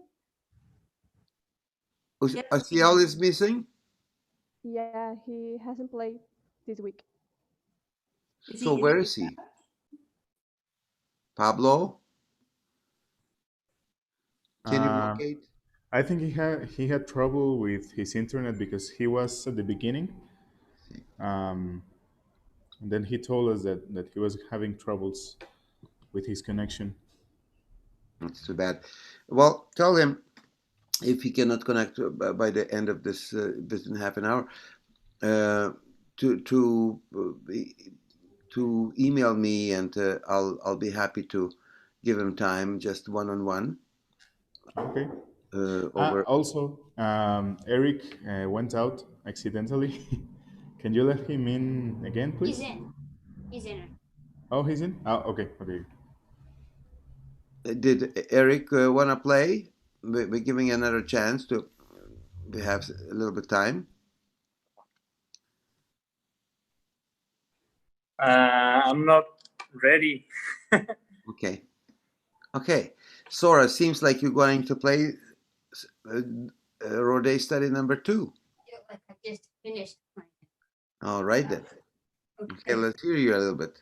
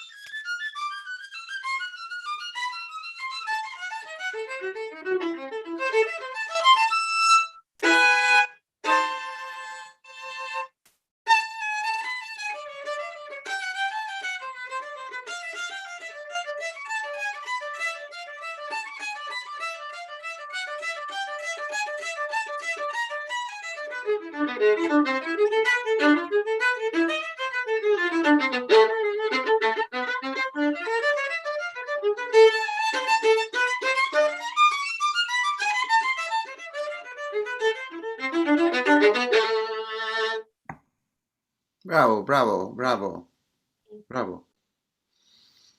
Well, girls, want to hear what you want to say. I really do want to hear. Oh, okay. I mean, notes are not a problem. Good character, good character. Yeah, good character. In my personal opinion, I've never played this. I've heard it maybe a couple times. Personally, I think maybe the accents were a bit too. They weren't too much. They had the wrong attack, I think. It was a little bit too incisive, a little bit. It felt a bit like I enjoyed the fact that you did all of them and you made your best to bring it out, but it also felt a little bit like I was getting slapped every time you did did an accent. And also, you sometimes do them where they're not written. So the clearest example is at the very beginning. You played them with the same vigor that you played your forte pianos. And I think you should make sure that they're different. And I think that has less to do with the fact that you think that it's supposed to be accented, and more with the fact that the string crossings were a little bit late, and therefore it had a little bit more catch than you kind of intended it to have. So if you're a bit late, if it's a bit stiff when you're going over the strings, then it's automatically, you're not going to have as much control over the line, over the bass. So when you're doing the string crossings here, again, it's like what I said in the previous piece that you played, it's all about flexibility in this hand. And when you're practicing it slowly, I would making sure that you can do those string crossings with just your fingers and not engaging the rest of your arm. And that way you don't have to worry about it's a bit too much. I mean, that's kind of what I gathered from this. This seems to be a great exercise in string crossings, and I think you should use it to try and increase flexibility here. And when you do those forte pianos, think of it less as a immediate attack and more of a curved attack, something that's a little more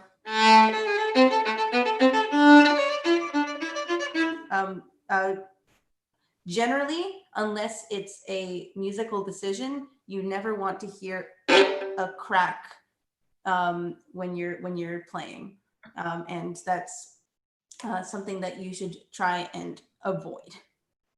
Jasmine, do you want to say anything?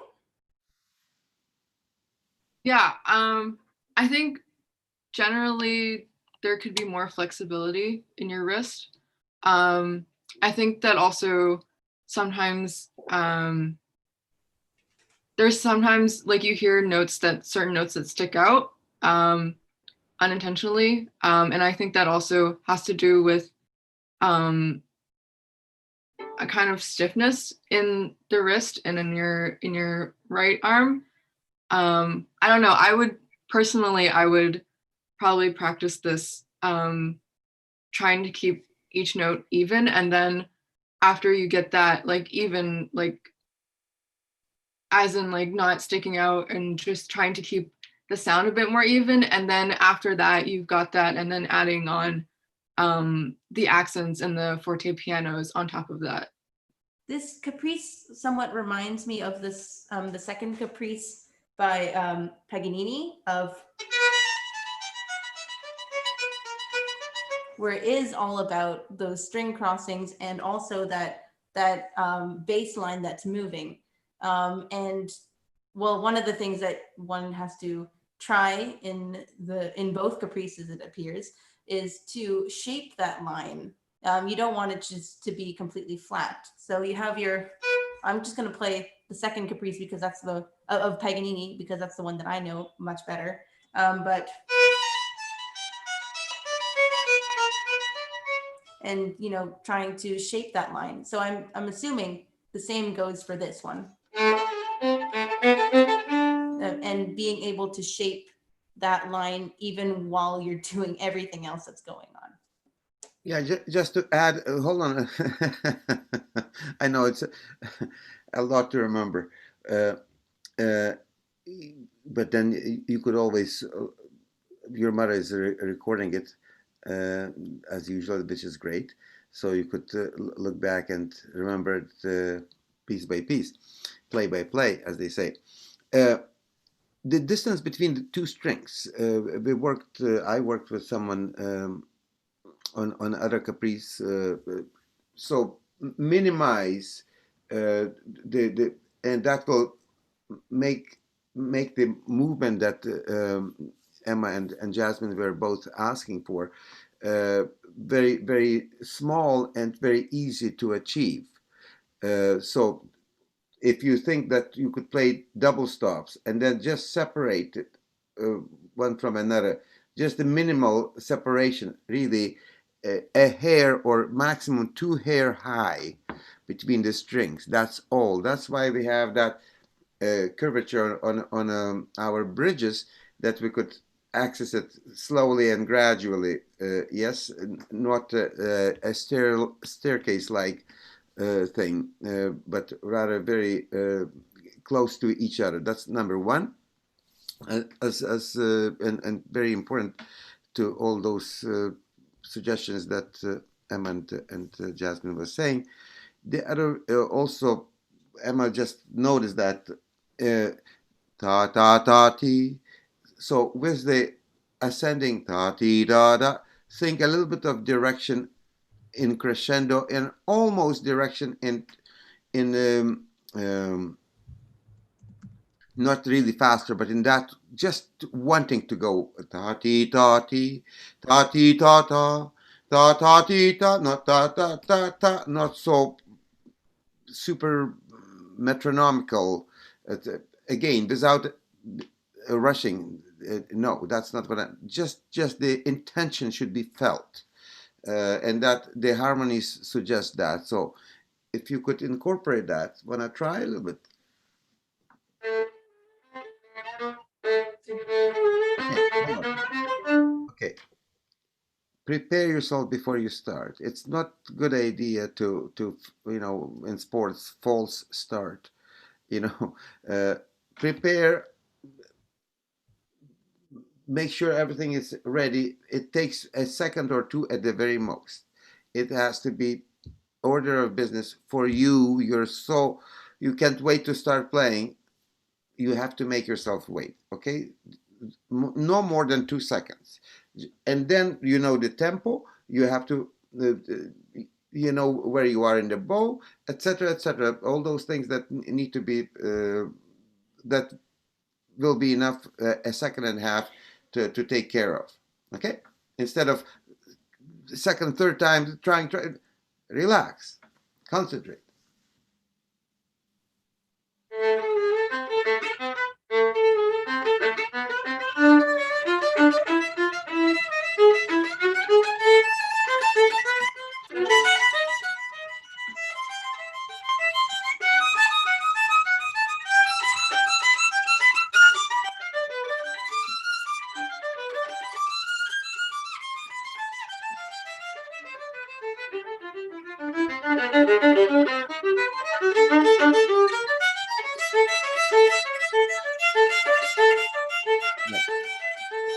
I probably wouldn't chop up here. Laka diga diga diga diga diga laka diga diga da. Go with the harmony phrasing rather than bar and bar. Okay, try, because it's on the same harmony base.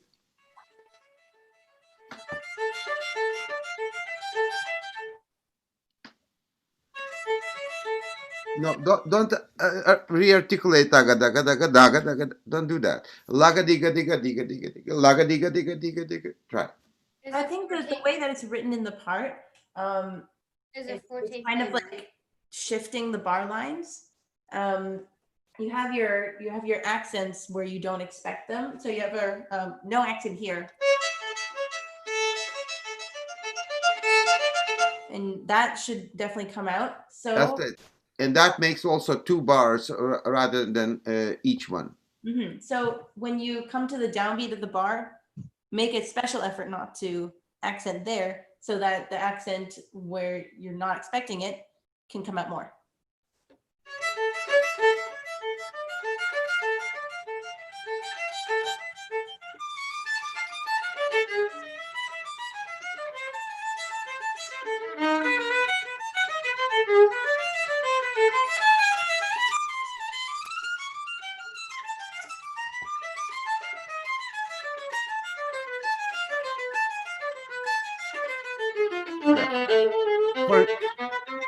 For instance, la ga da ga da da da da da da da ti da da di da da da da.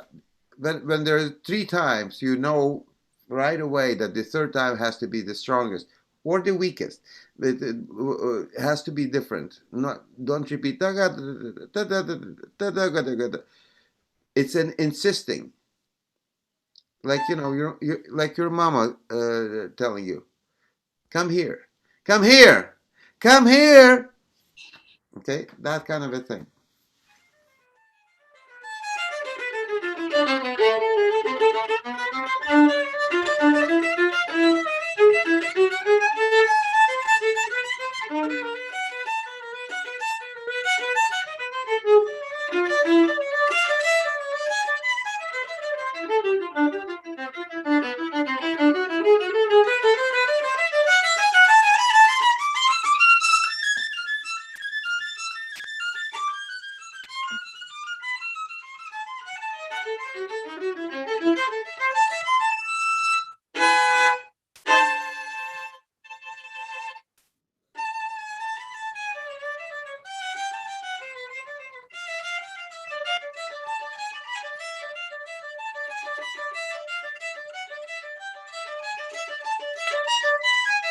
Okay.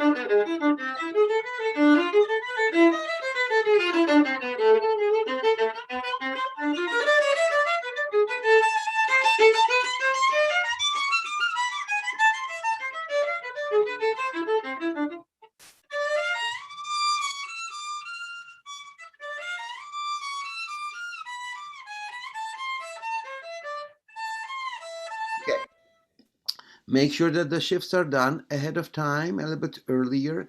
Anticipate the intervals. In this case, diminish the shifting intervals. Could you just expose them a little bit?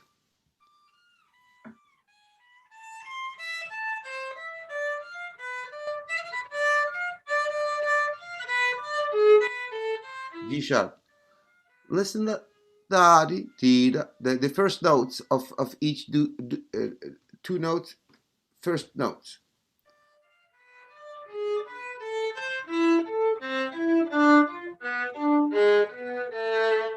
Yeah. Could you do from the top there, from D, re, fa, si, re, on E string? No, B. That shift. Da, di, B.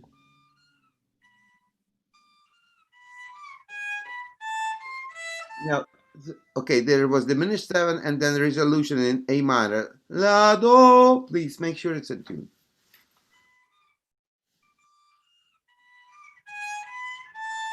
B, B. La, di, B.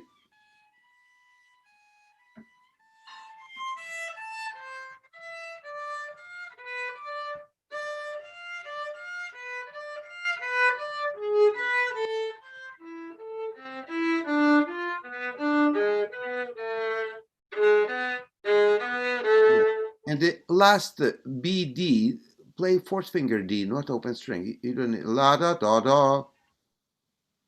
Re, fa, si, re.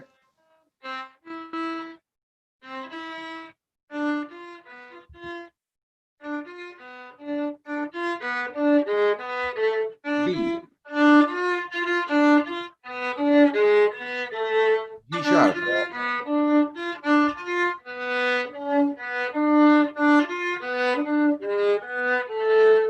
Yeah. What is this? Oftentimes the students that the beginning of the piece or a study in this case is better prepared than the end. One gets tired by the time you reach the end. So the way to do it, I may have told you as well. Emma and Jasmine know that.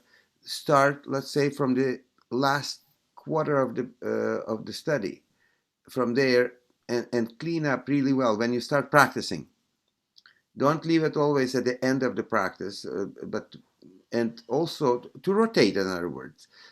From which place you start, you have to kind of think. For that, you have to think, not just start playing right away. Um, Also, which piece to start with your practice time. Also, to rotate, not to have exactly the same piece, the same place, and etc. And every time by certain place in the piece, once it gets tired, the mind gets tired, the ears get tired.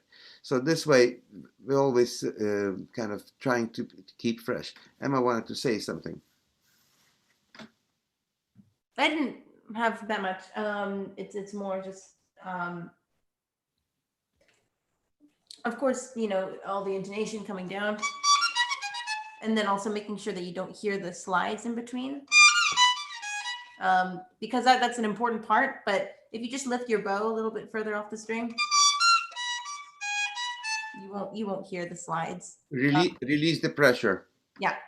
And this is just a musical thing. But there, in the part that I've pulled up, there's a staccato on the last note. And I think that you could, well, overall, you could vary the type of bow that you're using more often, because it's very consistent of, but you could sometimes, or you could be lighter, you could be heavier, you could be longer, shorter. And then here, I think something you could do to make the ending interesting is let it kind of dissipate. So just let it float away instead of going towards a. I think it has a little bit more whimsy than that.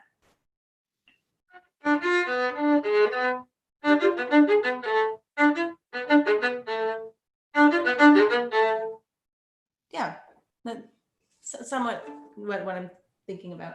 And then just another overall statement, just take, are you doing it from memory?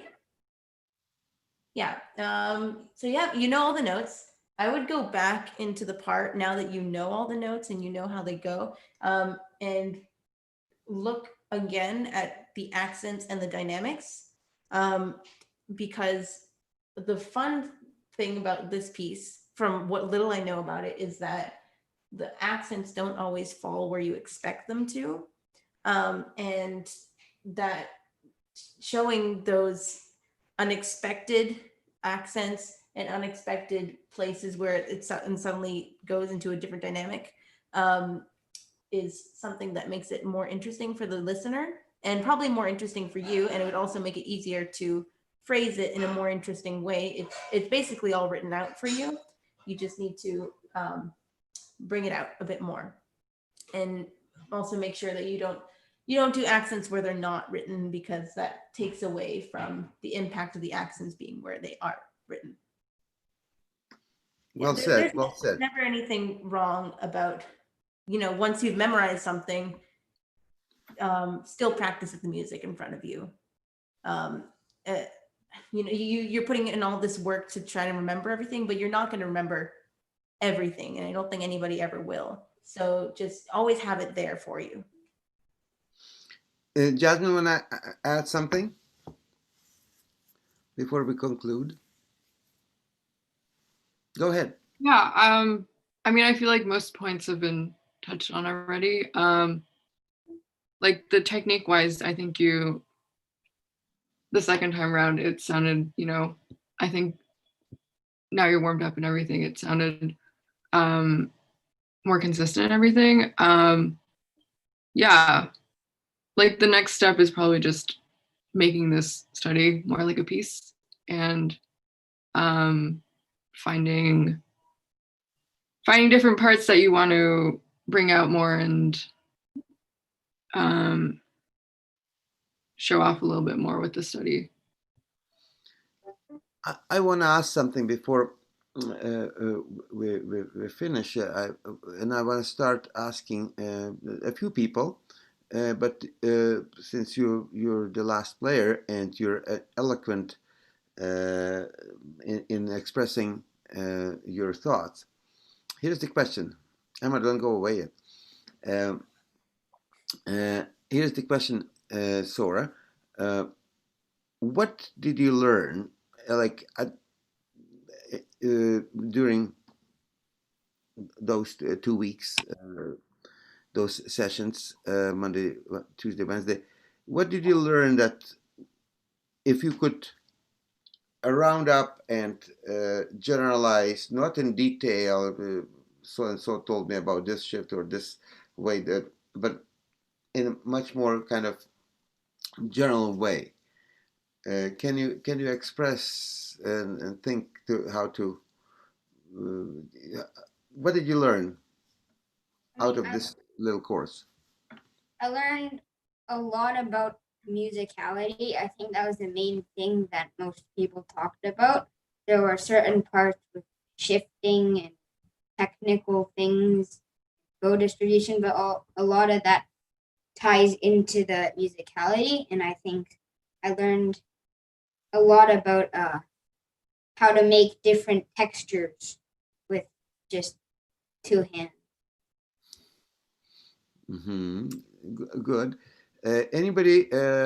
Pablo, he speaks well. Are you there? Hello.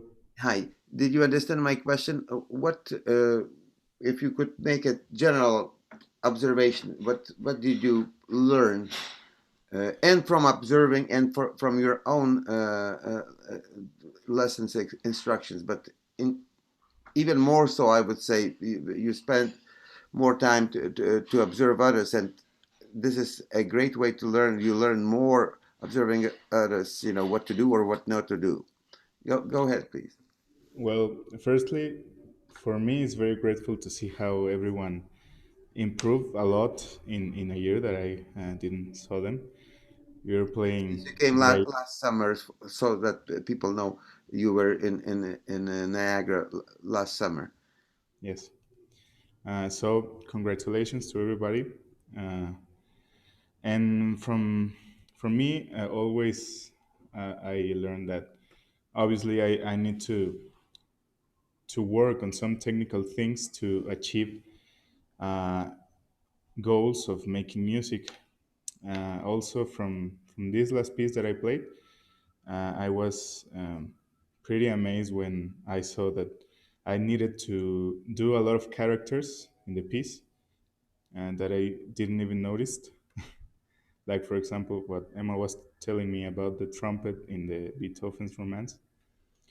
It's great, and it's beautiful to see that music never stops to amaze me. It's wonderful.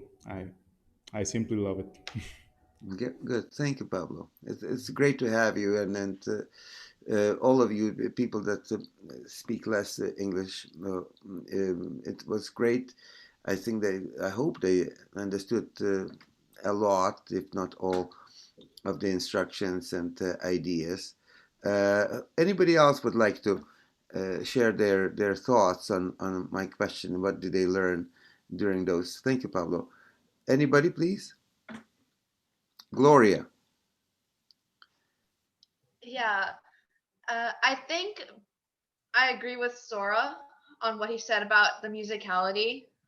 Like, I learned how to express myself more using the music, how you use your hands, it can affect the change, like the changes of tone and vibrato, stuff like that.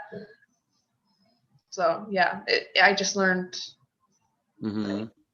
and it all they also I also learned some technical mistakes that I made, Mm-hmm. so I can like work on those to improve them more too. Mm-hmm. Yeah. Good. Ophir? Well, I think I definitely learned some key things about how to just tell a story, like with music, just to kind of improve on that. Like, there's always ways that you can kind of broaden your horizons on that front. And yeah, I really enjoyed it. Thank you very much. Great. Brian? I feel like you learn a lot through this program, and then also Emma and Jasmine are wonderful musicians, so they have a lot of great advice that we can work on. And I think the main thing I get through this academy is that I have a chance to perform the pieces that I've been working on throughout the year. And then so I get an experience to perform all those pieces and move on to the new ones, maybe next year or some other time. But also I get a chance to learn about different stuff, like not only technique wise, but also musicality. So about like the Bach, Jasmine taught me how to play like in different variety of interpretations and how you can interpret, how do you play the Adagio from Bach's Sonata Number 1. Yeah. Good. David?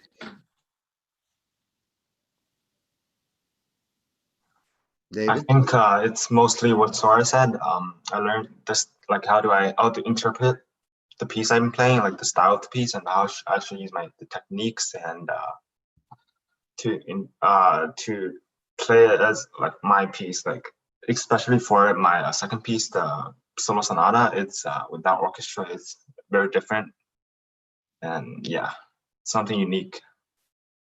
Mm-hmm. Very good. Want to ask, can Mariana say something if she can? Mariana? Or she can say in Spanish and Pablo will translate to us.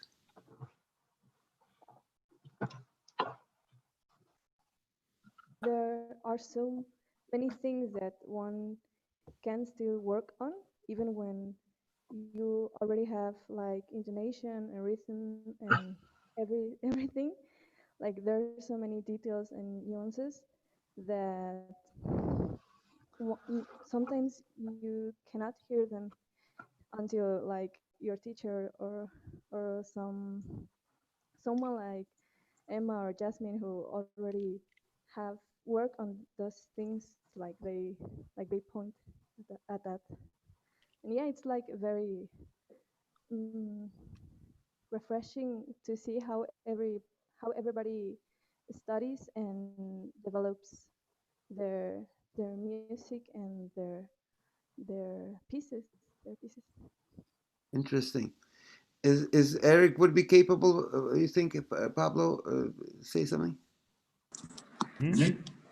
I say it in Spanish and Pablo I'm Sure. going to translate. Para mí fue un tiempo muy grandioso para mí, pero For me, it was a wonderful time, a wonderful experience. pude haber aprendido cómo hacer frases un poco más grandes. I learned to make or to like I learned to make phrases bigger. De no ver la música como simples notas, como Emma me había comentado en la clase del segundo movimiento, ver unas frases y hacerlas un poco más grandes, de tomar algún sentido en cuanto a la música. Not to just think like in notes, but to see the entire phrase and to try to make it musical. That's what I learned in these 2 weeks. Y pues ya. Thank you. And that's all, folks.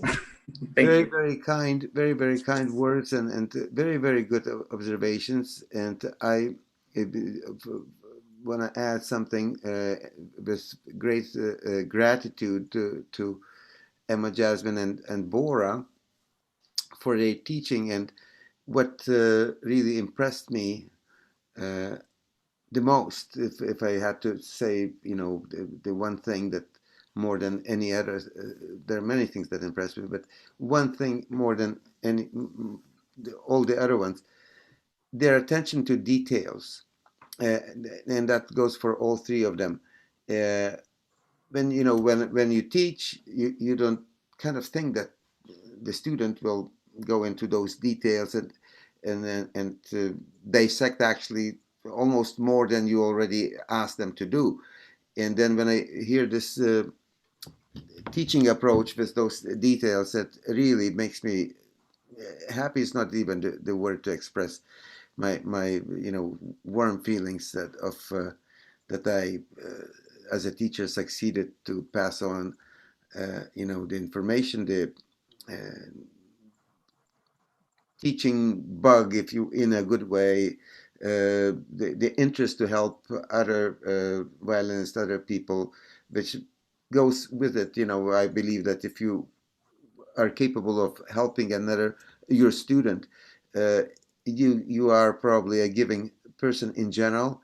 You're not you very likely will be contributing to society and to causes that and beliefs that you stand for and helping others really.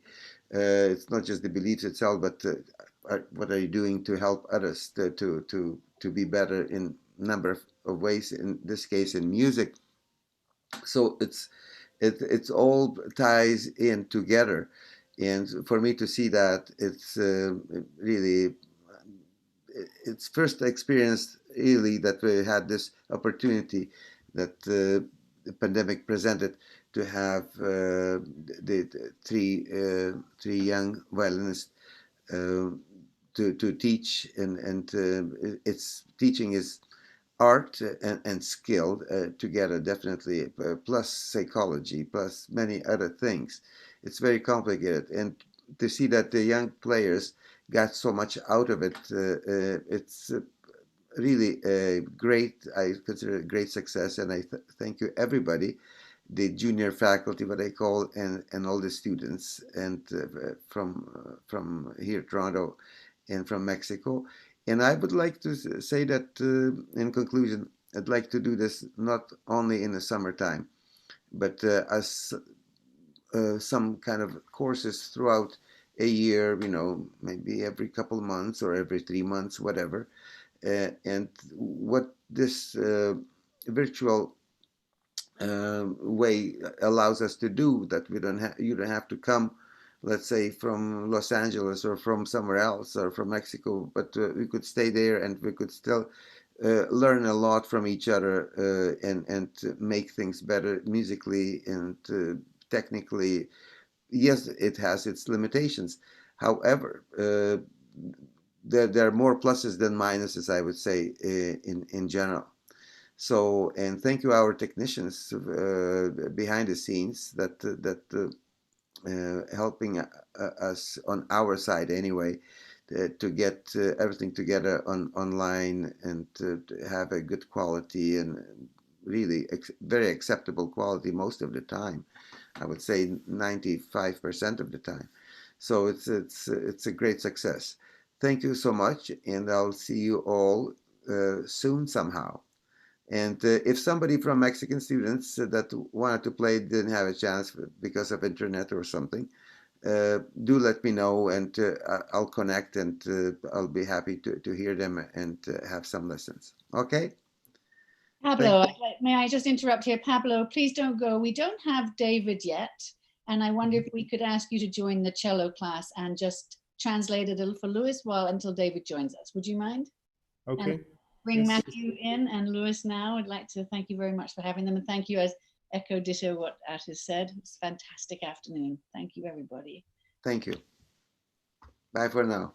Hello, Matthew. Welcome, Matthew. Matthew Pistakos. Hi. Thank you. Hello, everyone. Anybody can stay, by the way. You don't have to go away. Any those participants, if you guys would like to stay on and listen to the cellist and really fine teaching from Matthew Christakos, it's worthwhile to stay on. There's a lot to learn for us violinists. Thanks. David is here. So Pablo, you're off the hook. David is. Awesome. Thank you anyways, Pablo. Yeah, thank you, Pablo. So Matthew Christakos, I'd like to welcome you to the wonderful day of teaching and learning.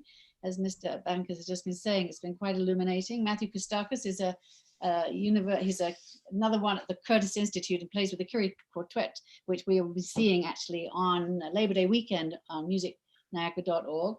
Maybe at the end, you might like to give a little talk about the Curie Quartet. And Sure, yeah. Mr. Matthew Christakos studied at the Toronto Royal Conservatory of Music, and I said he is now at the Curtis Institute again with Emma and Borakim, and of course it's one of the most prestigious schools there are, and we're very thrilled to have him join us. And David is with us. And David, are you there? Can we see your video? I think it's very helpful, I think, for you. And there, fantastic. Just to see everyone can see you. Hello, David, hello. hello. Welcome, David and Louis. These are our two students also joining us from Mexico.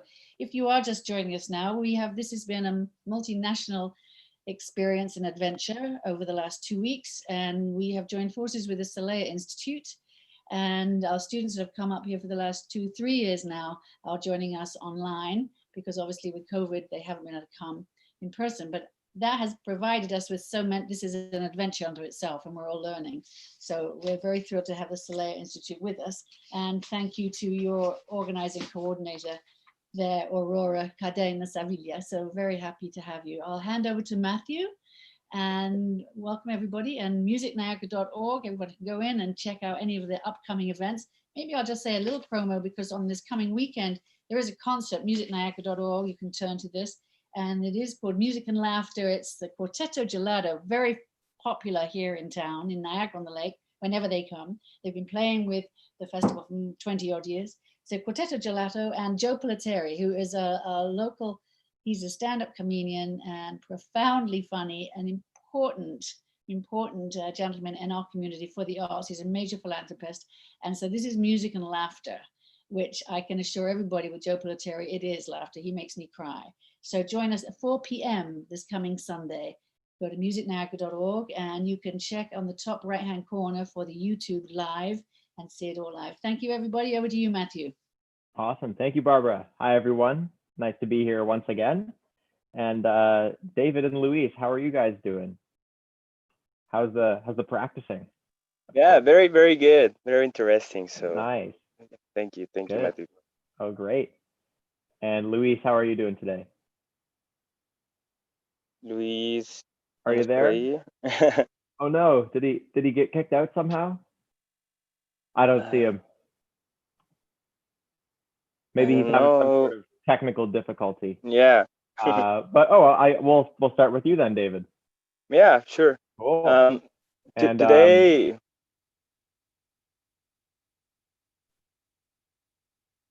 yeah. Today, yeah, we're good. All right. Yeah. Today, I'm playing Little Star by Manuel Ponce. Okay. So it's transcribed by Gaspar Casado. So Okay, I don't know this piece, but enlighten me.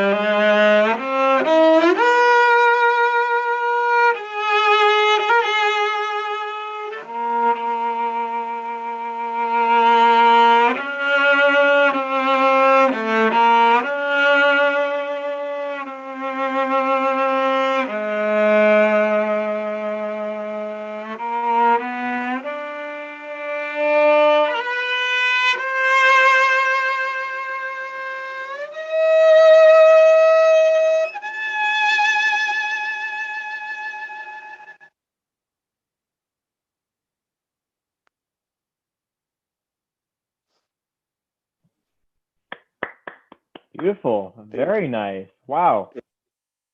Terrific. I very much enjoyed that. I've never heard that piece before. What's really? Yeah, no, what's it called again? In Spanish, it's Estrellita, and on English, it's Little Star by Manuel Ponce. All right. It's a Mexican composer. It's Yeah, like a German lead, something like that. It's a song. Yeah, I've heard of Ponce before, but I haven't heard of this particular. Well, I think I might have actually recognized the name, but it was very beautiful. I've never heard it, like heard the actual piece. So congratulations, well done. I actually don't have really a lot to say to you. I thought that was terrific. I thought you've been doing a lot of the things that over the course of these sessions we've been talking about. So I have to think of some way to help you make it better now. I think, yeah, just tremendous job. And I really liked you with most of those shifts. In fact, almost all of those shifts, like you did, I saw you, move slowly and really, you were so relaxed and your vibrato was like, what, you know, you varied your vibrato and you used that. And I saw you use different amounts of bow, different bow placements. Really terrific, David. Really wonderful. So I guess if I can't really, I don't know this piece very well. I mean, obviously I don't even know it at all. So this is the first time I'm hearing it. So I can't really help you very much with, you know, the style of the piece, since I think you've, you know, got that down packed also. And, you know, you really feel it. So that's wonderful. I think maybe one thing we can talk about actually a little bit more is vibrato this time.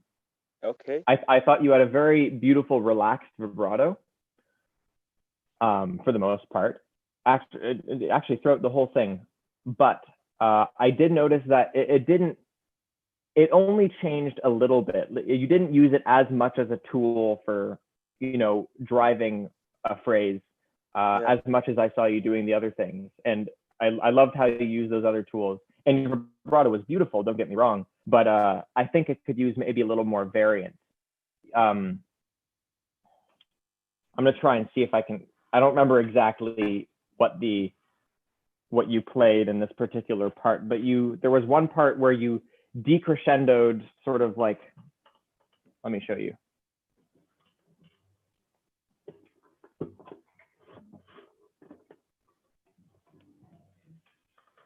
You came away from, oh, I need to move my chair around a little bit here. There we go. You came away from a phrase sort of like, there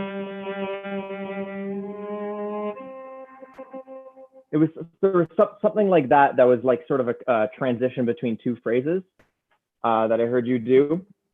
And it was beautiful. And I thought your bow distribution was fantastic. Here, let me show you my actual cello playing here. But something I thought you could have done more is maybe vary the vibrato and use the vibrato to create different, you know, sound effects, essentially. So what I heard you do is sort of like,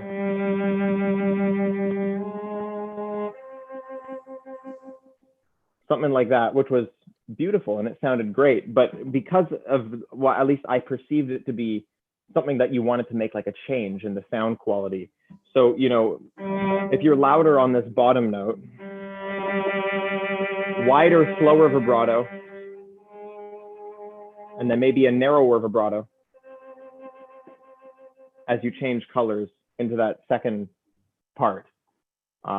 Sorry for not being very specific. I wish I sort of knew. Actually, you know what? I think I'm gonna pull up the score on my phone. That's what I'm gonna do. Okay. But Yeah, does that make sense, to play around a little bit more with the vibrato and different colors of vibrato? Okay, I can try to play all the piece, and you can maybe I'll tell stop me. you at Yeah, a point. yeah.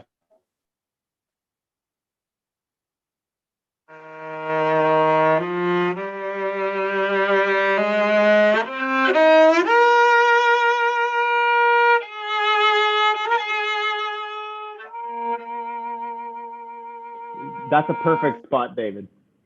Okay. That was beautiful. But even right there, that's a spot, I think, you know, you have this one small outburst of, you know, you have this.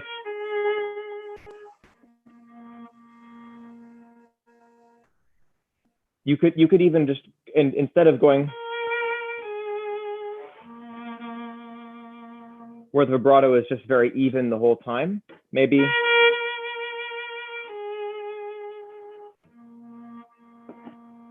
Okay.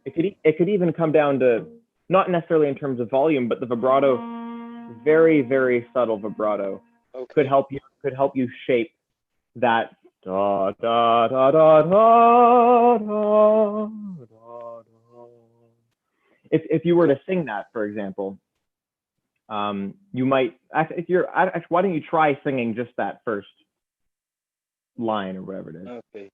Da da ri da ri da ri da ram da ri da da da.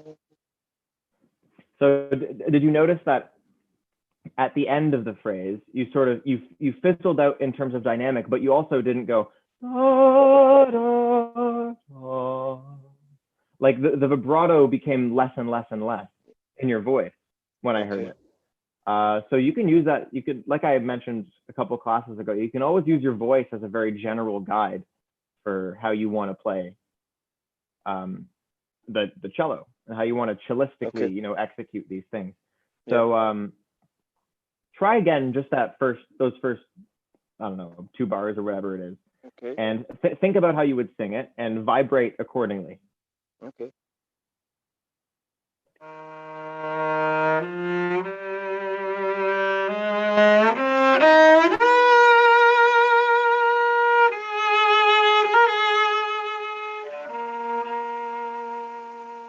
Beautiful. That was perfect. That was exactly it. I don't even have anything else to say to you about that. I thought that was great. So, and I guess sort of what I'm saying is that you can use that just as you just did, you know, throughout the whole piece to, you know, shape how intensely you might want to do it, or whether you want like this intense sound, like, or whether or not you want like a light shimmery sound.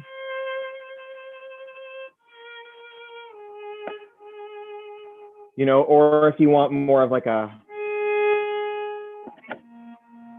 just a pure, you know, you know, you don't even have to use vibrato a lot of the time. That's not a rule that you should always vibrate. Although it sounds nice most of the time. It's not a hard and fast rule, and you can always, you know, use your intuition to play around with that. All right. Yeah. Cool.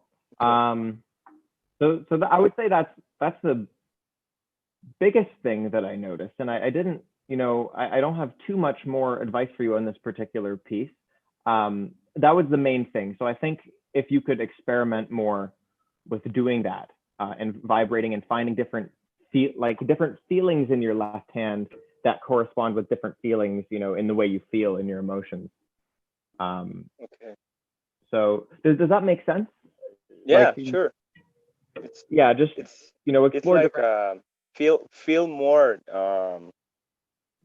the vibrato and translate it to a feeling in the cello.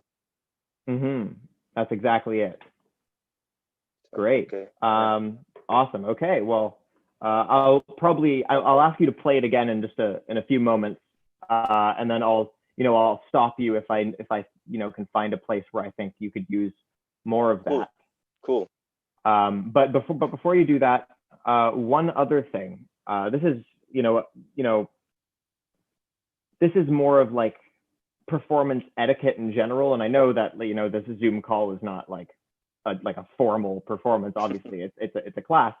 But in general, it's always a good idea when you're performing to not get into the habit of stopping and starting. Like if you miss something, not to, you know, stop and try and fix it. It's very tempting because, you know, you want to get it right and you don't want to not get it right. But making a mistake tends not to, you know, hugely interrupt the feeling of the performance. But if you stop and restart, that will definitely interrupt the flow. So I guess I would highly advise against doing that. And I would say that in general, even when you're practicing performing, don't stop and start. Obviously, when you're practicing, you need to do detailed work on very small chunks. But when you're practicing performing, which is a totally different thing, you should, you know, try to pretend as though you were on stage. And you wouldn't, like, if you missed a shift on stage, a lot of people, you know, might not notice, right? So it's okay to make mistakes, of course. But one thing you should remember is to really try not to stop and start in the middle of performances. And you didn't do it a lot. You just did it a couple times, and it's not, you know, obviously it's not a big deal for this sort of environment. But just going forward to get into the habit of, you know, always when you're performing something all the way through, just to get all the way through it. And if you make a mistake, who cares? You know, just keep going, right? Yeah. All right. So yeah, that's just sort of a little, you know, etiquette note. It's not a musical thing as much as it is just remember that in the future when you're performing. And yeah, so for now, why don't you play through it one more time, and I'll And don't stop or start if you make a mistake, even though I might stop you for some other reason. Okay. Yeah. But don't stop unless I stop you, basically. Got it? Got Cool. All right. Fire away.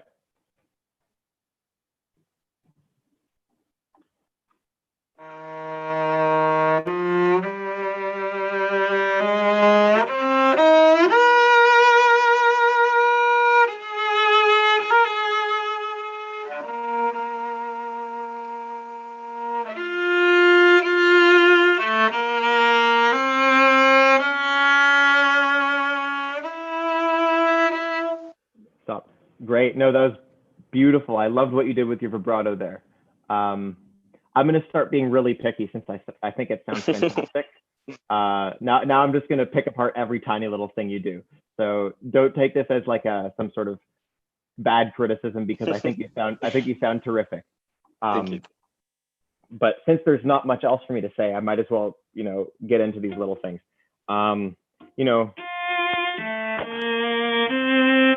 Or how, I'm not sure exactly what that is, but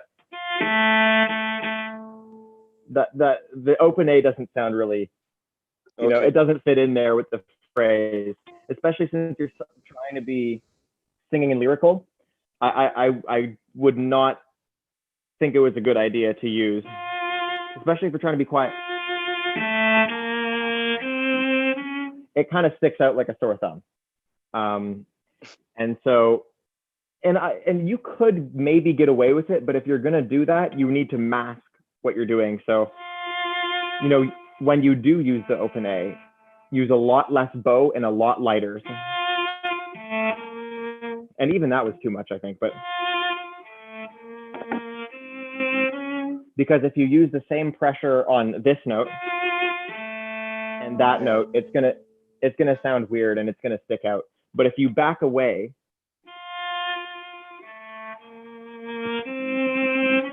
and you lighten up your bow as you get to that A, so if you're normal pressure at this point, but you're really light by here and using very little bow,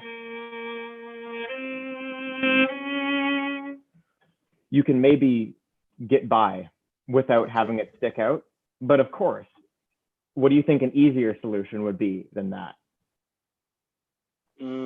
Maybe I can try with in the D string. So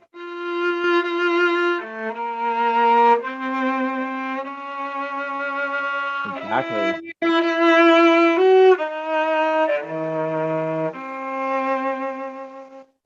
Perfect. Yeah, no, so that's another solution. And it's up to you which one you decide to use, because maybe in your mind or in the music, maybe the music would indicate something about this, and I just don't know because I'm ignorant. But no. but maybe you might decide, I do want to stay on the A string because I want to keep that same color, and that's okay. But if you are going to do that, make sure you mask the open A. And then if you do decide to go onto the D string, you might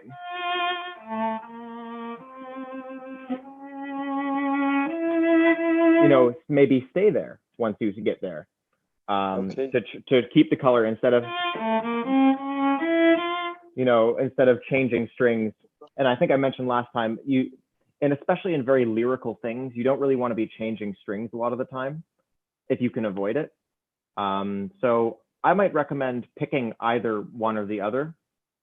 And definitely if you're going to pick the open A, try and mask the fact that it is an open string. Okay. Right? Why don't you give that one more try from wherever, somewhere around there.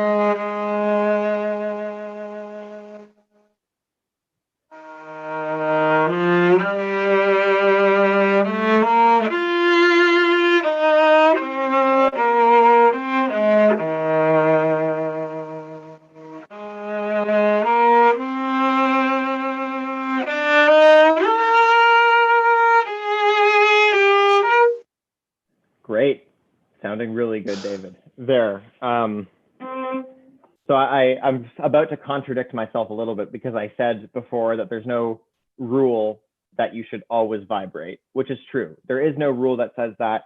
But what that really means is not that, you know, you shouldn't necessarily vibrate, but that, you know, it should always be a conscious decision. And this is something that I think for me is really, really important in, you know, my musical philosophy, is that I never want to be doing something and have it happen by accident. Even though sometimes things that happen by accident can sound good, you never want to be doing something just because you're not aware of it. Like, and so what I'm referring to is these two notes right here, those ones, or I don't remember which one it is, but these two notes, right? Yeah. I heard beautiful vibrato, and then they sounded just dull and not, you know, it was two kind of ugly notes, to be honest, Yeah. surrounded by other beautiful notes. So, you know, that's true. Yeah. I guess I should ask you, is that what you want? No. No, okay. Well, and that's a worthwhile question, I think, to ask, because if you intended to do that, then, you know, all power to you to, you know, make your own artistic decisions. And I have total confidence and trust that you can do that. But my guess is that probably you didn't intend to do that and it happened by accident, right? Yeah. Okay. Or not even an accident, but just as a result of you not being totally aware of it. So, you know, in this particular spot, I would say keep vibrating for sure. You definitely want to keep the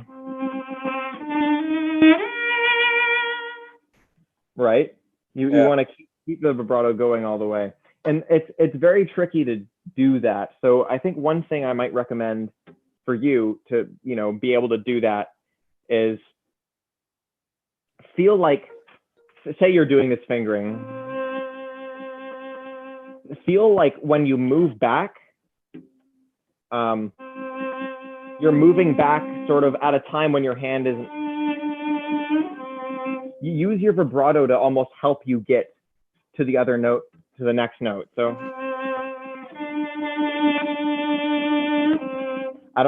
maybe I should come a little closer with my camera here just to show you what I'm doing with my left hand. I'm gonna try and get my laptop not to fall off this thing. But here, I'll do it even without my bow. So if I do it really slowly, my hand is vibrating.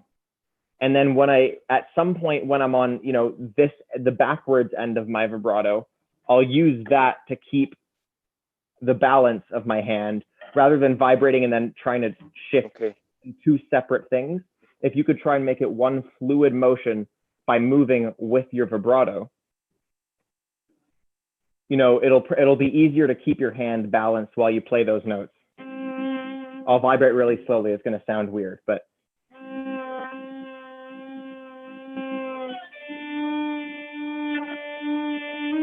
did you see how it was on the backwards vibrato that I used to try and get to this note, and so I could keep vibrating at the same rate, you know.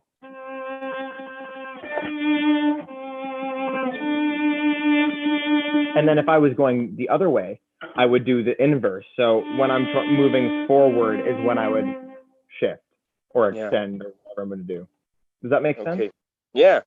Yeah, sure. Why don't you try just, you know, going between those two notes and with doing sort of maybe even uncomfortably slow vibrato, maybe a little slower than that even, like,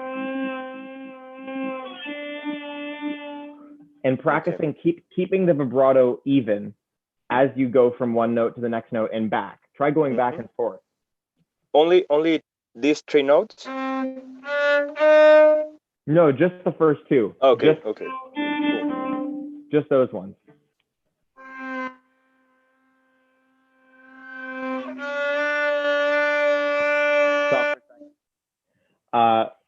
I saw you stop the vibrato, move your hand, and then start it again. Yeah, I'm trying. So to keep it. these are Yeah. these are very, very, very specific details that, you know, Yeah. some cases might not matter, but I think this is an important technical thing that you can use to help you sustain your vibrato. So in the same way that, you know, this is maybe not a great analogy, but in the same way that when you're crossing strings, you don't, let me move this down a little bit. In the same way that you don't go stop and then go like that if you're slurring the notes, right? You use your elbow to create smooth bow changes and gradually move the other note. In the same vein, you don't want to be stopping and starting your vibrato. So the same applies there, and you want to, you know, keep that movement as smooth and easy as possible. Okay. Right. You try it just like 5 times or something, back and forth.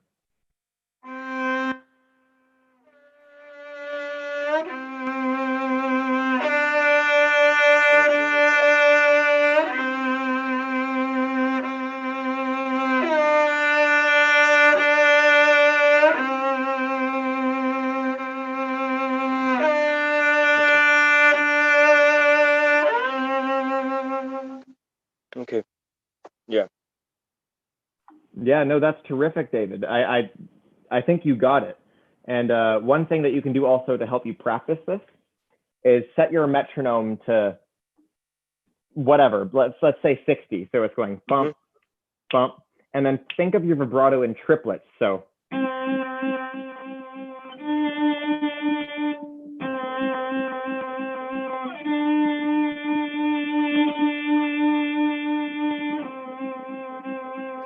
And try and then you can even double the speed.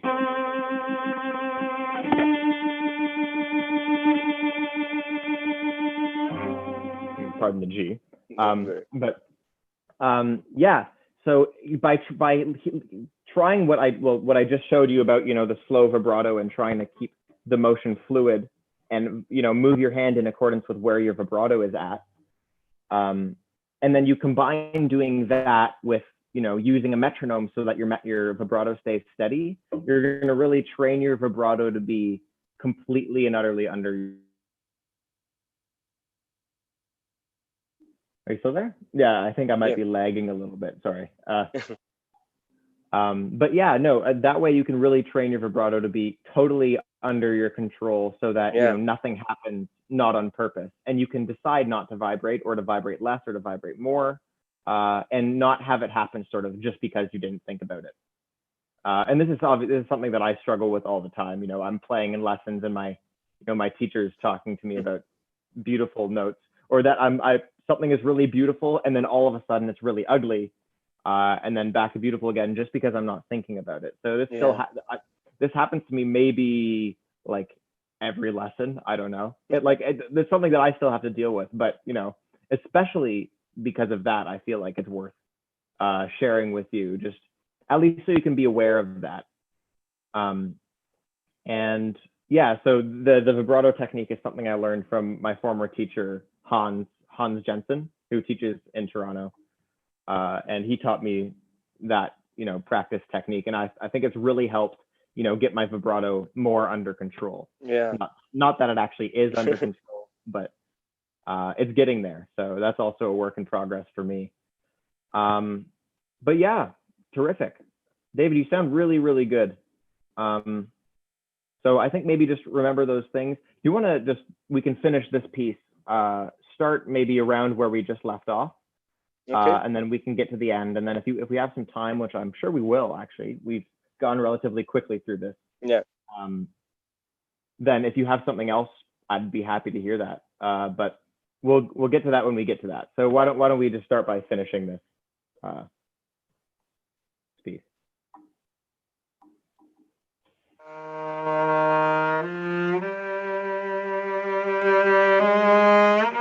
Sorry, it's right here. Sorry.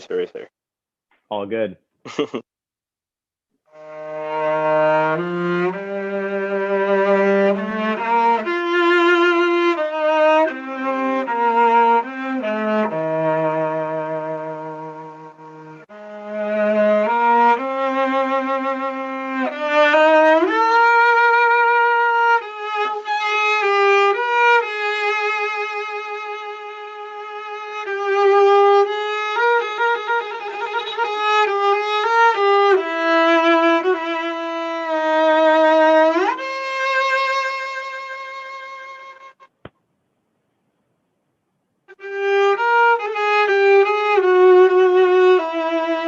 David, gotta stop you one more time. Yeah. Great, sounding really good. And I'm just about to point out the exact same thing I pointed out last time. These two notes, I heard.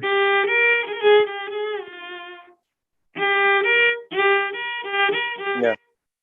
Right. Yeah. Take care of those notes. Don't let them, not be as beautiful as the others. Yes. You know? It's a big difference, yeah, sure. Yeah.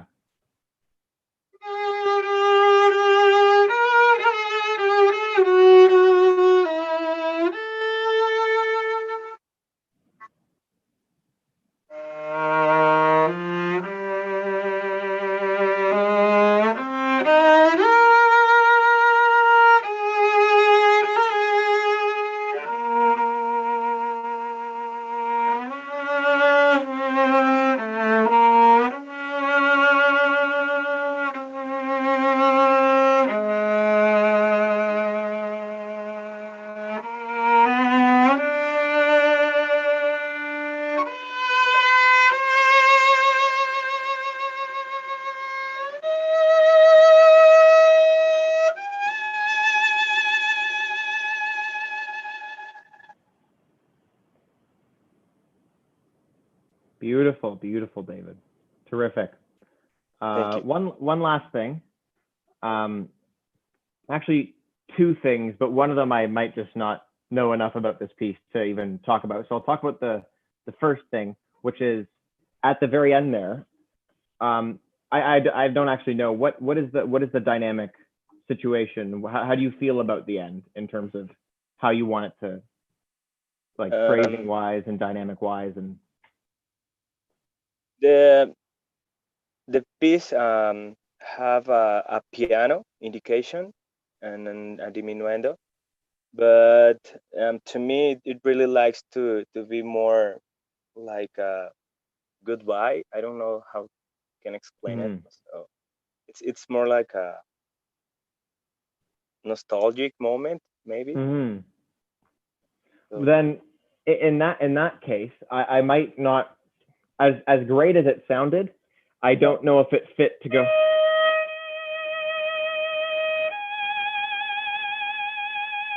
In a Dvorak concerto kind of way. That might not be the right fit for this. So, piano diminuendo.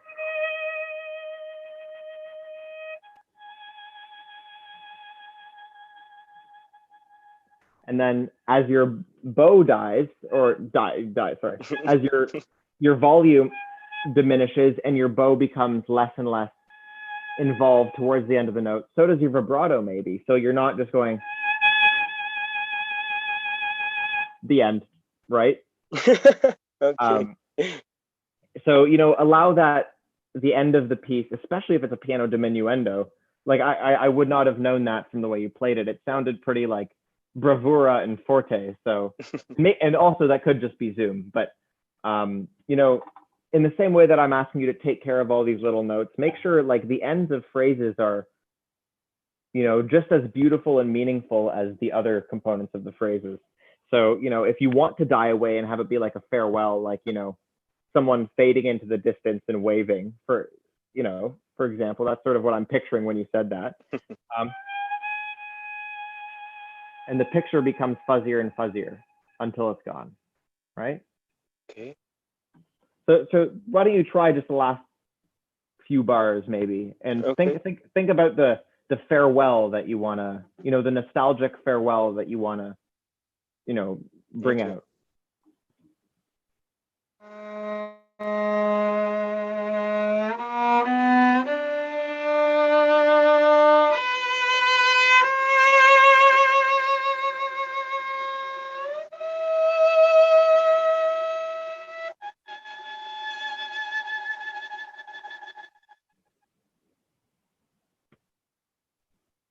Beautiful, very nice. Try even sustaining it longer. And I don't know if it's something that you can afford. I don't know what the other parts, like the accompaniment, might sound like, and maybe you don't want to do this, but you could even maybe hold it a little longer Okay. And fade out more. You know, it's sometimes when notes just stop, it might be closing their eyes and, you know, being like, oh wow, how beautiful.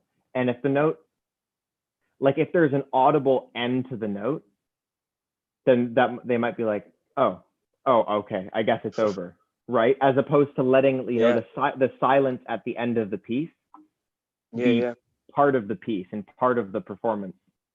So try one more time. Yeah, sure.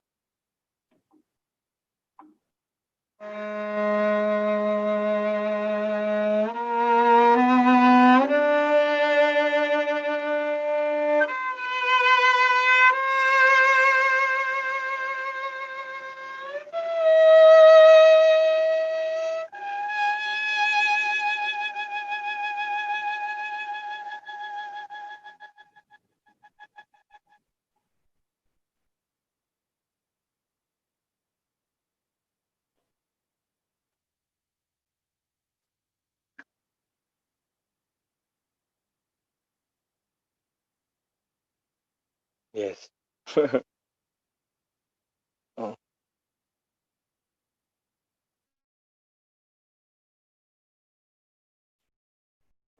You there? Can you hear me?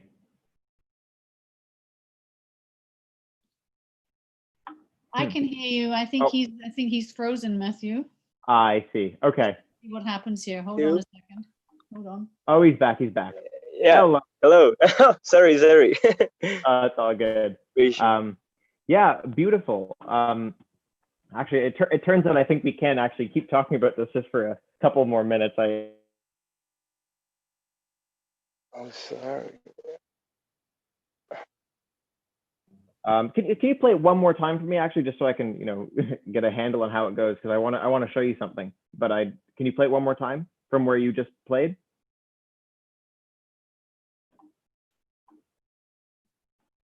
Oh, did he hear you? Can he hear you? I do not know. I think he might be frozen. Oh, David, can you hear us? Yeah. Okay, I'm right cool. here. Yeah. We're back. Okay. Yeah. All right. Can you just play one more time from where you just Yes, started? sure. Great.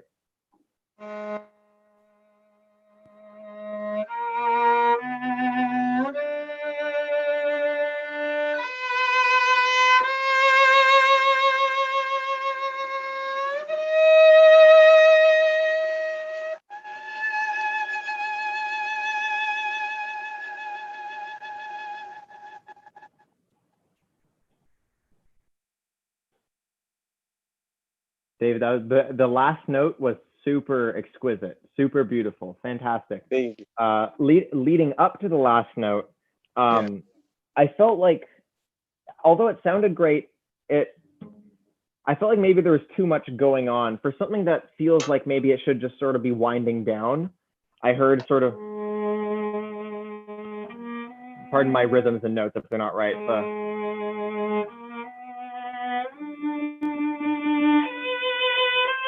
I heard some like really high intensity stuff here.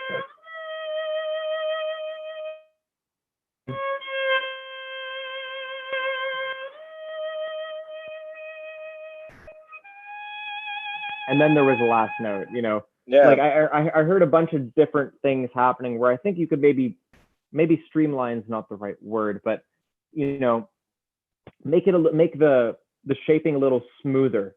So instead, the first spot would be.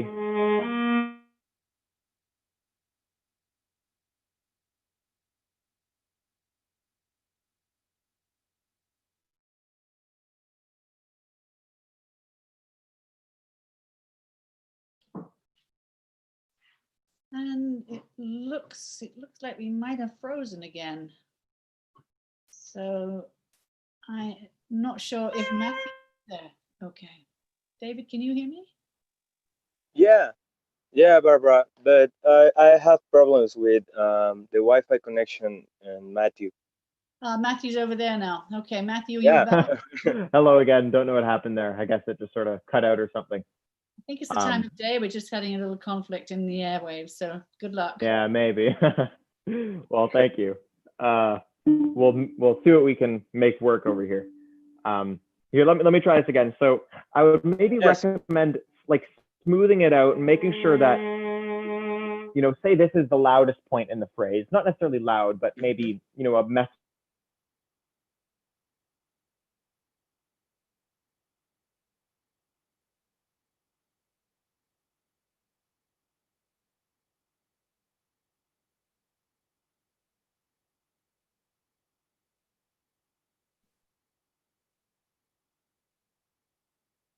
Can you hear me, Barbara? I can. I can hear you, and I'm so sorry that it looks like we are having a little bit of trouble tonight. What a shame on our last night. And that we might, there's Matthew again. Okay. Yes. Matthew, your Wi-Fi is a little unstable tonight. Yeah, there must be something going on. I'm not sure. It's not the greatest Wi-Fi in the world, but it's usually okay. Yeah. I've instructed all of my family members not to download or stream anything. So I trust that they're not doing that. So I'm sure that's not what it is. It might just be the fact that sometimes my Wi-Fi is not great. But see what we can do. hopefully I'm back for good now. Yes. Yeah.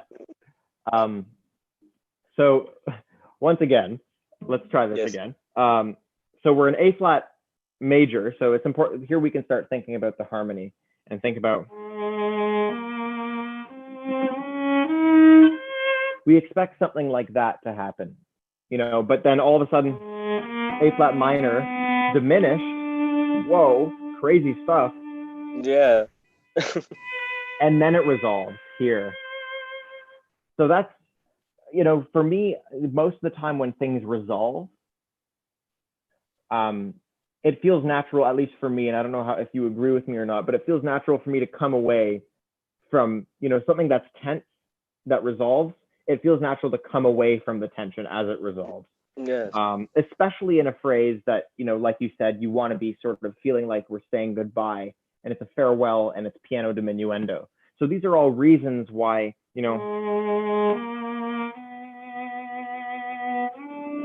we don't want to, you know, really hammer these out. So think about this. Say this is mezzo forte,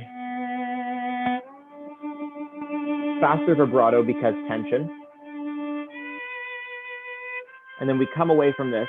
Here we're at maybe mezzo piano, and then here we're at piano,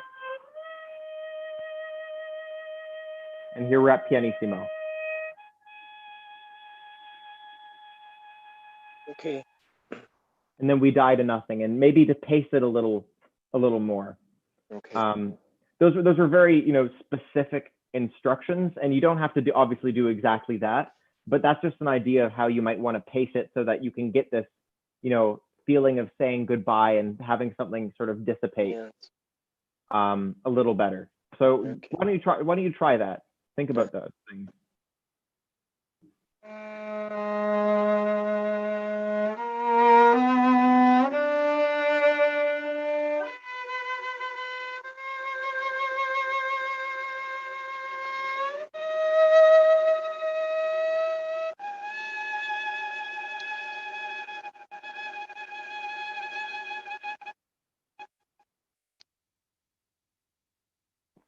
Very, very beautiful. Excellent. Terrific. Perfect. Last thing, very last thing. This last note. I know it's a weird stretch. So, you know, I know that sometimes that can be tricky, but don't let the vibrato die between these two notes. Okay. So, whoa, I totally missed there.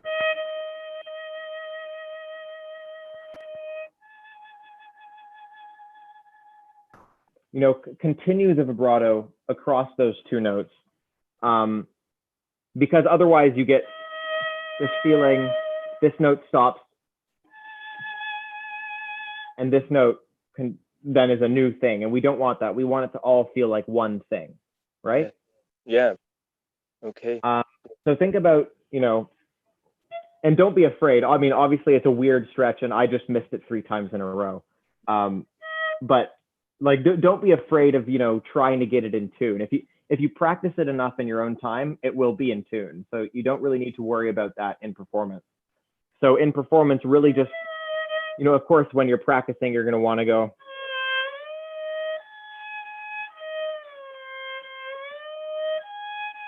to nail down the intonation, which I obviously haven't done. But when you're performing, just think about the vibrato and the way the music feels, and continuing the vibrato and letting the whole thing die as one idea. Yeah. Okay. You want to try those last 3 notes one more time? Yes.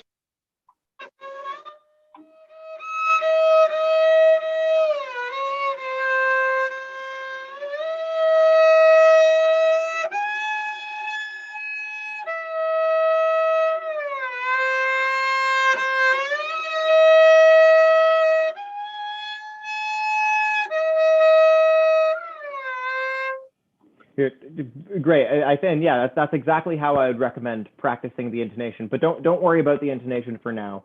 Just play those 3 notes as though you were in performance and you were reaching the end of the performance, and you're trying to make them as beautiful and smooth as possible.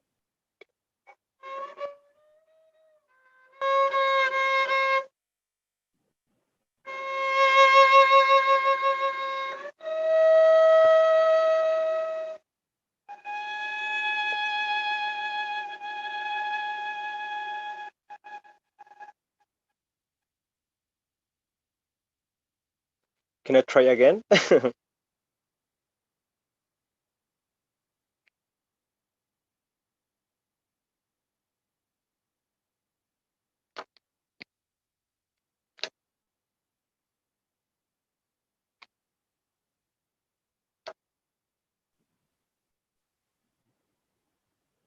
Hello, sorry. Actually. Don't worry. Can I try again? Don't worry. Yes, yeah. No, it totally just kind of cut out, so I didn't actually hear anything that happened. Okay. But so try one more time.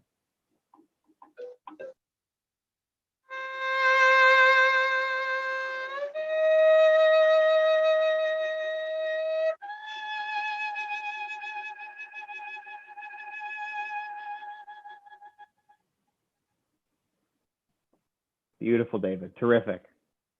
Excellent work. It's been so lovely to hear you play. I really enjoy how you play, and I think it's beautiful. Thank you. Thanks so much. You know, terrific intuition. So that's great. Thank you, David.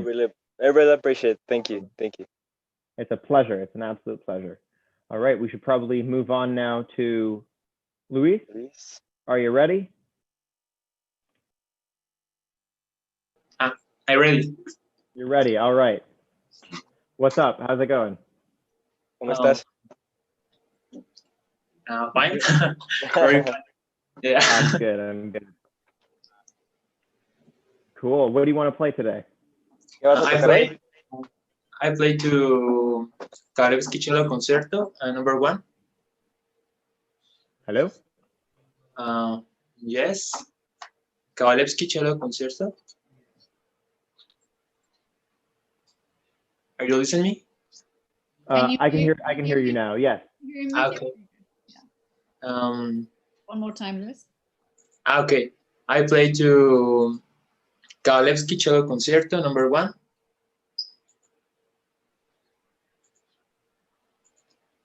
Hello? I'm not sure if Matthew heard that or not. Matthew, did you? Yeah, I could not really decipher that. There's some interference happening somewhere. One more time. David, can you come back on? Yes. Yeah, maybe have your video back on, David, for this. Just to make sure that if you have to repeat something that Lewis is saying, maybe your signal goes back into, Matthew might be able to hear you better. I can see all 3 of you very clearly, and sound, I can hear all 3 of you. One more time, Lewis. I play to Kawalewski Cello Concerto. Okay, number 1. Cool. Yeah. Awesome. Okay. Do it. I'm ready.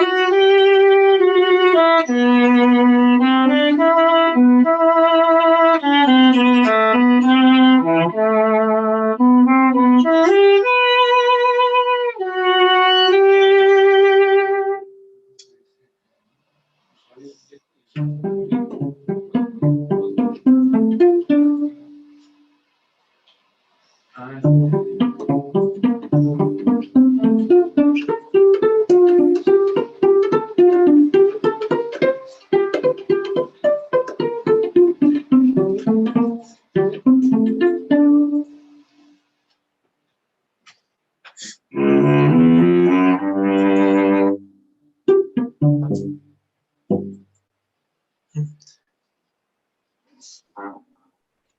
on, let me do a proper applause here. Thank you. Nice, very nice playing. Terrific.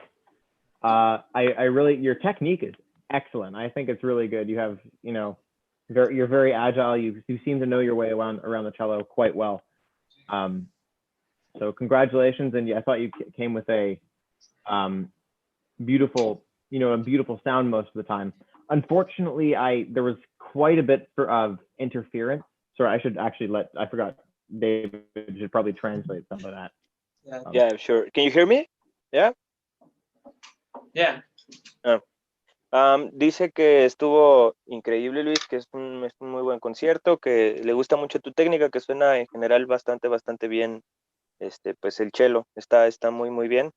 Y dice que hubo pedacitos que pues estuvo fallando, como pues sí, la señal, que hubo como alguna interferencia, entonces dice que lamentablemente hubo cositas que se le fueron, pero que en general bastante bien. Okay. Cool. But unfortunately, I missed quite a few things because it must be my internet, or there's some network issue, and a lot of things ended up being very, like, you know, like it froze and then it would like speed itself up to catch up. So I apologize for not having heard, you know, absolutely all of the performance, but what I did hear sounded great. Dice que como te comenta, pues lamentablemente hubo como algunas cosas que se le escaparon por la señal, pero que en todos pues sí, los pedacitos que corrió en el video donde te escuchó, que suena bastante bien, que lo disculpes. No hay problema. Don't worry. Okay. All right. Well, yeah, so I should touch on several things. I haven't played this piece. I know it by ear, sort of, but this is not actually a concerto that I've played. But oddly enough, I know the violin concerto, or at least the first movement of the violin concerto, quite well. Probably better than I know the cello concerto, which is kind of weird. But they're very similar, so I can draw some comparisons maybe. Also. Dice que es un concierto que no ha interpretado, pero que lo ha escuchado algunas veces y que pues también conoce bastante bien el de violín, y pues habla mucho de que son como parecidos en la cuestión de estilos. Okay. All right. But no, I thought it was great. I'm first going to touch on a couple things that you know, Mr. Bankus pointed out to me, which are important points. Just two technical things. Here, I'll wait for David.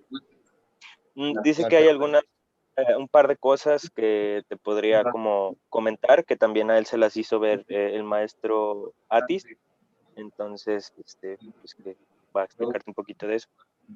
Okay, great. So the first one is, we talked a little bit about this in another class about you know, beginnings of notes, and sometimes they were a little harsh, I think.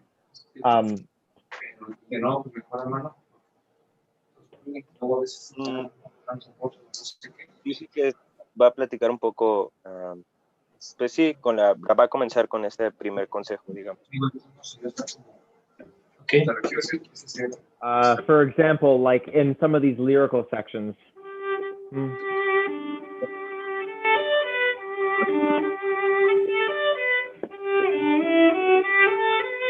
You know, in places like those, I heard kind of,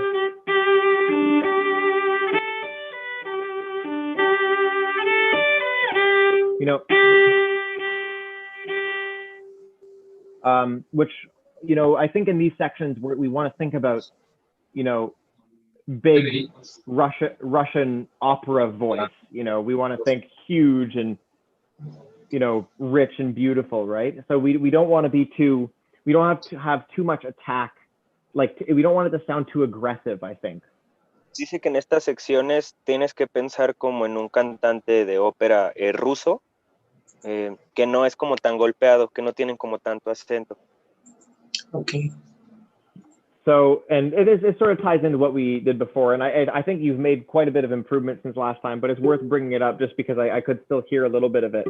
But, you know, just to try and soften up the strokes, and remember to use your elbow when you're, you know, playing legato. Think about it not coming from your fingers and like pushing. Lo pienses más desde el codo y no desde la mano, tal cual, para que suene menos golpeado y que no suene agresivo. Mm-hmm. And remember to, you know, not to attack the notes, but to, you know, handle them as I was talking with David, but just to handle everything with care. Like be really, you know, conscious about how you're doing things and not just doing things sort of by default. Dice que en algunas clases anteriores habló conmigo acerca de estos detalles, de tener como, pues, mucho control en los movimientos. Okay. Does that make sense? So, you know, really try to think about in these legato sections, making sure it's coming from your elbow and you feel like your elbow is the one that's pulling the sound out of the string rather than your wrist. So, as opposed to, right? Puedes pensar en esta sección, pero desde el codo, no desde la muñeca, para que suene pues un poco más ligero. Okay. Mm-hmm. So just keep that in mind. I thought you've made improvements since last time or since a couple times ago, which is really good. But just keep working at it because it's a lifelong skill trying to get, you know, beautiful legato, and I still work on it a lot myself. So it's just keep working at that and keep trying to think about, you know, like I said last time, some parts of Shostakovich concerto this doesn't apply because, you know, you want that attack, you want that, you know, very, very crisp bite, but you don't always want that in these singing sections, you know. Yeah, I'm not gonna I shouldn't play too many examples because I don't really know this piece very well. But there's, yeah, so, and the second thing that Mr. Bankus pointed out that I think is an important thing is to make sure that your pizzicato is, you know, more clear, I think, and that will help by, you know, really preparing in advance. So instead of sort of, you don't ever want to be pizzing like this. Here, I'll move my camera down a little bit.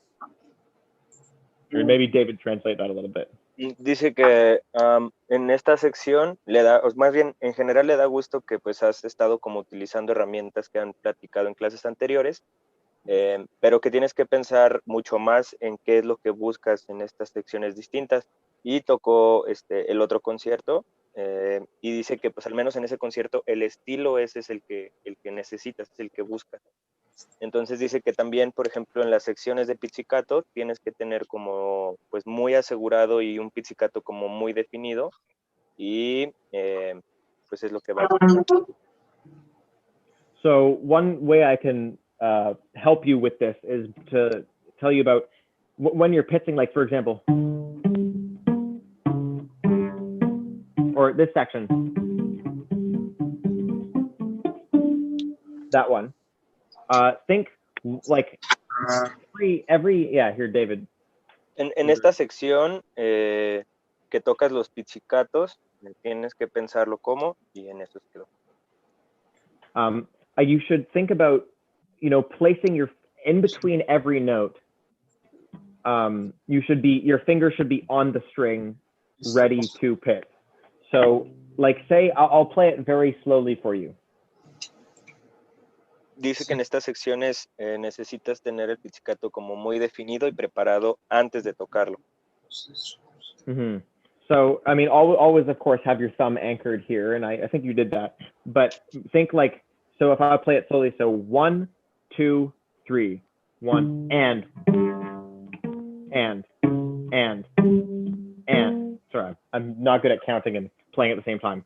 So the and is when my finger should be on the string ready to play. So every offbeat that you have, your finger should be there well in advance rather than just getting there at the last second.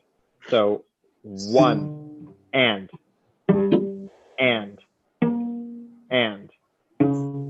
Dice que igual tienes que anticiparte antes de cada pizzicato. O sea, que haya como una pequeña cuenta interna, digamos, en el que tu mano vaya adelante de la nota que vas a tocar. Okay. Um, Does that make sense? ¿Tiene sentido? ¿Lo podrías tocar lento? So why don't you try just that, like the one line of pits, and think about, on every offbeat, making sure your finger is there and ready well in advance before playing the note. Podrías tocar esa sección de los pizzicatos y pensar en que tu mano va pues, adelante de las notas, va de avanzada y lento. Okay. And before you start, play it slowly. Play it like, 3/4 tempo. Or tócalo lento, como a 3/4 del tiempo original.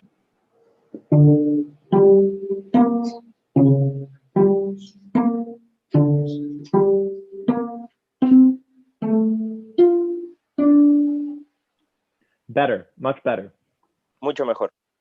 I prepare even more in advance, I think, here.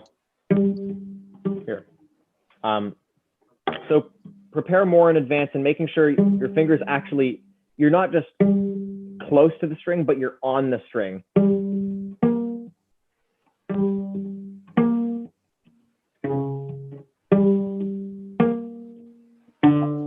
Do you see? Dice que si ves su mano, trates de, pues sí, de preparar más, de tener más anticipada aún la mano. Okay. Okay. Try that. ¿Puedes probar?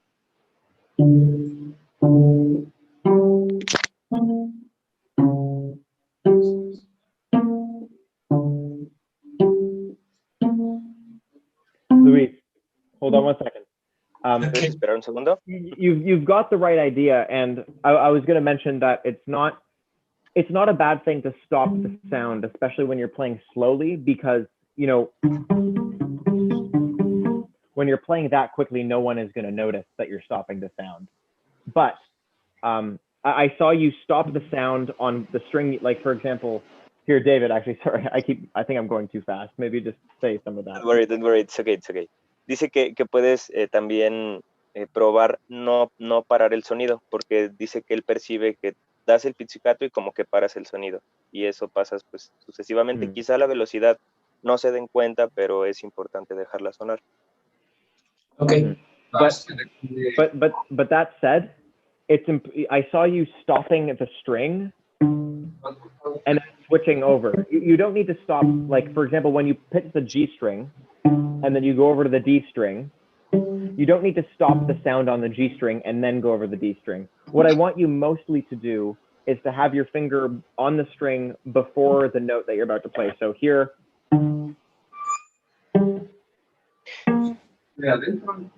Dice que si lo que buscas es realmente detener la cuerda, lo puedes anticipar con otro dedo, pero sin tomarte o más bien no perder tiempo en detener una cuerda y luego cambiar de cuerda.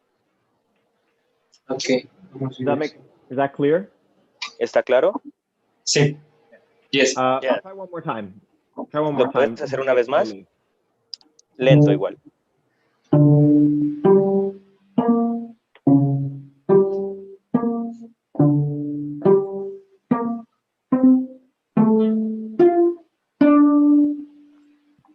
Better. I still see you sort of going, or let me see, maybe angle it here.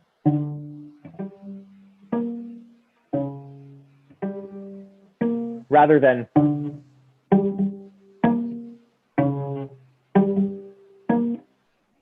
Do you see?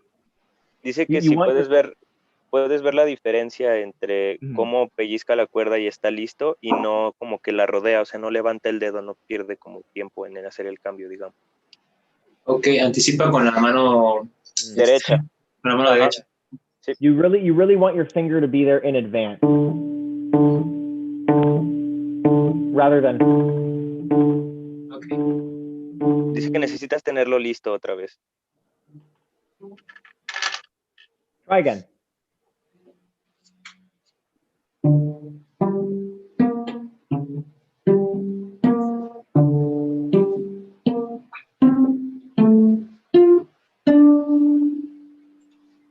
Very good. Terrific. That's exactly it. And when you do that, lo que necesito. when you do that quickly, the sound is, it's not going to sound weird. That sounds kind of weird because the sound's not ringing. But when you do it quickly, you're going to have, the sound is going to have enough time to ring in that particular tempo. So yeah, that was really great. Try doing it fast now, but still think about that. Still think about, you know, getting your finger there well in advance.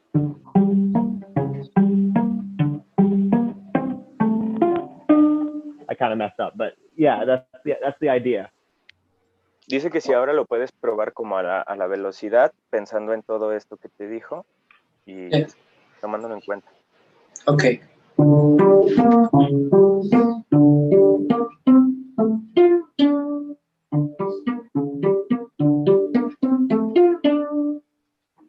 Better. So remember, I would practice it slowly, like maybe half tempo or something, and then slowly crank up the tempo so that you feel, even at the fast tempo. I saw that when you went to the fast tempo, you kind of reverted to your this thing, which is you want to be more prepared than that in general, and you did it really well in the slow tempo. So just practice slowly, and then make it, you know, as you practice that section, make it faster and faster so that you feel very comfortable and very prepared with your pitches.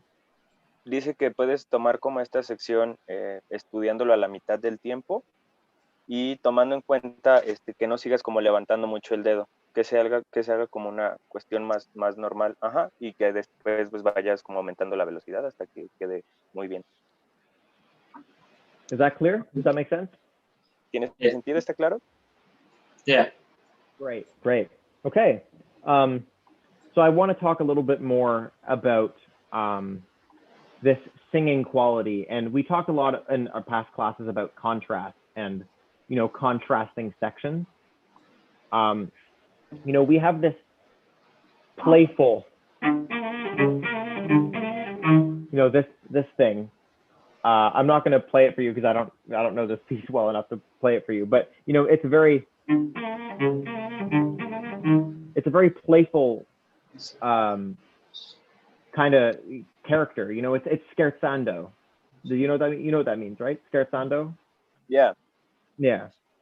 Dice que en esta ocasión pues le gustaría hablar más como de la conducción de la voz, de los sonidos, y en otras clases pues hablamos acerca del contraste. Entonces dice que esto tiene como ese efecto de crescendo natural, digamos, ¿no? Okay. Yeah. So make sure you really capture that character in your bow stroke, so it's not, but more. In other words, maybe having a lighter bow stroke. Dice que pues te asegures como de que no suene todo parejo, todo lineal, sino que realmente tenga como esa cadencia pues, naturalmente como de crescendo, ¿no? Okay. Do you want to try that one time? ¿Puedes probarlo? Pero no sé si cuando... One more time.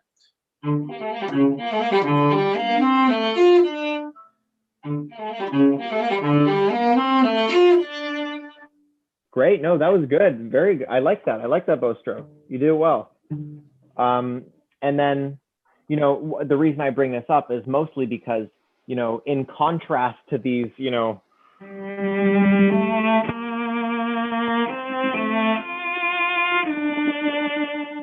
to be able to contrast it with those very, very cantabile sections, right? Dice que tienes que buscar como ese contraste con esta otra sección cantabile que tiene. Mm-hmm. Okay. And so can you play for me one time? There's one that's like very low and in some different key. So can you play there's one of those in the middle of the piece somewhere that is like that. Do you know where that is? Dice que si recuerdas en qué parte tienes esas notas para que si puedes tocarlo. Okay. Yes, that's that one. Yeah. So.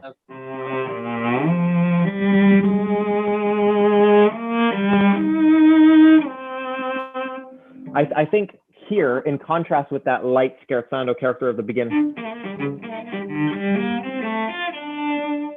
we can have, you know, very, very deep and in the string and very sustained. Dice que muy profundo el sonido en la cuerda. Yeah, it's the contrast. Yes, the that's contrast exactly it. between to the rhythmic section and melodic section. Yes, that's precisely what I'm talking about. So make sure you really capture that, and you can do it also a lot in your vibrato, and you know, getting this really rich deep vibrato, especially on these lower strings. You know, you can afford to have it be very wide, your vibrato, I think. Yes. Sí, pero ya no se hace terminar todos.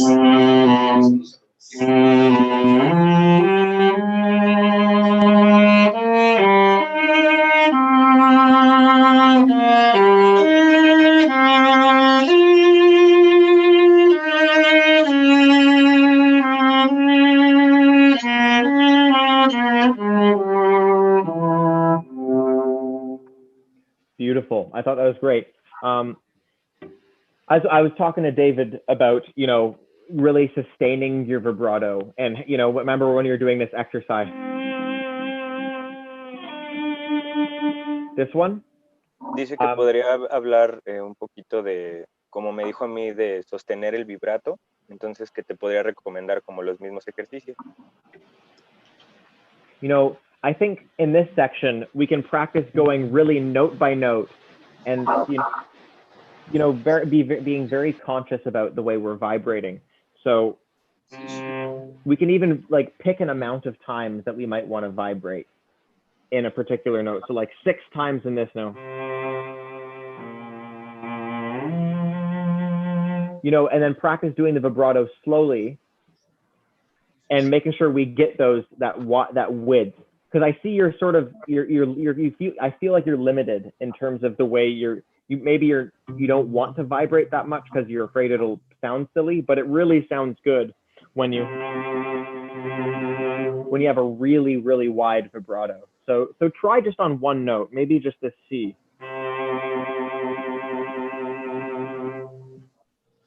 Dice que podrías probar eso en una sola nota, como que quizá es lo que estás buscando, un vibrato un poco más cerrado, más controlado, pero que también deberías probar como este otro lado de exagerar, digamos, del vibrato, de hacerlo más amplio.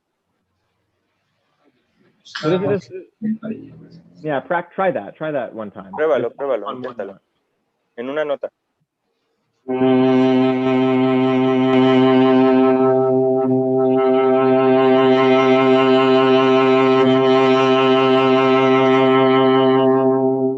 That's really good. That's a beautiful vibrato, Luis. Muy bien, es un vibrato muy, muy lindo. So, but when you play, I've never seen you vibrate that wide before, but clearly you know how to do it, right? Dice que cuando tocas esa sección que no te ve vibrar así, que sería algo que podrías intentar, ¿no? Okay. In a Russian cello concerto like this is the perfect time to whip that out, and you know, just don't hold anything back. You know, obviously it's going to be a little faster than this, but if I'm playing slowly.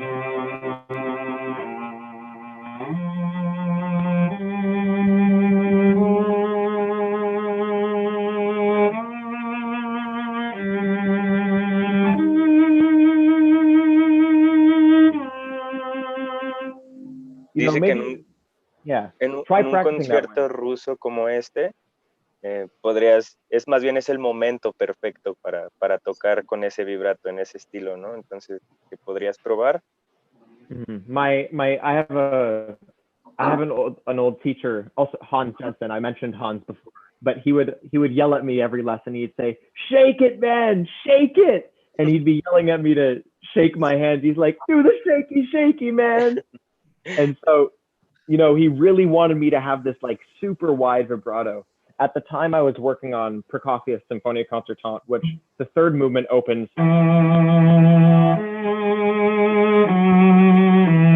You know, or that's slow, but.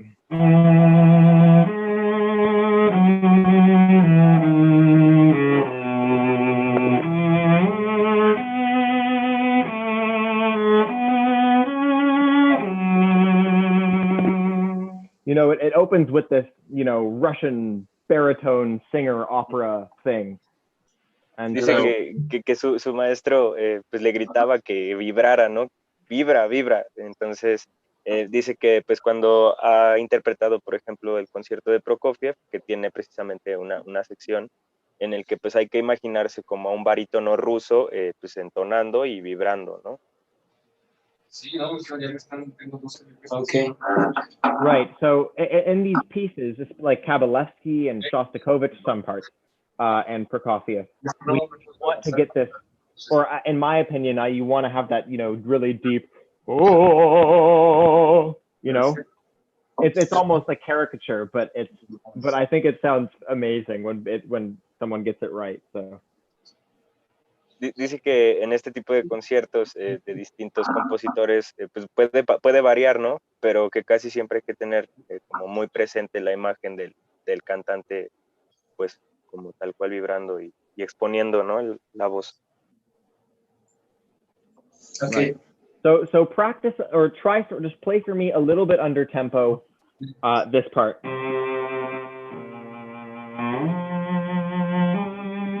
This one. And dice que think si about, podrías tocar, you know, sorry. Think about having your vibrato be as wide as it possibly can. Make it, do it even so that it's silly. And then if you need to, we can scale it back, but try that. Dice que si puedes tocar esta sección y pues pruebes no ser tan tímido, que al contrario seas como un poquito más como salvaje, pero sin perder el control, obviamente, pero sí que sea como distinto.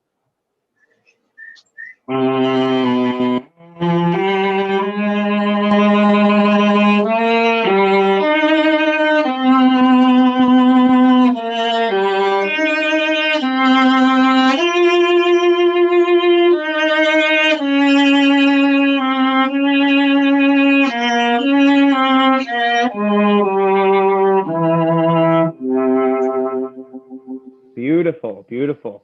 And I mean, I think maybe that was a little extreme, and you might not actually want to perform it that way.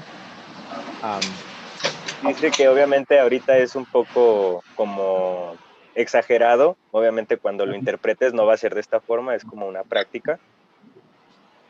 But this is the feeling that you should have, you know, of your hand being super loose. And, you know, the point here, I maybe should have mentioned this earlier, actually, but like the point of contact is your finger, and it's sort of, you know, rotating. Your hand is everything else other than this point where you're pressing down a little bit on the string is completely loose. You know, your arm is shaking, your wrist is loose, everything is loose, and it's just rotating around this point. But there should be no like tension up here in your wrist. And if you let everything feel completely loose, you'll be very free, as I saw you do, to, you know, really have this very wide vibrato. Dice que pues es importante tener en cuenta que, digamos, cuando vas a interpretar tienes que tener esta misma sensación que sentiste ahora. Entonces habla de que toda la parte del brazo, digamos que la muñeca, todo gira alrededor de un solo dedo. Entonces que hay que tener como mucho en cuenta este punto de contacto, al igual que el del arco, para pues, lograrlo, ¿no? Okay. Think about, you know, as you're vibrating, throwing your hand forward and letting the rebound be your vibrato. So like really just like every time it goes forward, just think about throwing it forward without, you know, having tension in your hand. Don't feel like your hand is like you're moving your hand. You're moving your elbow, and you're using that, and your hand is just moving as a result of your elbow motion. Dice que si puedes sentir como esta sensación desde el brazo, literal desde el codo. Entonces dice que vas a sentir como muy suelta la mano y que pues naturalmente si el movimiento viene desde el brazo, va a llegar hasta la mano. Yes. Yeah. Okay. So yeah, we don't need to talk about this too much more, but I think practice like these slow lyrical sections with a metronome. And maybe say you want every beat for there to be 6 oscillate or vibrations of your hand. So 1, 2, 3, 4, 5, 6.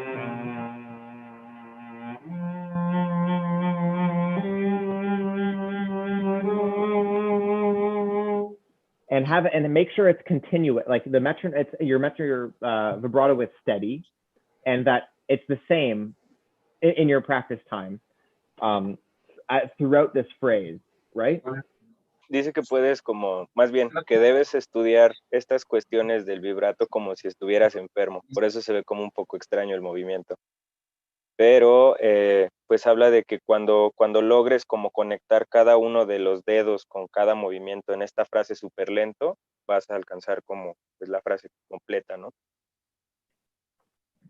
And while doing that, try and remember this feeling of throwing your hand and having it only rotate as a result of a reaction to you throwing it, rather than like moving your hand this way and then that way and then this way and then that way. It's just one motion of you throwing it, and then everything else is a rebound. Dice que no debes de perder pues la cuenta del movimiento, o sea, de cómo se tiene que sentir esa sensación, para que pues tenga como su función, ¿no? Que realmente se concrete el estudio.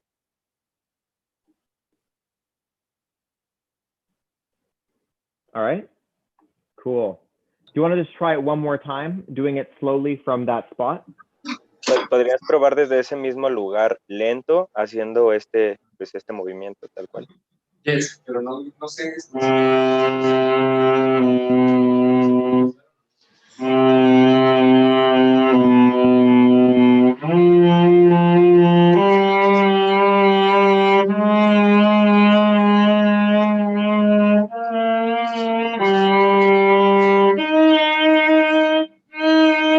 Luis? Just 1 second. That's the right idea, but wider though. I see you kind of going, but like, brazo. You know, really wide, like almost like this half of, like when you vibrate this way, your finger hits the fingerboard, and when you vibrate that way, your other finger hits the fingerboard. Dice like, que cuando vibres así, que tus dedos tienen que tocar las dos partes del diapasón. And don't literally do that, but like you want to be feeling like that's the range of motion for your hand, like it's the whole 180 degrees. Literalmente no tienes que hacer esto, pero es como un ejemplo, pero sí procurar que quede como a, pues sí, 90 grados, digamos, como tu mano, ¿no? Al momento de pasar de un lado a otro. Rather than just the 30 degrees right above your hand. Does that make sense? Dice que sí, esto tiene como sentido, o sea, el ejemplo del movimiento. Yes, yo pienso que es como si fuera limpiar, ¿no? Como cuando estamos limpiando con un trapito. It's like he thinks when we are cleaning, it's like I don't know how can I explain it. It's like I don't know what, but it's the movement to up and down. Yeah, it's like shaking a maraca or something. That's shaking. Or shaking is the word. Yeah. So hence why my teacher would say, "Shake it, man, shaky, shaky." Por eso su maestra decía que. So try that. ¿Puedes probarlo? Think about having that whole range of motion.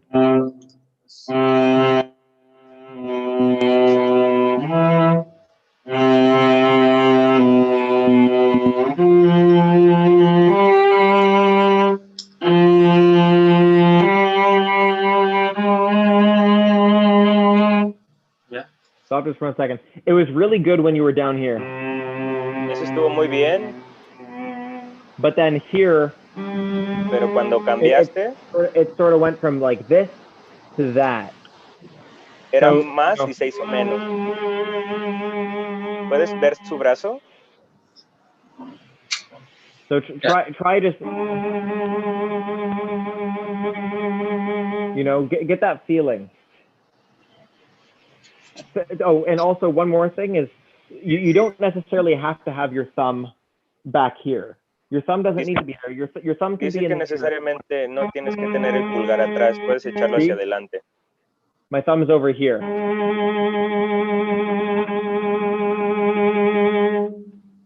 So you don't need to feel restricted by the fact that your thumb's there. No tienes que sentir ningún tipo de restricción, o sea, cuando vibras en esta parte del cello. Okay. Can I try?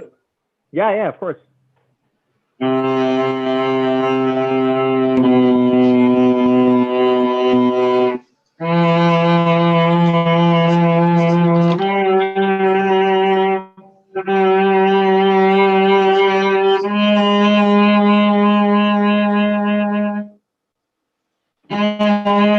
Yeah,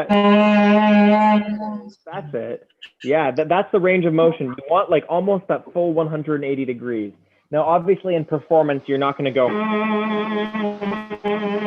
like it's a little too hard to control.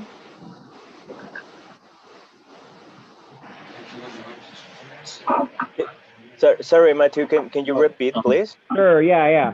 Obviously, in a performance, you're not going to be going so crazy. You're not going to be doing a full 180-degree rotation, but you want to have that feeling of, freedom in your hand so that you don't feel restrained. Like you don't feel restrained to only vibrate like this. Like you can vibrate like this, much, much wider and with much more, passion and energy. Dice que o sea, obviamente en un concierto no vas a vibrar así, pero sí tienes que llegar a conectar como esa misma sensación, o sea, que realmente sientas como esa libertad, que sientas, pues sí, como fluir, vaya, o sea, que realmente sientas pues toda la expresión, que suene apasionado. Right? All right. And there's the second thing that I wanted to say about this particular passage. It ties into what we talked about in previous classes about shaping an arc and changing the way we use our bow distribution and all these tools, including vibrato, to make our phrase. Y la segunda cosa que me gustaría mencionar de esta sección es recordar lo que hablamos en clases anteriores de crear un arco y la distribución y la velocidad que tiene el arco para lograr estos efectos, estos contrastes. So with that in mind, we might not start with, on this note, start with a super wide vibrato. We might start with, like, if I'm going to play this for you, we might want, like, say we want, so.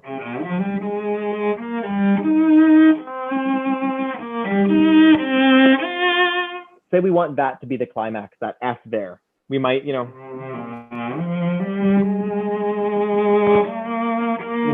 want to phrase in a particular way, so.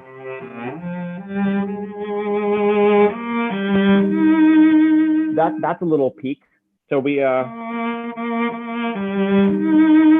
maybe want to bring that out with our vibrato, do faster on this note, and then come away.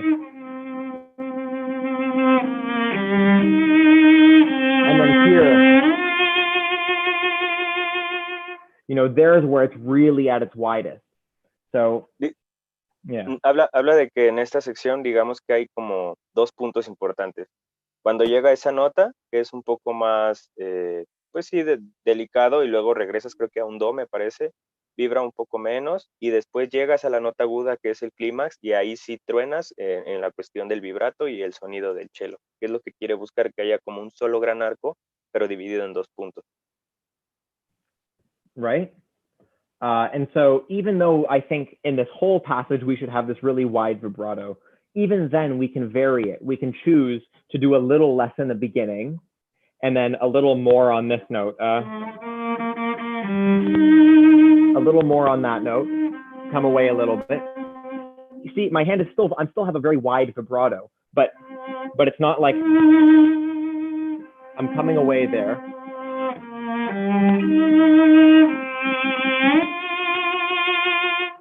Even with this wide vibrato that I'm using the whole time, I can create these peaks and valleys by adjusting very subtly what I'm doing with my vibrato.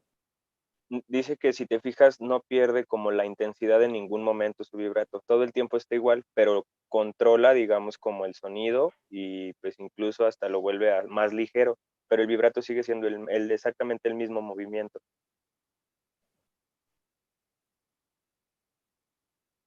Does that make sense? ¿Tiene sentido, Luis? Luis, I think you might be frozen. Sorry. Yeah, it's frozen. Yeah, I think he's frozen a bit. He'll be back soon. I await his arrival. Hello, you there, Luis? Yeah, I think we lost him. Oh, There he he's is. There he is. Oh, Yeah, he's muted. He's muted. Hello, Yeah. there you are. Okay. Cool. Hello again. So does that make sense about the vibrato and how you can, even though in this section in general you want to use this very wide vibrato to get the Russian baritone character? Dice que sí tiene sentido como en esta sección el imaginar al cantante ruso y con esta sección pues como exponer el vibrato, digamos. Sí. Yes. Even though we want to do that, we can still, you know, within the phrase, shape each little section. So it's driving. There's a little peak. Less. Growing again. ¿Lo vuelves a hacer? So we can really shape using subtle changes to our vibrato, despite the fact that we have this overarching character in this wide vibrato. Dice que podemos tener como muchas características de este vibrato, digamos que más abierto, y una de esas pues es encontrar este tipo de colores. Does that make sense? ¿Tiene sentido? Yes. Great. Why don't we try this one time? ¿Lo puedes probar una vez más? Yeah.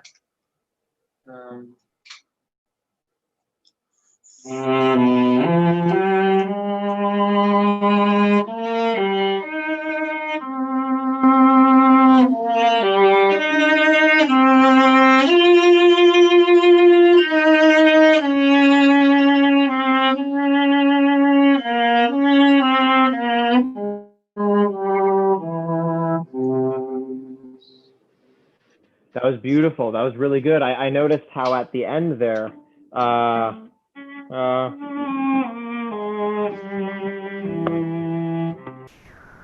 you did less on those, which I thought was great because that's sort of how the phrase tapers off. So that was terrific.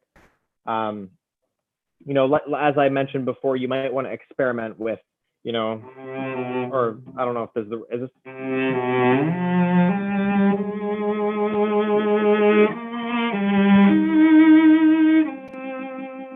You know, that's one sort of phrase in itself, right? So if we can bring out I really liked the big phrase that you did because you grew towards that high F and then you came away from it afterwards. But within that, we can do smaller things. So you don't have to do this. Like if you don't like to do this, you don't have to do it. But just for me, if you could humor me and just do this section and grow towards there and come away after that. And just have that be a little peak in your phrase. Can you just play that much for me? Dice que si, bueno, puedes tocar esta sección una vez más, pero dice que, o sea, le parece como muy bien que estés resolviendo como toda la frase perfecta hasta llegar al tope, a la nota más aguda, digamos, pero dice que puedes hacer como algunas pequeñas cosas que cambian como el sentido de la frase, como es disminuir un poco en esta parte de en medio y luego volver a crecer. Entonces dice que no es necesario que hagas como lo que te está diciendo, pero que es como una muy buena recomendación para lograrlo. Okay. Yeah. You want to play just that much for me?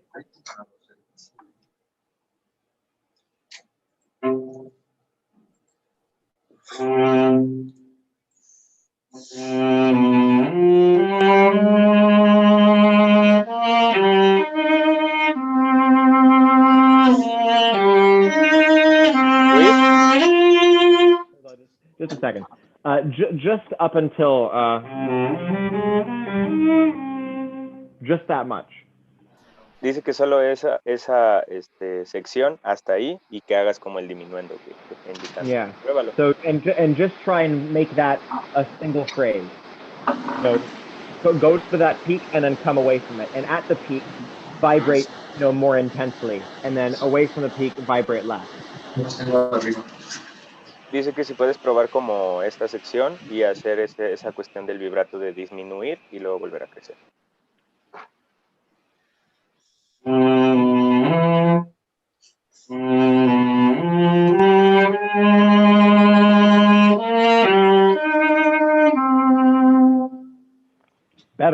Better.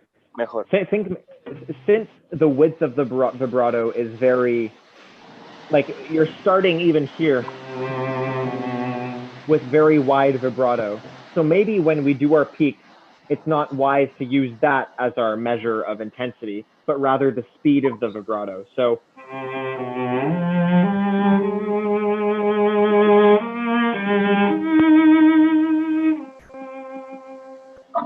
and to speed it up rather than necessarily make it wider in this particular case. Dice que en estas cuestiones incluso podrías probar como tener el mismo vibrato, pero para que se note aún más la diferencia, puedes exagerar la velocidad de la nota anterior a donde quieres que desaparezca la frase. Because you might, in this particular case, you might lose control if you try to vibrate even wider than you're doing, because it's already very wide, and that's good. We want that, but you don't. In this case, you might want to use a different, way of vibrating than necessarily the width to get this intensity. Dice que quizá en esta situación pues va a ser como un poco difícil para ti para que no pierdas el control porque te estás como acostumbrando a esta nueva sensación de vibrato, pero que puedes probar como estas distintas formas para práctica para lograr estos efectos. Okay. Sure. So why don't we try one more time from that same spot and just play those 8 notes or whatever.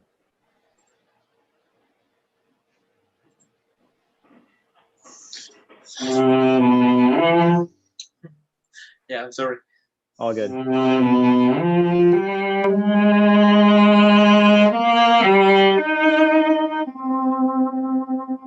Much better, much better. So that's great. And then when you combine that with this next,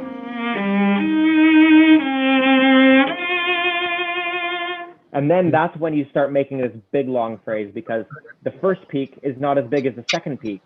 So the first peak is da da da da da da da da, and then da da da da da da da da, and then it comes down. So we have this sort of like, it's sorry. No, yeah, we have this. I don't know if you took I don't how old are you, Luis? ¿Cuántos años tienes, Luis? 21. 21. Okay. So when I was in high school, I took functions. So I took a math course. We talked about graphs and their various peaks and valleys, and how like the higher an exponent on a graph is, the more times it goes up and down. So if we're gonna, I don't know, did you take math in high school? ¿Llevas matemáticas o has llevado matemáticas en la escuela?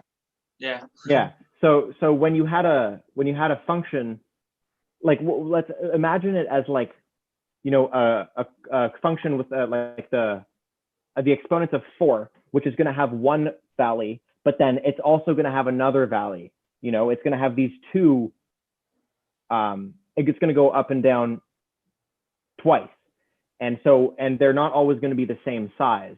And obviously, it depends on the function. But imagine that it comes up and down, and we're seeing the pattern of how it increases over time, rather than like we're seeing the rate of change in the peaks, rather than necessarily only exactly what's happening. Does that make sense? It's sort of an ambiguous analogy. It's not maybe the most easily understood thing, but does that sort of make sense to you, what I'm talking about?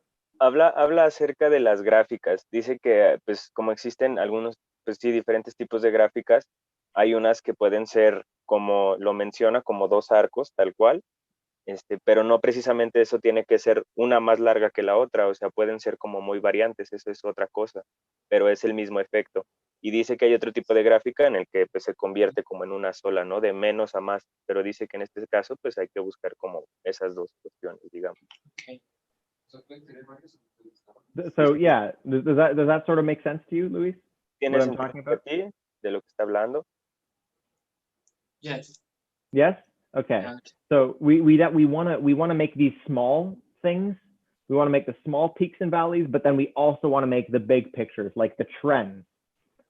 In the larger phrase is going to have one shape, and there's going to be lots of littler shapes in the middle of that, right?